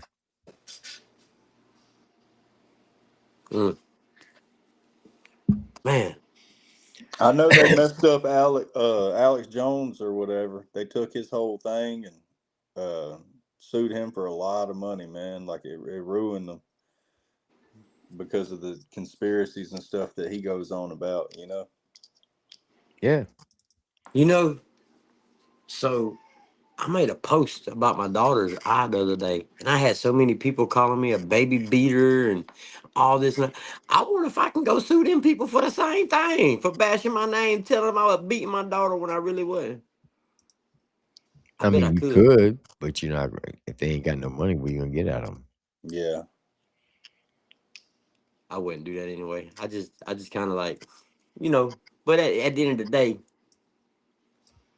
so something that simple, you could be sued over for real. Well, the thing is when you take it from this is your opinion to this is an actual fact, and they can prove by your language that you swayed people into believing it to be true.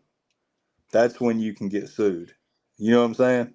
So he actually made the I Creek I don't know what Squad. he did because I didn't really examine all that stuff. But I'm just saying, in order for them to sue you and win, then you have to prove that they crossed that line between opinion and fact. You know what I I mean? got you. Yeah. You gotta understand when it comes to his fan base, he doesn't come out and directly tell them to do things. They do it hoping to get a shout out from him. Just to hear their name come out of his mouth. Yeah, Wow. that's how obsessed they are. Would you say 5K, keeping it a buck, said 5,000 for the Ghost Ranch property tax. So it's not too bad. I don't guess. $5,000 is a lot, bro.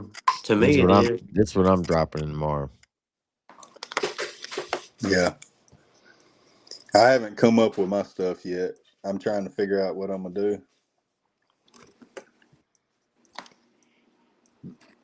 Did you see all the I don't know, you might have played it, you might not. I wasn't in here earlier. Did you see the rants from the Instagram story of Ryan's about Chad Arms Yeah, I played all in that. specific? Okay. Yeah. So here's a little something that you may not know. Here's B Loose having a phone conversation talking about how he owes like 11 or 12 million to the government. Ryan does? Yep. I'm not saying you had something to do with the money issues, but saying it as like there's resources now, it's like there's not. We're still digging ourselves out of the fucking hole. We're literally on this tour because we have to be. If we didn't go on this tour, they would have took our shit.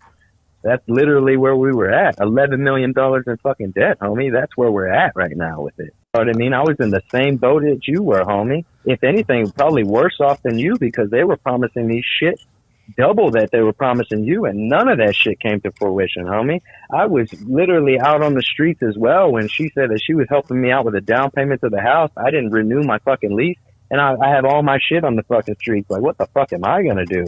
So I had to hunker down and go fucking figure that shit out too and borrow money and do all types of shit just so I can get into my house.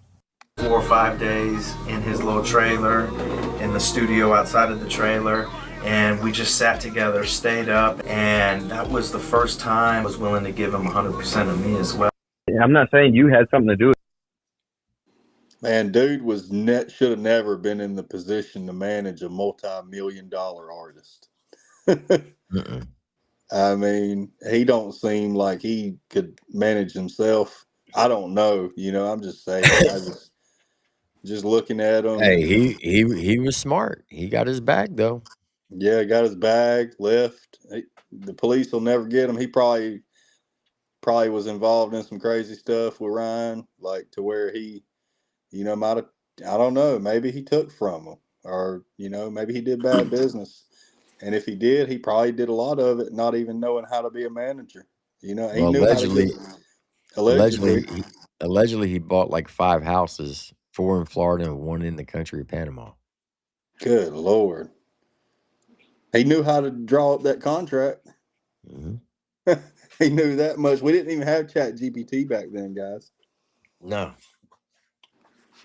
I mean, he's just a random. You know what I'm saying? He ain't got no kind of education for that, you know. Yeah, Like, he started out as the videographer, yeah, and then when Cashville left, he took over as manager.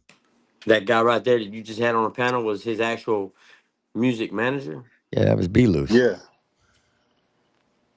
the one that got him for 100 bands a month for years. So I was when I released my song "Messed Up," I was on live or I was on a panel. I can't remember, but that Cashville guy, he came in there and he said something in the chat about for me to get up with him. He'd like to work with me, but I did research. You know what I'm saying? And wise man told me, you don't need no fucking manager, Randy. You know, so just left it That's at that. You know. Joe Sticks. That sounds like Joe Sticks. You know I'm what else not sounds saying like no Joe names. Sticks? You know what else sounds like Joe Sticks? I'm just What? gonna say, saying my I ain't A1. You know what I serenading mean? no bitch either.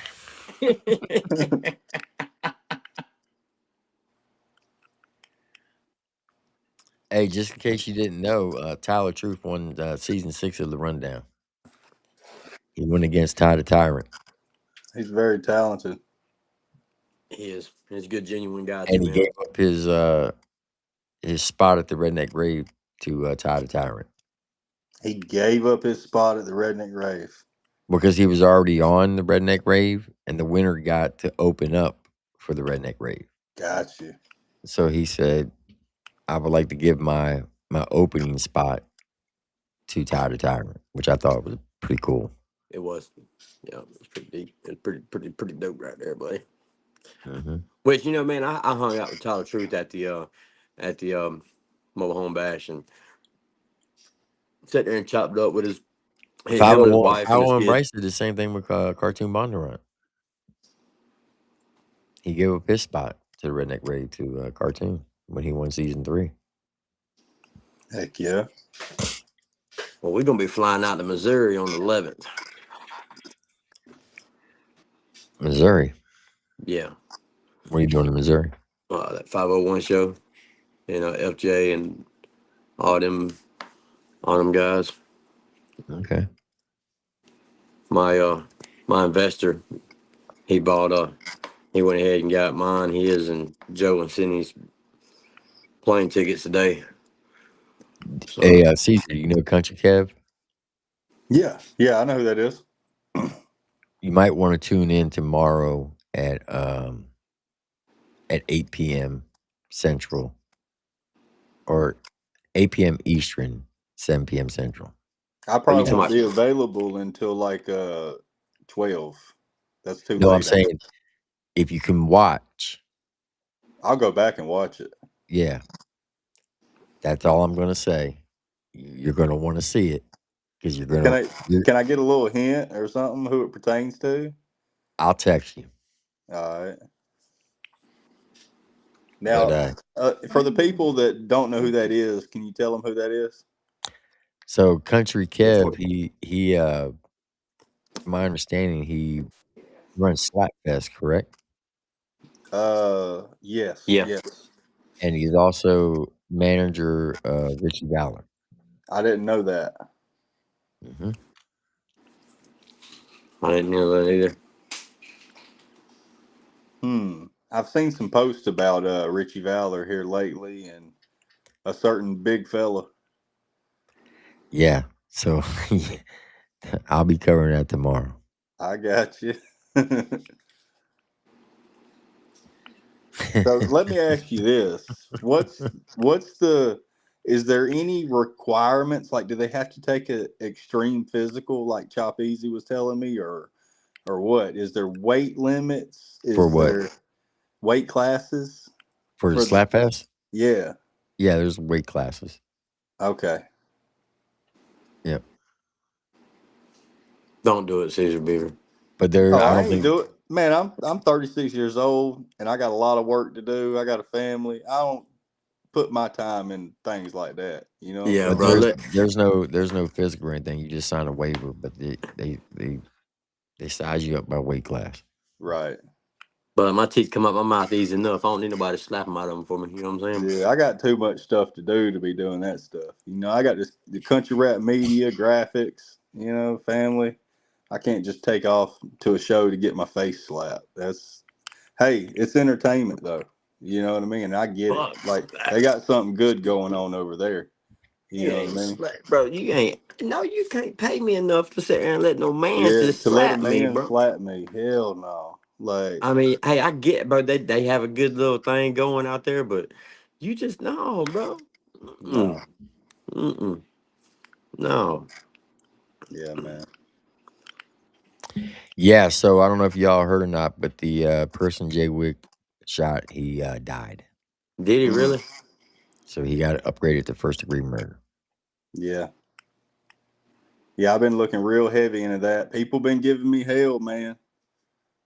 You know what I'm saying about my updates, you know, but my updates come from good sources. I pulled paperwork. I did everything I felt according, you know what I mean? I tried my best, you know, to report it accurately. So do you think? Do you think that? So what's the? Is there like a? Is there been a verdict on it? Like, is it? Did he? Is he So actually the one who pulled the so trigger this to is that what man? happened, okay? So the kid's name, he was 18 years old. His name was Darren Haywood Jr. and he traveled from Atlanta to Florida with him. That was his security guy. You know what I'm saying? And they got this statement directly from him as he was shot with bullet wounds in his chest and abdomen. He told everything. You got the statement, don't you? No. Oh, let me send it to you. We can pull it up and read it. Is it on your Facebook? No, I haven't posted it yet. Okay. Yeah, I was going to make some updates on it tomorrow, but we'll go ahead and give you early access since you don't have it. I want to give you everything I find. You know what I'm saying? And Chop Easy does that too with me. There's the paperwork on the affidavit, the statement that they took while he was laying there shot or in the hospital, wherever. I don't know. He could barely give this statement. So the man. So, but is Jay Wick the actual That's what he said. You know, shooter? that's what the man said. Damn. Yeah. I don't get when he pulled the trigger on his own security though. You know what I'm saying? Like, Well, he said, we'll read it. I just texted it to you, Tim. I He got it. basically said that he just turned around and did it for no reason, which I don't believe that. You know what I'm nah, man, saying? nobody ain't gonna just. I'm sorry, bro. Look, I was in the streets before I got out of the streets. You know what I'm saying? You ain't gonna just shoot nobody just for some odd reason. Rumor is he had his Glock beside him on the ground. I don't know how true that is. Well, You I know, mean, I've he might have tried to take Jay Wick out, and Jay Wick defended himself. well, you got to think he had just not long ago got signed by Empire, so Empire. Yep. he had a big bag. He's Yeah. getting all these features. He's got one that he was supposed to do with Lil White, so he ain't gonna get that. And this is the first this is being spoke about, but he had one with 501 Bryce coming as well. You know, and I heard that he was getting one with Kevin Gates. There are tons of features coming in, feature money, and tons of deals. So I could see a motive. You know, I don't believe it happened like the affidavit says. All right, so we got State of Florida versus Donald Justin Anderson, which is Jay Wick. Warrant, homicide, murder, first degree attempt. This Now is this is before the upgraded premeditated. right. Now I don't that have that yet. is an old mugshot.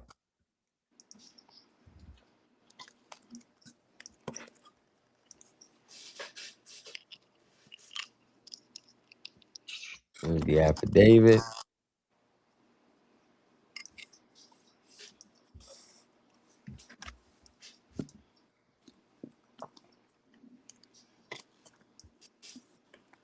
Yeah, that's the statement right there, I think. Ain't it?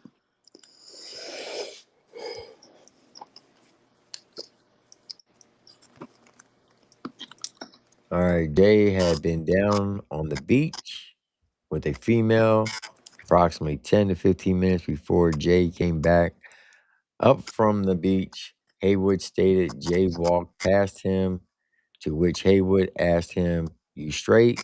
Jay then responded with, "Yeah." Walked past him, turned around, and shot him. Haywood denied that there had been any arguments, physical altercations, or exchanges of words immediately before the shooting. Haywood stated he did not know why Jay shot him, and incident he could not think of any prior conflict between them. Sergeant Robert asked Haywood directly whether Jay was the person who shot Haywood, answered in an affirmative. Haywood further confirmed that he knew the shooter by name, Jay. When asked about the shooter's physical description, Haywood confirmed that Jay was a white male with a beard. Haywood also described the firearm used by Jay as a black in color. Haywood was also asked about his own firearm. Haywood stated his firearm was beside him and was not in his hand at the time of the shooting. Haywood denied shooting his firearm and denied pulling his firearm out during the incident. Haywood stated there was no need to shoot. Haywood's statement is consistent with the investigation indicting the Haywood was the victim struck multiple times by gunfire and that he did not initiate the exchange of gunfire. During the same record statement, Haywood asked or advised that Jay had consumed a large amount of liquor and was probably intoxicated. Haywood also stated that Jay smoked marijuana, may have taken pills, although Haywood did not know what type of pills. Haywood uh, indicated that Jay may have been under the influence at the time of the shooting, but remained unable to provide the motive why Jay shot him. Based on the victim's identification of Jay as the shooter, the victim's statement that Jay shot him without provocation, and approximately of the shooting scene to the rental residence.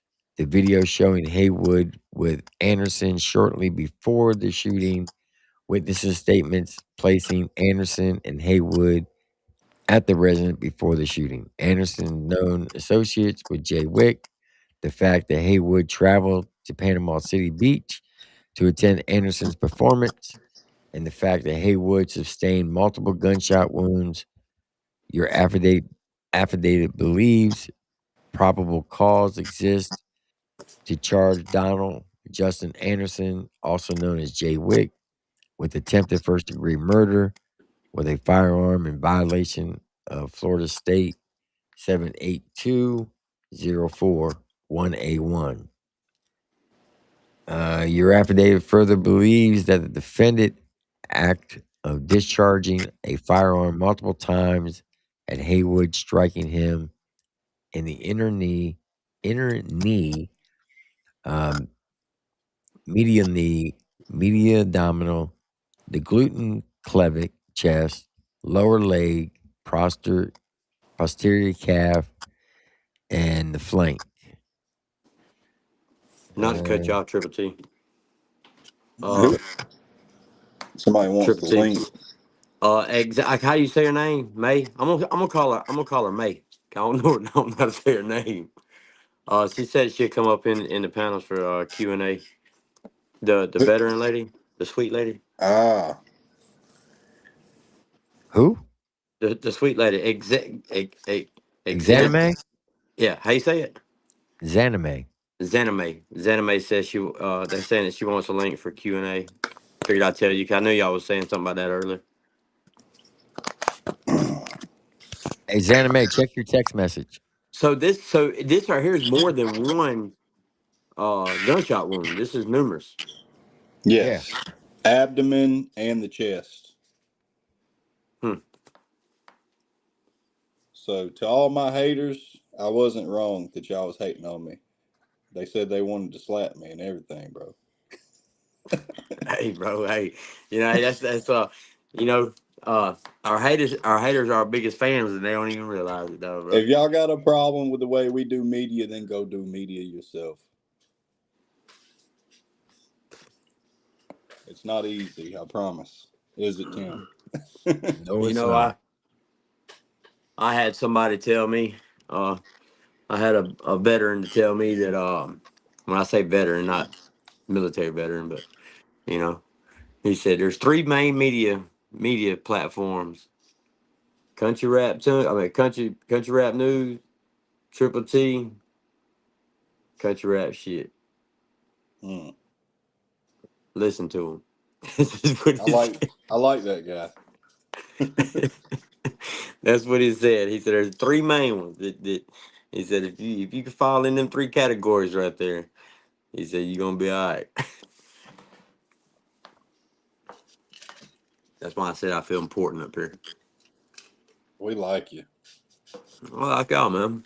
I ain't had no bad vibes. Yeah, Ever. yeah.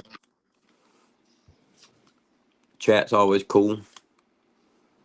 If not, the rest of the chat gets on their ass like back pockets and booty hair. So half the time you ain't got to say nothing to them. Yeah. A lot of love in the chat. Yeah, David Wesley, I think the affidavit sounds like bullshit too, bro. That's just my opinion. All right, check it now, Xaname. What up, Mercules? What you Merc. missed? Your boy got hit with a $17.5 million. Now it's up to $18 million lawsuit. He has to pay out. What about that mil, diss track, though? That diss track, though. Yeah, we showed you that diss track, man. That thing was cold, wasn't it? God, Look, bro, almighty. the whole time I'm over here, the whole time listening to it, I'm like, ooh. He's laying in his ass. All right, then, go ahead with your bad self. Amateur special. I appreciate that, Lord. I am, man. I am special. I'm my own little way, Yeah, you got your own thing going, man. I love it. Like I it's appreciate it, bro. different than everybody else. You know what I'm saying? Yeah, and that's just like my music. You know what I'm saying? Like I it's crazy, man, because all my music is like faith-based recovery music, and then you're linked up. You're linked in with all the country rappers and stuff like that, man. I feel like I'm the dull crayon in the whole box, but at the end of the day, man, I've never felt so much love from so many different artists, man, and accepting me for who I am and for the message I'm putting out, man. It's I'll be amazing, right bro. back. All right, brother. It's just amazing, man. You know what I mean? Like, having the honor to work with Stormy coming up. You know what I'm saying? In July, she's coming to mine and Joe's show. And even when she came up on my panels before, it's just like shit, man. We chopped up. We you know what I mean? And there was no discomfort. You know what I mean? It's a blessing, man, to be able to work with a lot of these country rappers and get accepted. You know what I mean?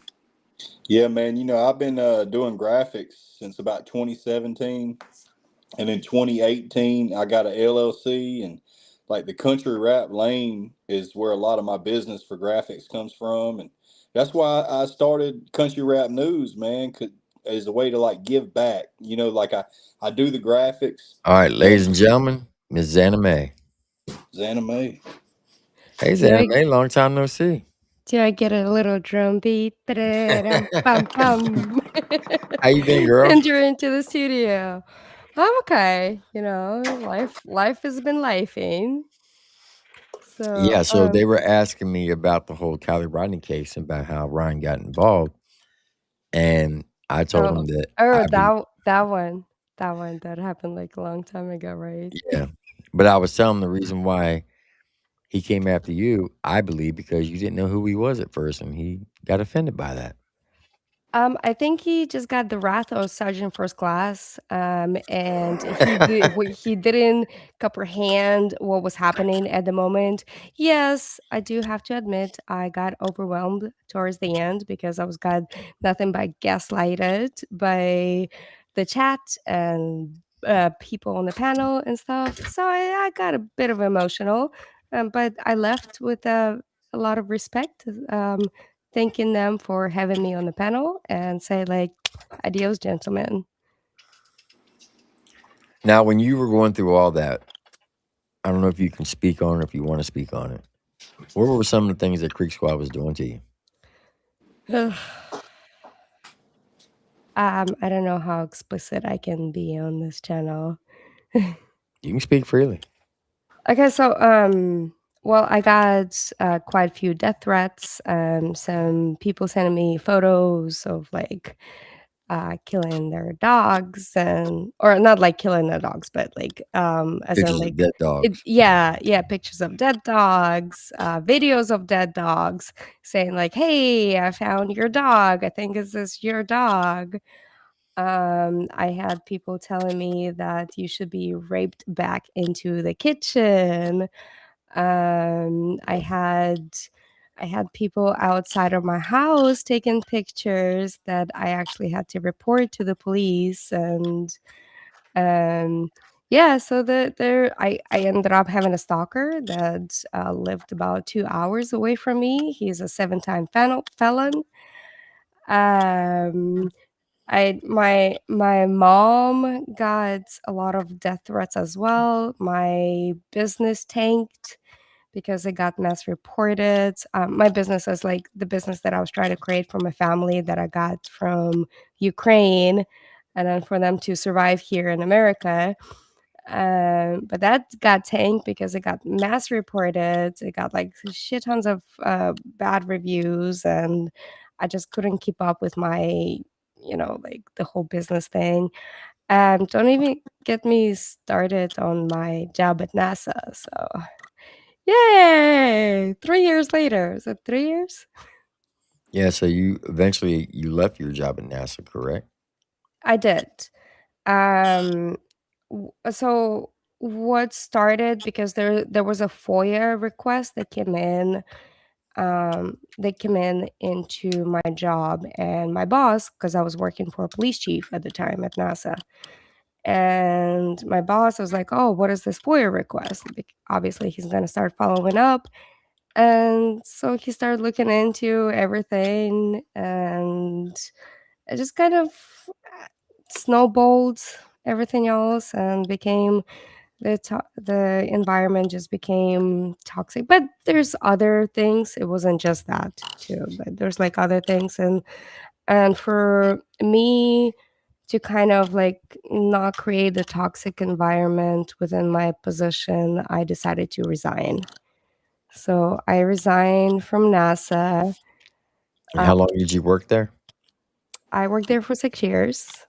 Man, I bet you're brilliant as hell, man. I You was just GS 13. So I had to resign from GS 13 position. If you go, okay, so for those you don't know what a GS-13 is, I'll break that down for you. When you think about the military, a GS-13 is equivalent to like a one-star general when it comes to Holy pay. shit. dang. Yeah. You smart, girl. It was one of the reasons the resignation came in, is because I didn't want to put the bad light into my work environment. So it was personal decision saying like, hey, I don't want all of this negativity that everything is coming to affect everybody else at work. So I had to walk away. But hey, I started my own consulting company, so that was kind of, I think it was a positive outcome from that. And I actually just got done with my last contract was being LA County representative for debris removal from the previous fires that happened last year. So That's It it good. it has ups and downs, and it has like a lot of different life changing experiences. Can I ask you a personal question? Do you feel safe these days?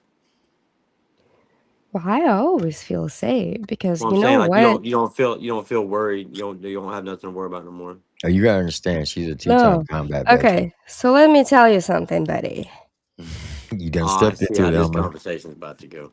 Okay, let me tell you something, buddy. I will feel sorry for anybody who is trying to mess with my family or breaking into my house. So You I done yeah, got you. stepped into it. I told you. I have Yeah. always felt safe. I just felt like you just hit me dead off my nose and made me feel it in the bottom of my feet. It was probably just hard just dealing with life and all the constant mental, problems that arose from the situation. Is Well, probably that's what. what kind of what I that's kind of what I meant to say, but I say things different. That's what I meant. Like, you don't. It's not a burden on you anymore. Like you moved on past it and everything's better now. Yeah, so one of the things is it doesn't matter what life like really toss at you. You just have to move past it. Hmm. And you always have to look at the positive side. Like you always have to see why did it happen and how can I turn it into a positive thing. Hmm. So so that's why I see this situation is it's a really messed up situation, but I see it as a learning experience for myself as well. The way to protect myself, the way to protect my family, especially from online. So now I feel safer to go online and speaking out for my family, speaking out for, like, against the hate, against the harassment, and it's like this learning experience that you can take it and you just move on, and all you have to do is just be happy. That's really what it comes down to. Like, what else do we have to do? Like, are we gonna be all sad and moping around? And you just have to be happy. And I know it sucks from learning all these different experiences. Why did you put me on the big screen? 'Cause I you were like your talking. accent. I appreciate it. I think the chat does too. They're all like, "I love your accent. I love your accent." Oh, I haven't even noticed what the chat is saying. That's one other thing is I stop paying attention to the chat when I go on live streams. Yeah, for sure. Um, I will like whenever I get a breather, I'll catch up with a little bit of a chat, but that was really it was kind of hurtful, like to hear so much negative things, especially like when people call me stolen valor. And then being 20 years in the military. Yes, I'm Ukrainian, right? I'm Ukrainian descent. I born and raised in USSR.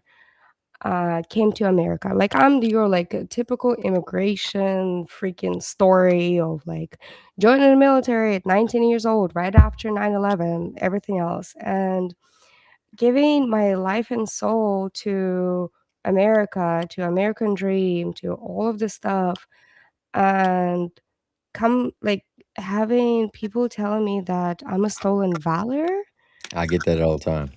it was very like I think I took that more emotionally than I took anything else. Now, Because Ryan excused me of being stolen valor. well, whatever. That's you know what, he's a done deal. We all know the verdict. Now I can talk freely. Um, so, but I'm sorry for all the supporters out there. Like, if you can separate the um, music from the person, more power to you. Um, but I literally had no idea who that person was before I even talked to him on a panel. But the thing is, it's just one person. It's he is just one person. Yeah, he had a little bit of following. He had like a little bit of fans here and that, but he's just a person. He's He's human. he's a nobody to me. Yeah. Facts. Yeah. Like, I don't know him personally. I don't give a shit about him. I don't give a shit about, like, whatever he does. He's just one person. But what hurt me the most is the community that went after me and dug into my family, and that's when I went into protective mode, where they started where he posted a picture of my 11-year-old niece that I just got from Ukraine. Like, I went and got them out from the Ukraine, like, in during wartime, and now she has to go to school and saying like, "Oh, why is your face is all over YouTube?" type deal. It wasn't just me, it was, like, my niece, it was my it's my mom. Like, she has a social media, my niece has social media, the whole family has social medias. They got affected too. It it wasn't just like, "Oh, Zanime this." It People went after them. I had people that my family members that I haven't talked to in years contacted me saying like, "Why are those people reaching out to me saying that you're a murderer?"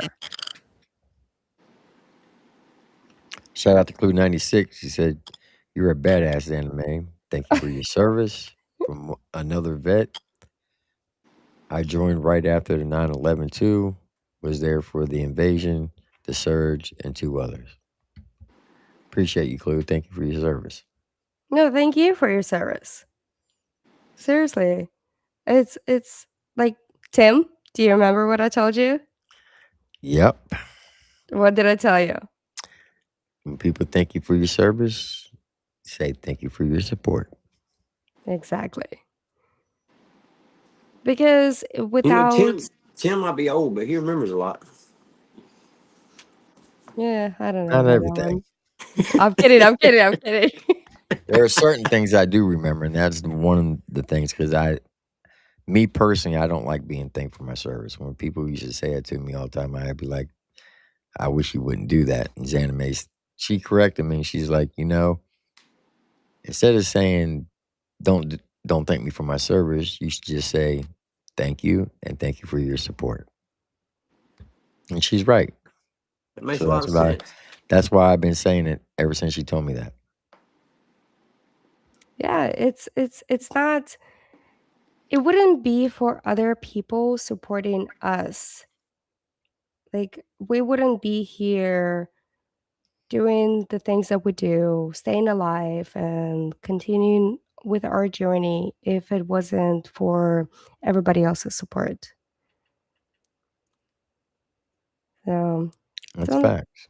yeah, don't get us wrong. Like, we all have experiences, being disabled veteran, we all have experiences within the military and demons that we have to deal with, but Mhm. we have to have our surrounding circle, like surrounding people that truly care for us or supporting us. And when somebody says thank you for your service, I truly means a lot to me because it's not for me doing a service, it's for me realizing that they are supporting every single veteran out there. Yeah. Somebody Seriously. said that wanted to know why you never didn't sue Ryan. Wait, what? Why did you never? Why didn't you sue Ryan? Why didn't I? Sue Ryan. Oh, yeah, I'm actually gonna tell you about that. Uh-oh. I Breaking news. Well, no, because, like, right now is everything's out, right? And the whole verdict is out and stuff. Um, I was really trying, but I couldn't find a lawyer, and it's really, really hard, between California, and I didn't have a case. Well, no, I had a case, like, I had, like, a legitimate case, but I didn't have, because I'm not a YouTuber, like, I'm not a famous person, like, I'm not out there, so a lot of, lawyers would not wanna pick up my case, and then when I heard about Rodney's family, going after like actually filing a lawsuit, I decided to not just kind of be in the background and then not go after him because it's not about me. It's Right. about them. It's about their case. It's about like what happened to them. So that's why I never pursued any other lawyer, um, because like I really wanted to see like their, them getting justice. So, If you could say one thing to Ryan, because he be oh, watching. go fuck yourself. Oh, Got him. Is that all you would say? If you could, because he'll probably see it. wait. If I can say like, I had nothing to do with this fucking case. Get over it. Yeah, like so. In case you don't know, he did. He accused Anime of being the murderer, helped covering up the crime. She was part of this big trafficking ring. He accused her of a lot of things. Yeah, I wasn't aware of the situation. I just before you seen me and I came into the scene, man. I didn't focus on stuff like that. I do now though. Sorry that happened to you. Thank you for your service. You know what? Don't be sorry that happened to me. I think it was a really good learning experience for me as well. As in, the way I stood up, I really stood up to the biggest bully online, Facts. and Facts. and then the fact that I did that, it made me even more prouder because now like I can stand up to like any bullies, right? But it's kind of like bringing on my military experience and like my personality, and it was just kind of oh my god, oh sorry, completely different little thought, ADHD moment over here. um I Tim, I think I used the knife hand. I think I used the knife hand on him. Like when I like during the live stream when I was like, I have nothing to do. Like I think I used the knife hand. I just realized that it was kind of funny. Can I ask you another question? Do you with your terrible experience with him, does that make, and I'm asking you this as a music artist and a comedian, does that make you look at entertainment or country rappers different? Okay, so I'm gonna tell you something. I think country rap is something very revolutionary, right? Because it's if you look at the music, like if you look at the history of music and stuff, and the country itself, and where it came from, like because like it was brought by African Americans, and like the origins of it. So and like the evolution of country and then becoming like into a little bit of a rap thing. Like I love country rap, but it has to be to a certain degree, right? So anyways, so I honestly never heard of Ryan Upchurch before all this situation happened, and I listened to his shit. I don't like it. Like I don't think it's revolutionary. I think it's stolen in a way, like from like it was kind of like put together, slapped together from like the other artists. But that's kind of like my own opinion, and I'm sure anybody else can freaking toss it out there, whatever. Um, and it's just I do like the what the music industry is trying to revolutionize with the country rap.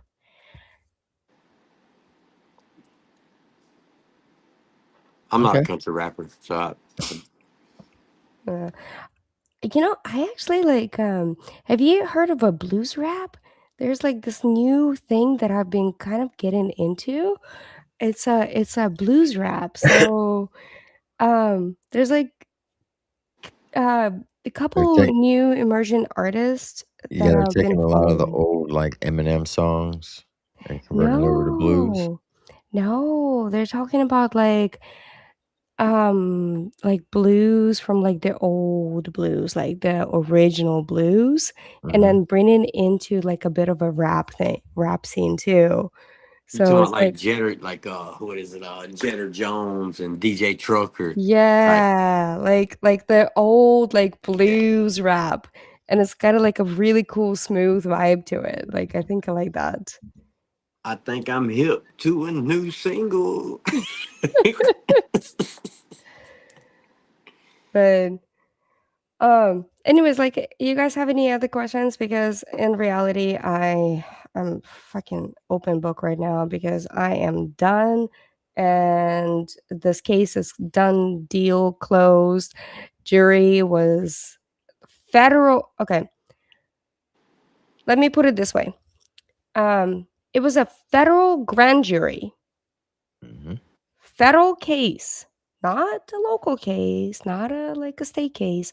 Federal grand jury. Do you know how hard it is to even get subpoenaed for a federal grand jury or like get selected for it? It's pretty hard. That's why they might actually, you two might cooperate. I could actually see what Tim was saying. Like that, Tim was thinking they might actually try to take his channel. They Yeah, for might sure. ban him from the platform, is what I'm saying. Yeah. I I like to me like I don't give a I don't give a flying whatever happens. Is because like just the shit that I went through. But federal grand jury came up with a verdict and came up with the fact that it was guilty. And the family is getting a bit of a closure. It's not the closure they want. They obviously would love for their, granddaughter and daughter to be back alive, Mhm. but it's a closure. And I'm happy with that because this is something that family went through for over 3 years now. Yeah. And I just lost my father about 6 months ago. Sorry for your loss. Sorry for that. My condolences to you and family.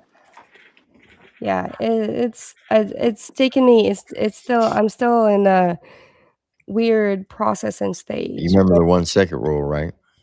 yeah. Just remember that. Yeah, so I'm still in a weird processing stage for that. And but the thing is like they lost the innocent person within their life that haven't even made a lot of like bad decisions. And it's like who the fuck is gonna come out and start saying all of this GD BS out there just to for what? Clicks and likes and whatever is happening? Like, why? Like, if this is what your aunt like, if this is what your, like, daughter or your niece or anybody else, like and then somebody else has this really large platform, and then they are coming out and talking nonsense about what you are really going through. It's sad. It's just pathetic. It's really, really tells about a character of a person. Think about it. Um, so yeah, I testified. I testified during the court. Were you there when they read the verdict? I was not there when they read the verdict, but I got invited to testify. I also got subpoena for deposition earlier as well. Did you see him in the courtroom or? No, no, I was over Zoom. Gotcha. Yeah, but see, the thing is, the fact that he was saying that like the lawsuit is fake, all of this is fake, and then this is a nothing but for GoFundMe scheme This is nothing for, like it's all fake. You have a large platform. You have a responsibility to whatever message that you put out. You have a responsibility because you have the followers. You have the followers that will cling on to every single fucking word that you say. The influencers have influence. That's facts. Exactly. I deal with that. I deal with that on a daily basis. So I know exactly what you're saying there. You people depend on what you give them. So what did this bring it to him? Just so he can drop couple fucking albums in the middle of it so he can ramp up his little clickbait fucking bullshit? What does it bring it to him? Like, he can just like, oh, I'm gonna wrap up a little bit algorithm. I'm gonna ramp up the algorithm. I'm gonna drop an album here, or I'm gonna drop a song here, and this and that. So it's gonna give me click views, and it's gonna put me further down the road, whatever. At what cost? 18 million? That's what cost. So I really hope that all of this was a lesson for every kind of big artist out there, like actually have some good stuff to put out. Yeah. Even the smallest artists. You know what Even I'm the saying? small, yeah, even the smallest artists, even the smallest YouTube channels, or whoever like wanted to start it out.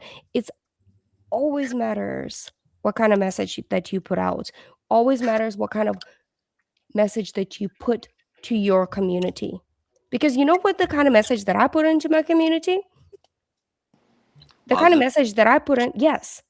And then the kind of message that I put on into my community is do not pay attention to those trolls. Because when life gives you lemons, you toss them at fucking trolls. Pew, pew, pew, pew, pew, pew, pew. How's that sound again? Pew, pew, pew, pew, pew. And that's a clip right there. Yeah, I own countryrapnews.com, and I got a platform and reporting on the history of country rap and what's going on. And I really try to be informative and document and say things that are accurate and not lead to assumptions. You know what I mean? It's really important to not tell a lie, to sway people's opinion when it's not true. You know what I'm saying? Because they'll take it as fact, you know? Yeah, absolutely. What did It's you been, think of? What did you think of the guy from AWP when he came out and said what he said about the Constitution and freedom of speech? Did you see that? I did not see that. What's Hold that? on. Wait, did it recently happen? Yeah, he put it out on. Oh my god, he was one of the he was one of the witnesses. Like he got are you talking about the Nick whatever his name is? You're talking about the bearded guy? Yeah, Oh yeah, we posted that on the page. He's talking about the Constitution always wins. Okay, can we see like can you like find yeah. it I'm gonna or pull it up. And I'm sure you believe in the Constitution. Oh, But there's a line with that. You have freedom of speech, but there's consequences for certain things. there's a constitution was written there for a reason to keep everybody else in line. Do you know that a lot of immigrants actually know a lot more about Constitution and Y'all have American to learn it history just to be. Y'all have to learn it than just to be accepted in the country. You got to well, learn a lot of yes. stuff. I've looked into that before, and I you had got to take a citizenship test, and it was yeah. not that easy. I Bro, I can't even name guarantee. all the states in America. You know what I'm saying? I I visited guarantee 47. most Americans cannot take that test that you took I know I can't. and pass it. And this country was built on immigrants. Yes. Like 100%. And I think like we need to really embrace our like heritages. Like I'm sure you guys have like everything as a background, like, oh, I'm Irish, I'm English, I'm like Italian, Italiano, Yeah. and that's I love that. I'm country, man. I'm from Georgia, you Well, know. I'm country too. I'm like from Ohio.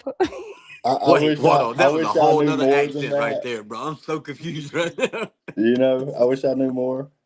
I'm probably So, descended from somewhere, right? so I moved.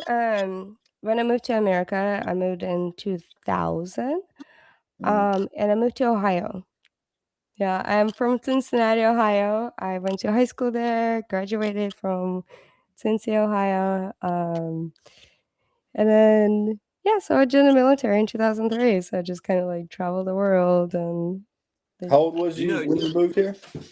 I was 17. 17. Now you aging me. I want to That's say not this. nice. I'm I sorry. want to say this because my platform is based on recovery and positive influence and everybody that watches this and everybody who's watching this, I want this to be something that you ladies can always remember. You can always stand up for yourself and you can still be a great person.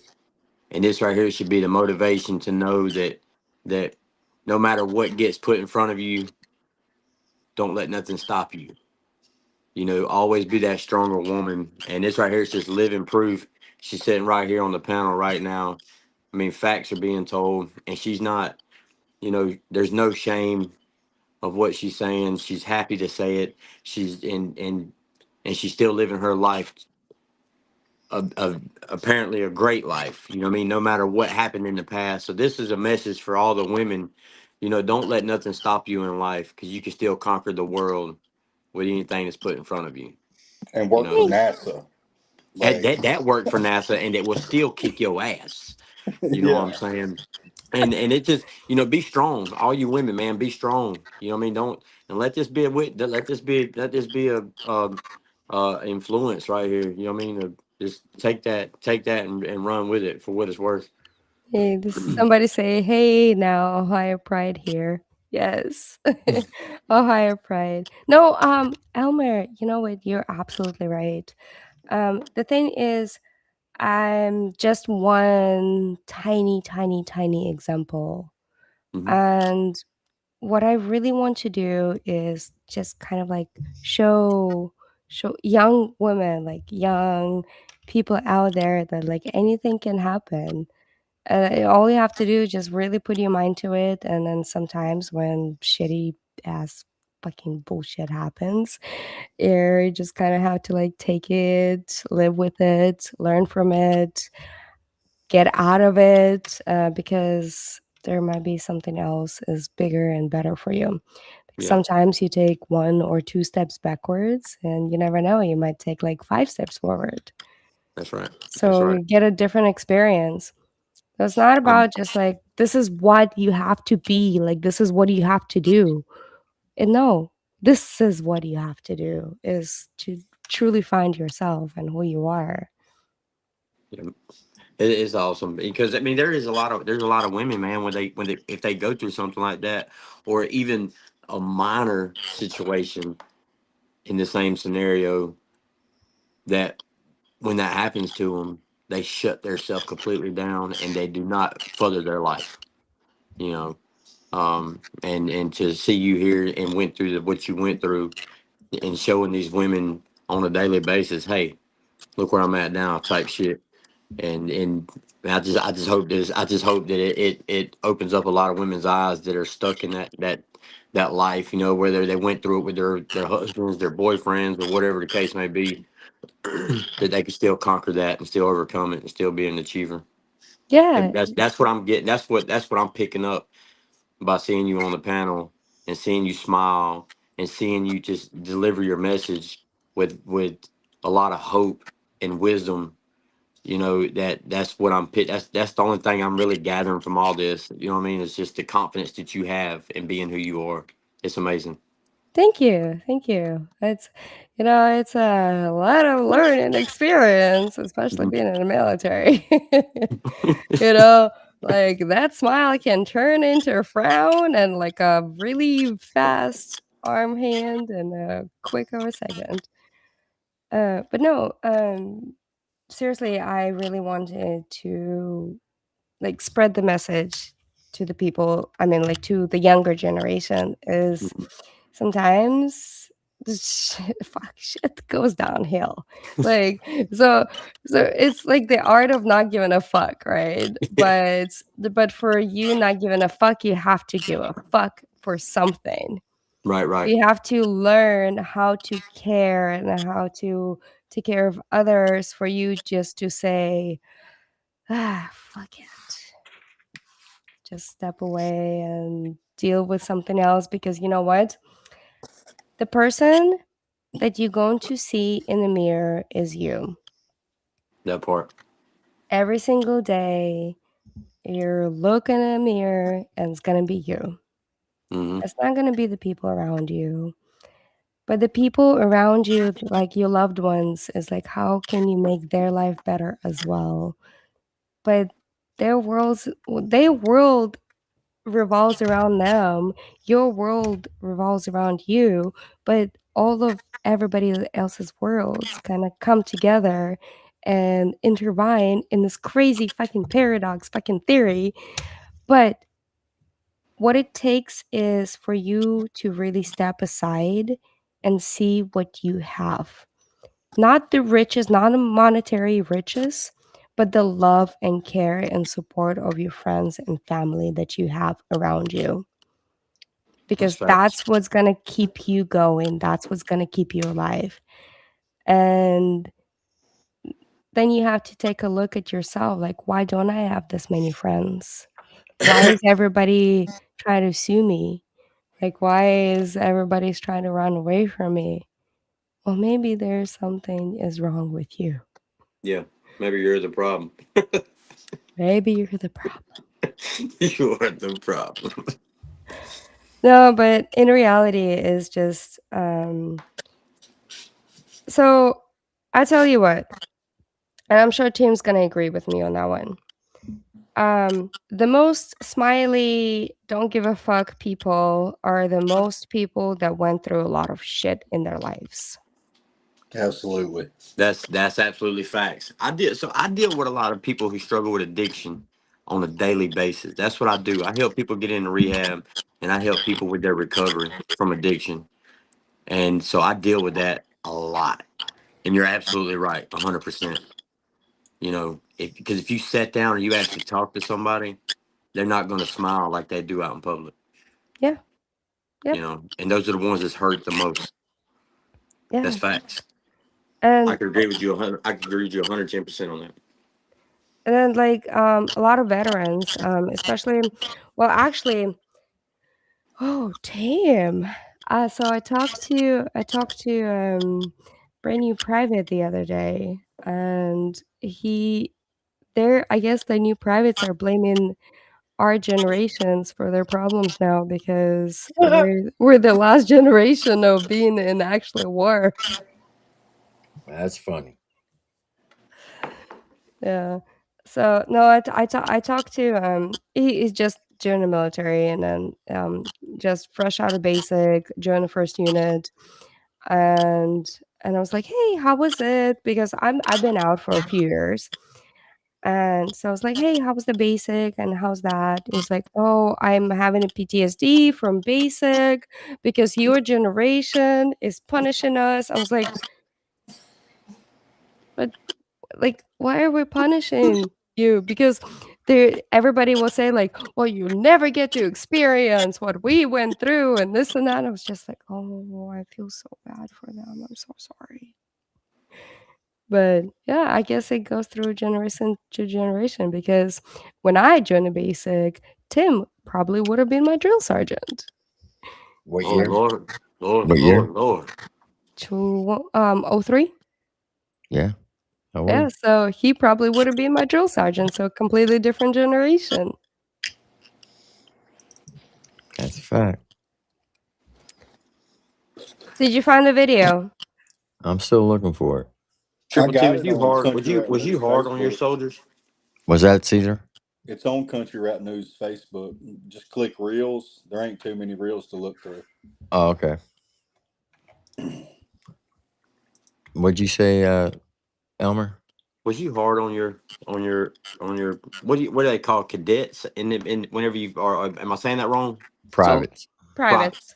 So Private. was you hard on your privates as a drill instructor? Yeah. You was. I could. Yeah, I see it. All right, here we go.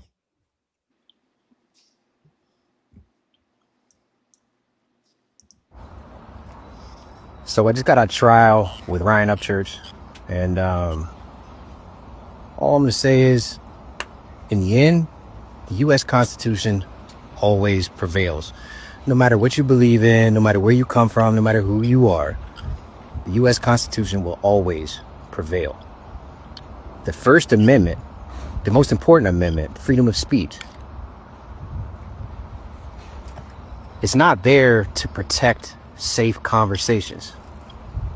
The First Amendment is there to protect the uncomfortable conversations. Simple as that.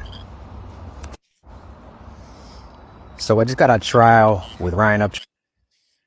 Now, the reason why I asked you that, because the way a lot of people took that, he was trying to, a lot of people thought that he was implying that church was going to get off with that Yeah, they statement. did.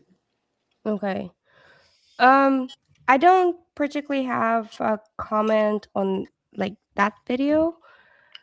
But I do have a comment about freedom of speech. And I'm 100% in agreement, obviously, like with freedom of speech and everything else. But if you really take a look at what freedom of speech is, like actually like really read it, It only applies and towards the government.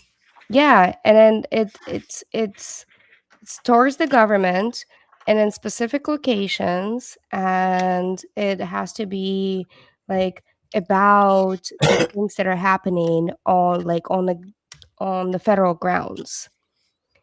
So when people say like, "Oh, it's freedom of speech," when I'm gonna go trash this family because their daughter granddaughter is missing or blah blah blah, that's not freedom of speech.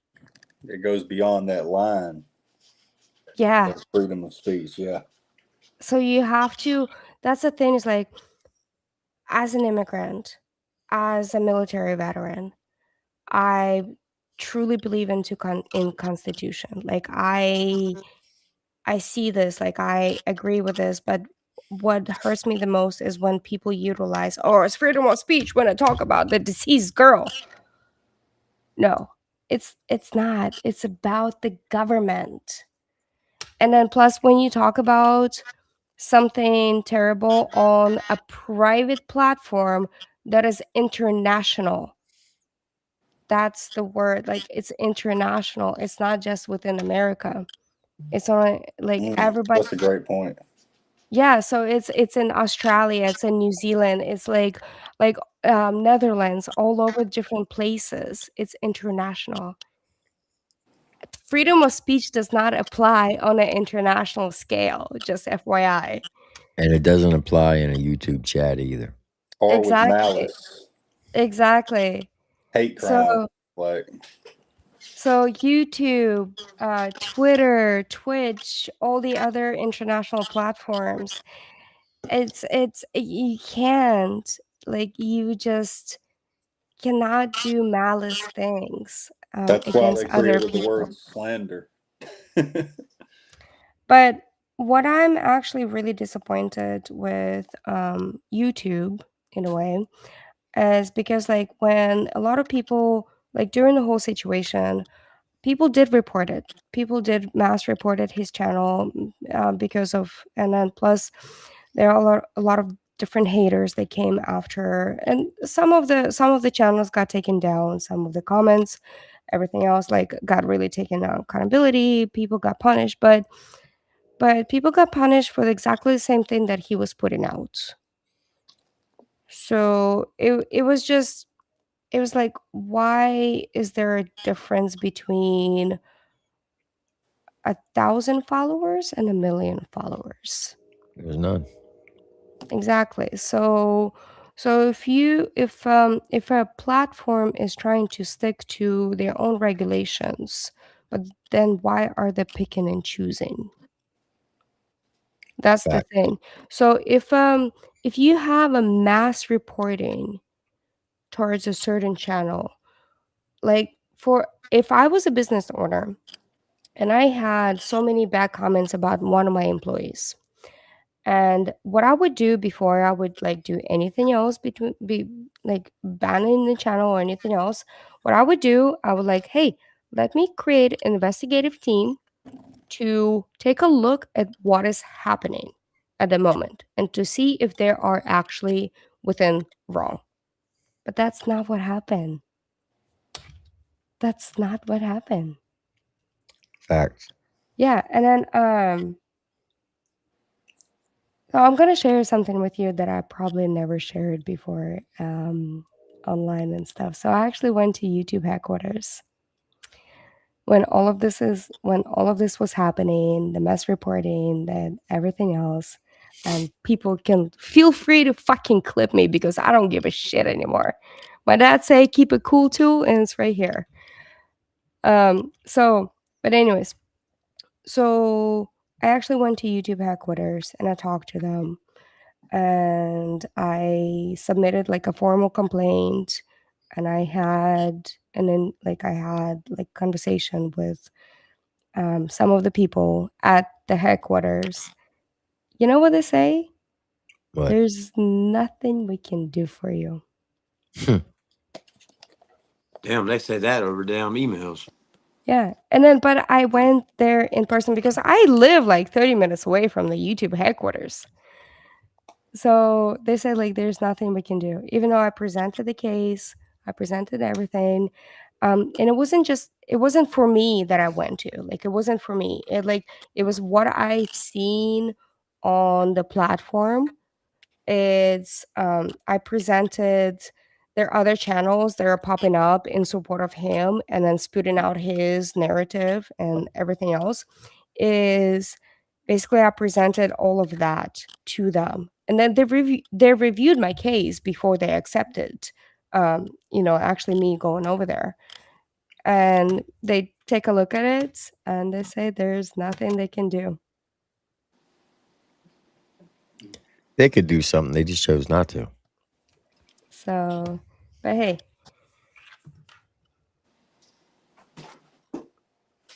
Anyways, That is crazy. there's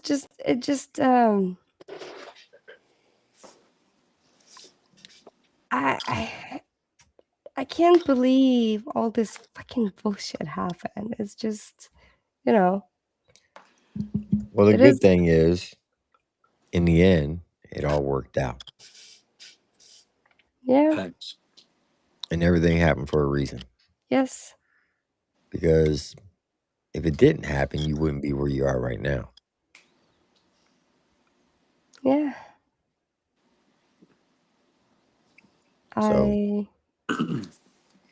I did love my job at NASA. well, yeah, the GS-13, I imagine you did. But had to resign for the other team to be happy. Would you ever consider going back to Napa? I would love to, but I can't. Okay. Yeah, administration changes, all the other stuff, position get taken over. Tim can tell you all about it. But wouldn't that be cool though to see like, okay, I was on a panel with that girl and she's going up to space. No, I'm not that kind of NASA person. Oh. See, I'm I'm from more of like Alabama. I don't know nothing about NASA. I just know that it's about a spaceship that goes up there with astronauts.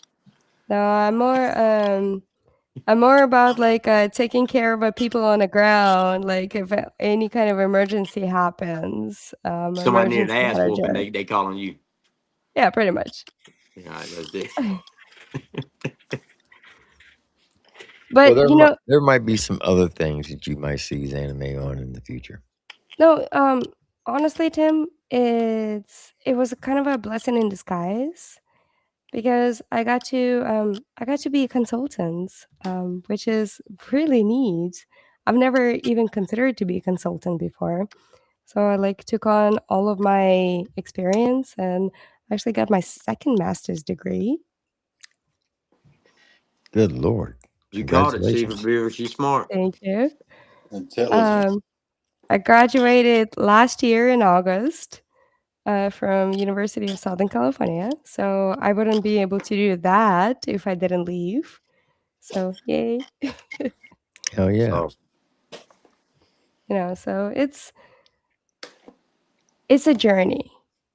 And plus I retired in 23 and I'm still going into this different transition as Tim aware of the civilian life transition. So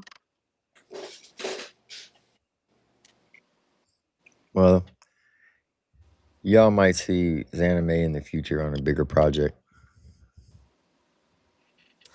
yeah, oh, somebody asked second master's in what? Second master's degree in emergency management. My first master's is in nuclear weapons policies and chem biorad nuclear terrorism. Man, imagine just consulting on something minor and saying, "Well, I consulted in this." you know, yeah, all right. I think you're Oh, qualified to consult in anything. I'm being an investigating consultant and consulting into consulting investigating being. I don't know. Aliens are coming. Is there a helicopter?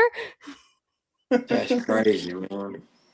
You know, if I just had like a 30 seconds of your brain, you know what I'm saying? Like, just imagine some of the shit that I could accomplish. You You can know what I'm saying? accomplish a lot. Man, I'm very happy with the way my life has turned out and turning out. You know what I mean? I'm blessed. You know And myself.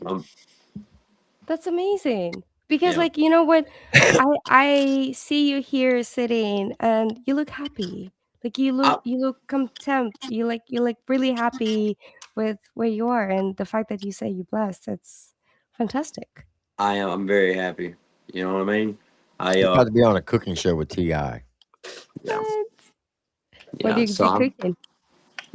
I'm just gonna walk up to him with some ramen noodles and a hot dog, and a pack of hot dogs, and say, "You can have whatever you like." You know what I'm saying? Like, I don't know what I'm cooking, girl. I can't boil water. What you talking about? You know. But I got a beautiful wife that knows how. So, yeah, man. You know, I'm thankful. You know what I mean? There's life's too short to me and Triple Two was actually talking about this the other day. You know, he asked me did I worry.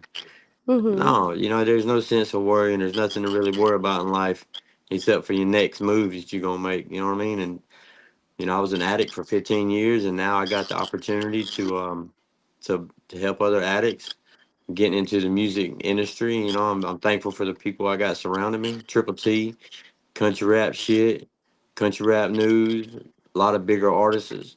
Um, I wake up to make people laugh. The people who's stuck in dark moments of their life to help them laugh and carry on with their life, you know. So, um, you know, if it, I when I wake up and I see one positive comment in one of my videos, it's a successful day, you know. So, um, I got 8 beautiful children. Well, sorry, 7. One we're adopting. 8? Wow, Yeah, yeah. that's We're amazing. adopt. We're adopting our eight. We're adopting our eighth child, which is our only adoption. He has a lot of medical attention, you know what I'm saying? So we're blessed with him. Um, Beautiful wife, you know what I mean?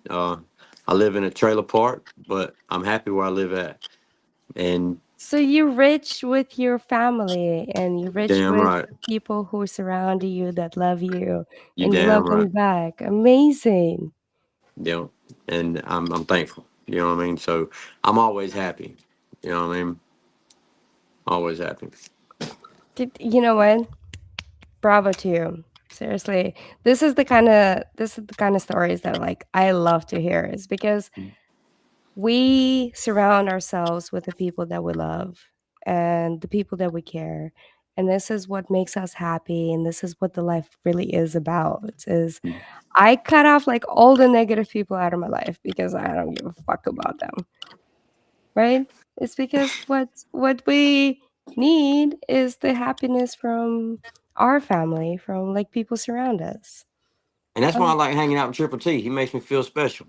You know what I'm Oh, saying? I don't know about that guy. Yeah. Yeah, he's a dirtbag. Yeah, you know, we can talk about that one later. What is it? Allegedly. Allegedly. In my opinion, from a good source. Yeah, from a good source.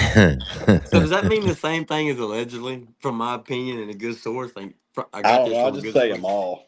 You know. And we You cover covered all your the ass all the bases. way around. You know what I mean? Yeah. Yeah. Tim, thank you so much for having me on here. You know you're always welcome up here, girl. I apologize to your chat for not paying attention to the chat. I just really like kind of wanted to jump on a panel because it's like very Oh, fresh. you're good. Lori, tell my love to Lori. I love her, and then we should like really catch up soon. I'll give you a call tomorrow. Yeah, and then I just wanted to let you know that you guys been really good friends to me for like quite a few years now. Yeah. Yeah. So, but I Yep. appreciate everybody here, and to the chat, and to Cesar. It was Caesar. it was really great meeting you and listening to your intelligence. It's Cesar. And Elmo Brown, you know. I like the way she said it. Brown. Brown. Say Caesar again. How'd you say it? Cesar. I like that. It's a pleasure meeting you, Ron.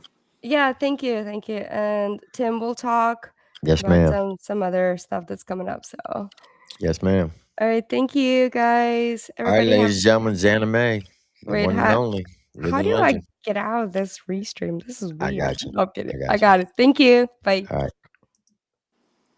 It's been a She's great cool show. people, man. Huh? She's cool. Yeah, she's good people. I could just listen to her talk. Her accent, bro, is point.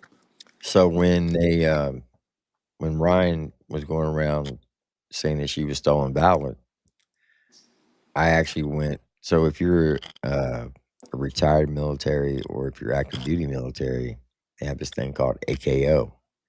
And it's like a military MySpace, right?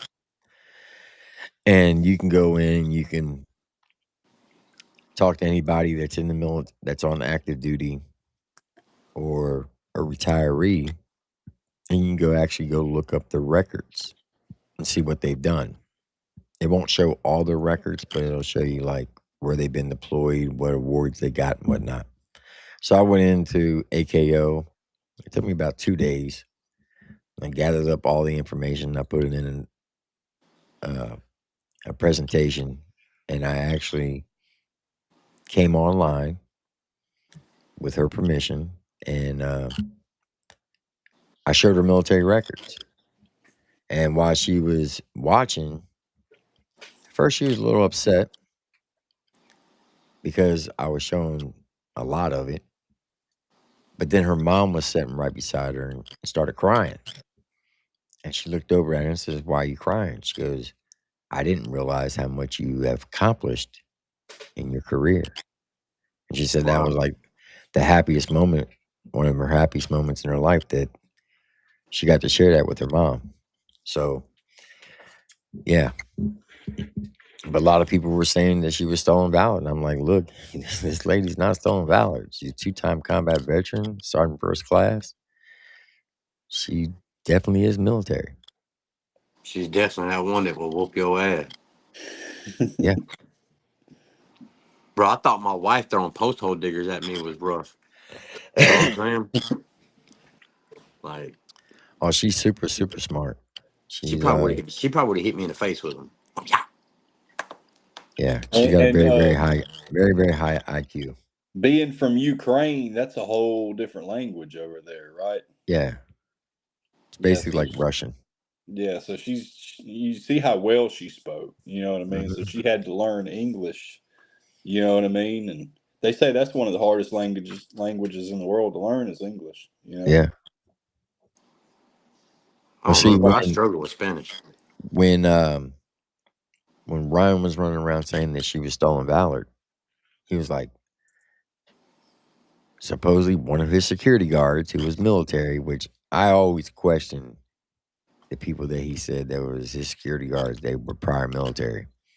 Because some of the things that he would repeat what they said, I'm like, that is not true. So I always question that. Were they really military or were they like just a reservist or a National Guard soldier, never been active duty, never been outside the country?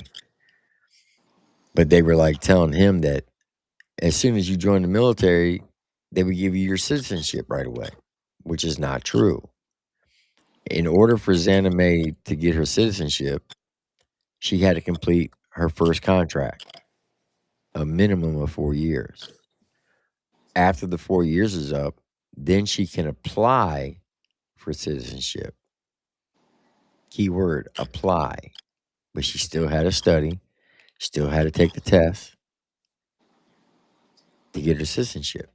There's a So, lot of stuff in that test, Tim, oh that yeah, I mean, 90, we might not even 98% be of able to answer. Americans, 98% of Americans can never pass it. Yeah. I know I can't. Shit. I've I read the don't know. test before. It's crazy.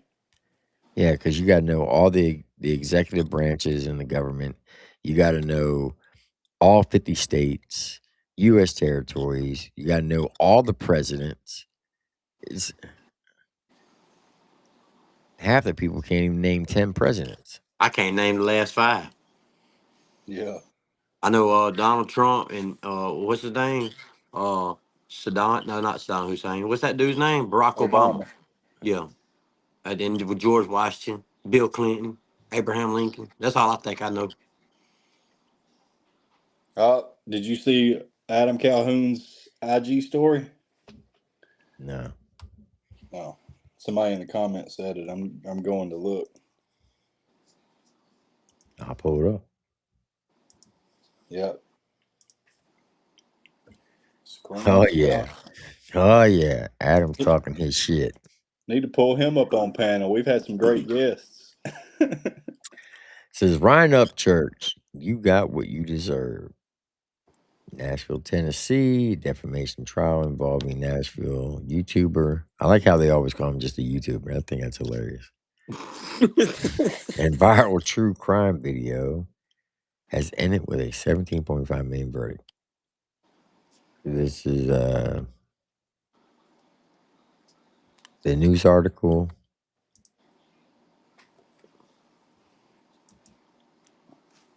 What this story is about. Nashville YouTuber has been hit with nearly a $20 million verdict in defamation case over a true crime video. What happens next? He underlined punitive damages. The lawsuit was filed against YouTuber Ryan Upchurch. They say that a lot. I got a shirt in mine. I'm making it tomorrow. Here's a news flash for some of y'all. Ryan doesn't have $17 million. Ryan doesn't have anything. No family, no friends, a house with no one in it. All Ryan has is the pretend land he's made on the internet. He's a loser that said terrible things about a dead child. That little girl has people who love her and miss her. You're going to pay, son. You're going to pay for the big fat mouth of yours. You were too scared in your life to take a punch from a man. So today, the world hit you. Nothing hits harder than reality. For the rest of your life, you will have nothing. You can sell everything you own, your music, and you'll still won't have the money for what's coming. You've said too many bad things about good people, If anyone deserves this, it's you. Very well said. I'ma move on with my life, and I'ma leave you behind. If this is the hill that you choose, then this is the hill that you die.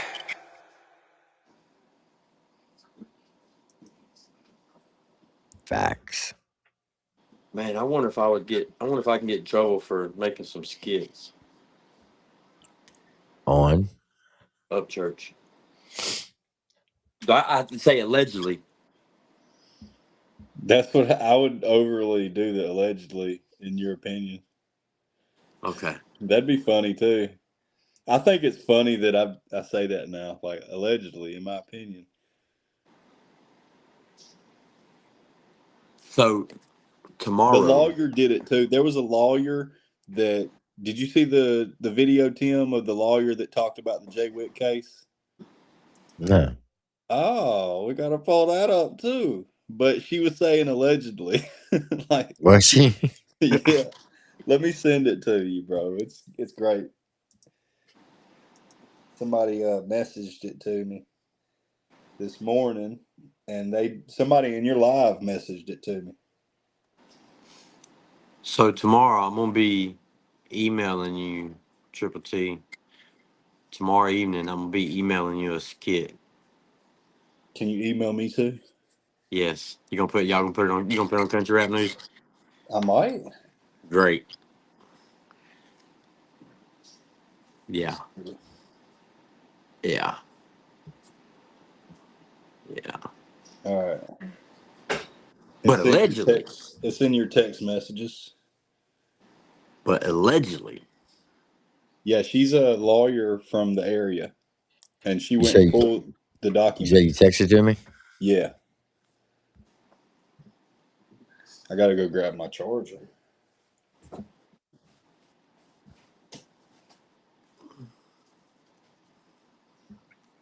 This is gonna be funny.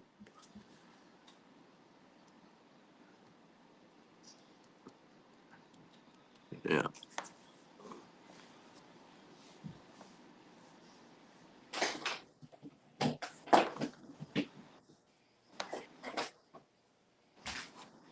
Well, fellas, I hate to leave, but good company, man. But I gotta get in the bed. Yeah, I'm gonna have to after this one myself. So, chat. I appreciate y'all. Make sure y'all go hit me up on YouTube, Elmer Brown Music, Facebook, Elmer Brown, all other platforms, Elmer Brown or ENJ Comedy. Y'all should remember, stay safe, stay sober. God loves y'all, and so do we. Caesar Beaver, Triple T. Yes, sir. It's always a pleasure with you guys, man. Appreciate Yes, you, man. sir. You too. Hey guys, Lisa Figueroa here, board certified criminal defense attorney in Florida, here to talk to you about Jay Wick and his case in Panama City, Florida. He's this super seemingly overnight sensation because of this song that just went viral on YouTube at Pork Chop Sandwich, which we're going to do a reaction to because somebody asked. Anyway, don't forget to like and subscribe. Let's check out his police report. So I pulled it up, and I'm not going to read it, but they have it listed. The victim's name is in there because there was some mystery about who is this person that he shot. Was it a random? And then I heard online that maybe it was someone that was part of his security team or part of his crew.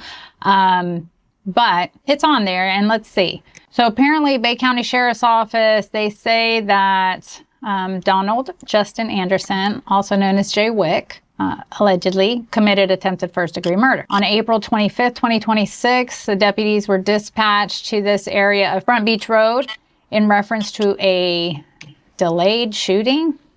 What's a delayed shooting? Anyway, prior to the deputies' arrival, dispatch advised that the complainant heard approximately 3 or more gunshots in the area and heard someone yelling for help. They respond to the area. They find a black male lying on the sidewalk, suffering from apparent gunshot wounds. The victim was later identified, and they observed that he had sustained multiple gunshot wounds to include a gunshot wound to the upper chest, at least 2 gunshot wounds to the abdomen, and 1 to the right leg. He was subsequently taken to Bay Medical Center for treatment. Based on the nature and location of his injuries, the affiant, the officer or deputy that wrote this report, believes the suspect intentionally discharged the firearm at Haywood multiple times. Take out Haywood? I don't know. They put it in there. So the deputy is just based on where the injuries are. He's assuming it was discharged intentionally. I don't know how they're able to determine that. Striking him in areas capable of causing death or great bodily harm. So during their investigation, the deputies determined that the primary crime scene was apparently somewhere else, the beach and boardwalk near Beach Access 83. And then they give this area and they locate evidence on or near the boardwalk. So they get to the scene and there's just this victim that's lying there and they're making the assumption that it must have been intentional. But at this point, there's no one around. All right, let's see where it's going. They notice that there's multiple shell casings consistent with the firearm. And again, it was just a random call. It seems like an anonymous tip or a call that they're hearing shots fired, but no description of what happened. So through further investigation, they learned that the defendant had been staying at a rental property in Panama City. They give the address. They further learned that he was hosting and participating in a party at the rental property prior to leaving the rental property. Anderson was scheduled to perform a show later that evening at Vibes Club. Multiple witnesses on scene advised that Anderson was associated with the gathering at the rental prior to the shooting. So somebody's talking and kind of saying what they were there for and what the plans were. They also learned that Anderson's name was listed on the reservation for the rental unit. Okay. Why aren't they telling us where they're getting this information from? Okay. They also learned through witness statements, unnamed witnesses, that the victim and Jay Wick are from the same town and that they had traveled to Panama City to attend Anderson's performance. During the investigation, one of the sergeants made contact with the victim's sister at the hospital and got a sworn statement from her. The sister says that she knew that the victim was in Panama City to attend the Jay Wick performance and that he was living with Anderson at the rental property. Haywood's sister, okay, it's not a big mystery, I guess. His sister provided video footage showing him at the residence inside the garage area, hanging out with Anderson and several of the other members of the group. But the sister wasn't there. So again, the video shows Anderson using his cell phone and computer to promote the event on social media. Haywood's sister identified Jay Wick in the video, and his sister also identifies another member in the video as the producer. The video shown by the sister was taken shortly before the shooting occurred. Moments after the video was recorded, the shooting occurred near the boardwalk area near the rental residence. After the shooting, the registered occupants of the residence fled the scene. So his cell phone was later turned over to family members, the victims in Georgia, on the following day by people who were present at the residence at the time of the shooting. Based on that information, they think that Haywood's cellular phone was removed from the scene by a person or persons associated with the residence before being transported out of the state of Florida. During the investigation, they got a recorded statement from the victim, and he was suffering from serious injuries during the statement, had a hard time speaking at times. During the statement, he advised he'd gone down to the boardwalk area to watch Jay while Jay was with a female. He stated that Man sent him down there and described the purpose as essentially watching Jay or acting as security. And then he said that he was positioned near the steps on the boardwalk area where he was later shot. He advised that Jay had been down on the beach with the female for approximately 10 to 15 minutes before Jay came back up from the beach. Haywood stated he walked past him, to which he asked him, "You straight?" And Jay then responded, "Yeah," and walked past him, turned around and shot him. What? That makes no sense. Like, who does that? I mean, I guess some people, but it doesn't, it's just odd fact pattern. Let's see what else they say. And then Haywood denies that there'd been an argument. So no argument, no physical altercation, no exchange of words immediately before the shooting, and states he didn't know why Jay shot him and indicated he could not think of any prior conflict between them. Now, I don't know if it's just the mental state that he was in at the time, but it's not uncommon for an alleged victim to try to act like nothing had gone down.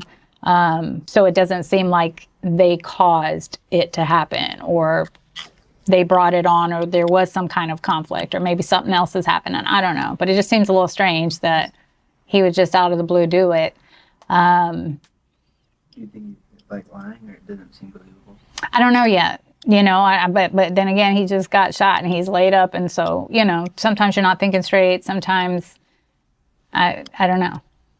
I don't know. Maybe he's covering for somebody else. I have no idea. Maybe it had something to do with the girl. Maybe there's some jealousy. I don't know. Let's see. Sergeant Roberts asked him directly whether Jay was the person who shot him. And he says, you know, in the affirmative, yes. Further confirms he knew him by name. And when asked the physical description, white male with the beard, and he described the firearm used by Jay as black in color. He was also asked about his own firearm. And then he stated his firearm was beside him. Okay, so he's got a gun too. And not in his hand at the time of the shooting. Was he asked that, or did he volunteer that? Hopefully, normally these things are recorded. So this is just the bare bones police report. So this is not going to have, I mean, this is just a summary that law enforcement does.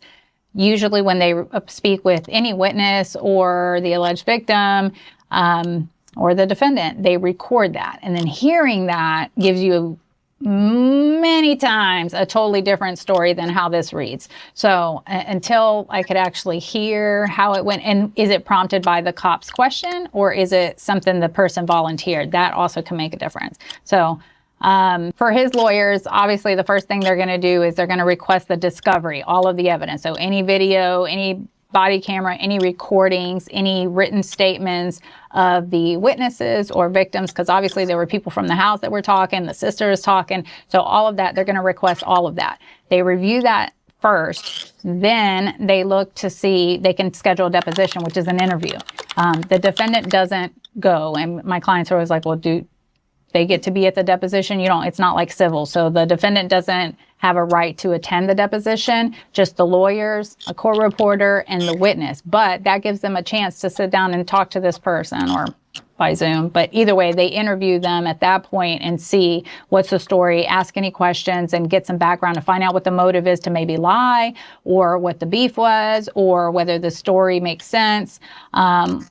And to see what contradictions or discrepancies, and figure out how strong the case is or how weak it is. And then potentially in this case, if there's a stand your ground argument, because it is unlikely that he just out of the blue, there's got to be a story. I think everybody has a story. I don't know what the story is. Maybe it's crazy. Maybe it's on drugs. Maybe it was he thought something. I heard somebody was saying, you know, like, we need to hear, they didn't say we need to hear from, but like, what's Jay Wick's story? Like, because we're not hearing that. We're only hearing one side of the story. So we need to hear theirs, which I get. But in a court of law, the defense doesn't have to say anything. The defendant doesn't have to give a story. But as a defense attorney, it's true. We do have to have some theory of defense. And I'm going to get that by talking to my client. I'm like, hey, what happened here? And more often than not, they're going to tell me, no, it wasn't like that. He's lying, or this guy, you know, has this beef, or that guy was crazy and he was about to grab his gun. I thought he was going to do something to me, or it was an accident. Maybe it was an accident. I don't know. But I got to talk to my client and find out, and then figure out, okay, can they prove this? What motivation is behind this? Where is this coming from? I don't know. It's funny because I saw on the docket and they said that they denied his affidavit of indigency, meaning they're not going to give him a public defender. He can afford to hire his own lawyer. That's what they said. Okay, so he denies shooting his firearm, denies pulling his firearm, because I'm sure the cops are asking him, oh, you didn't do anything to provoke this? And, you know, they try to lead him into it to see if he can explain it, but he's claiming no. He stated there was no need to shoot.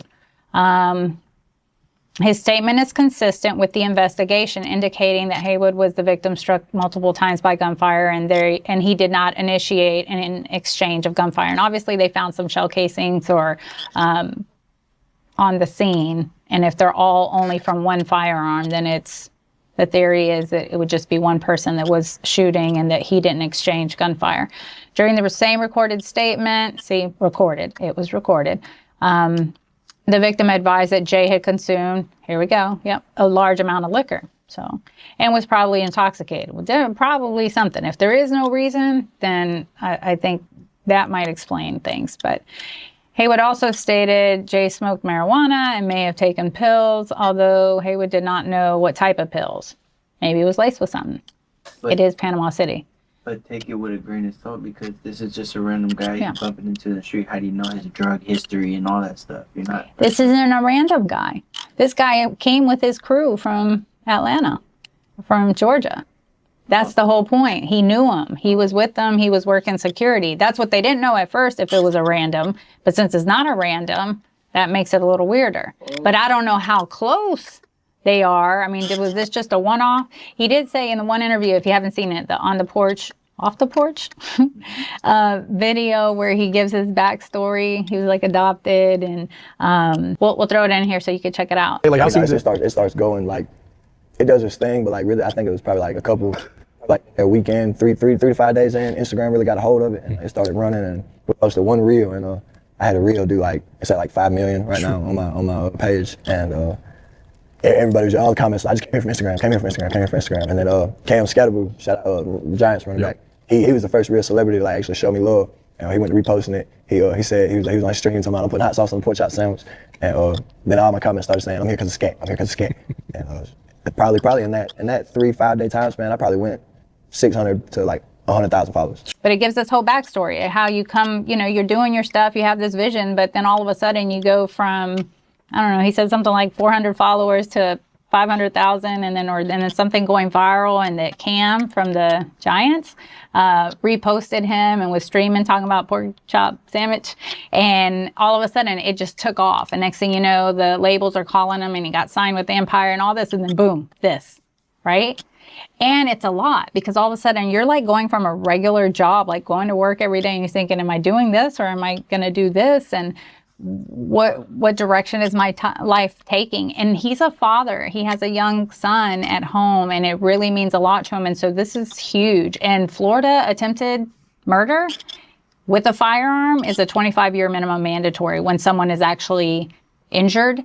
And it's punishable by life, but minimum 25. And again, you don't get out of the minimum unless the prosecutor is willing, and given the statement that the Bay County Police put out, or Sheriff's Office put out, it doesn't look like they're going to be cutting them many deals. But let's see, what else? Okay, so the marijuana and then the pills, and that maybe Jay may have been under the influence at the time of the shooting, but remained unable to provide a motive for why Jay shot him. All right, I got to end it there. I gotta get up and go to work. Oh yeah, I got to 3 start a.m. making country rap news posts. I got to do 4 or 5. I ain't even started.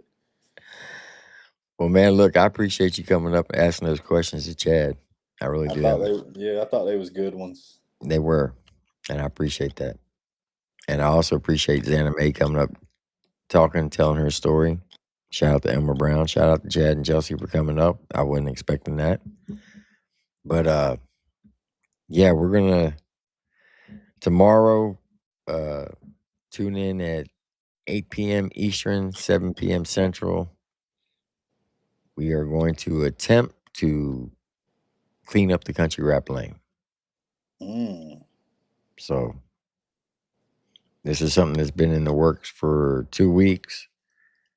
Well, yeah, about 2 weeks. There's a lot brewing, man. A lot happened. You know what I'm saying?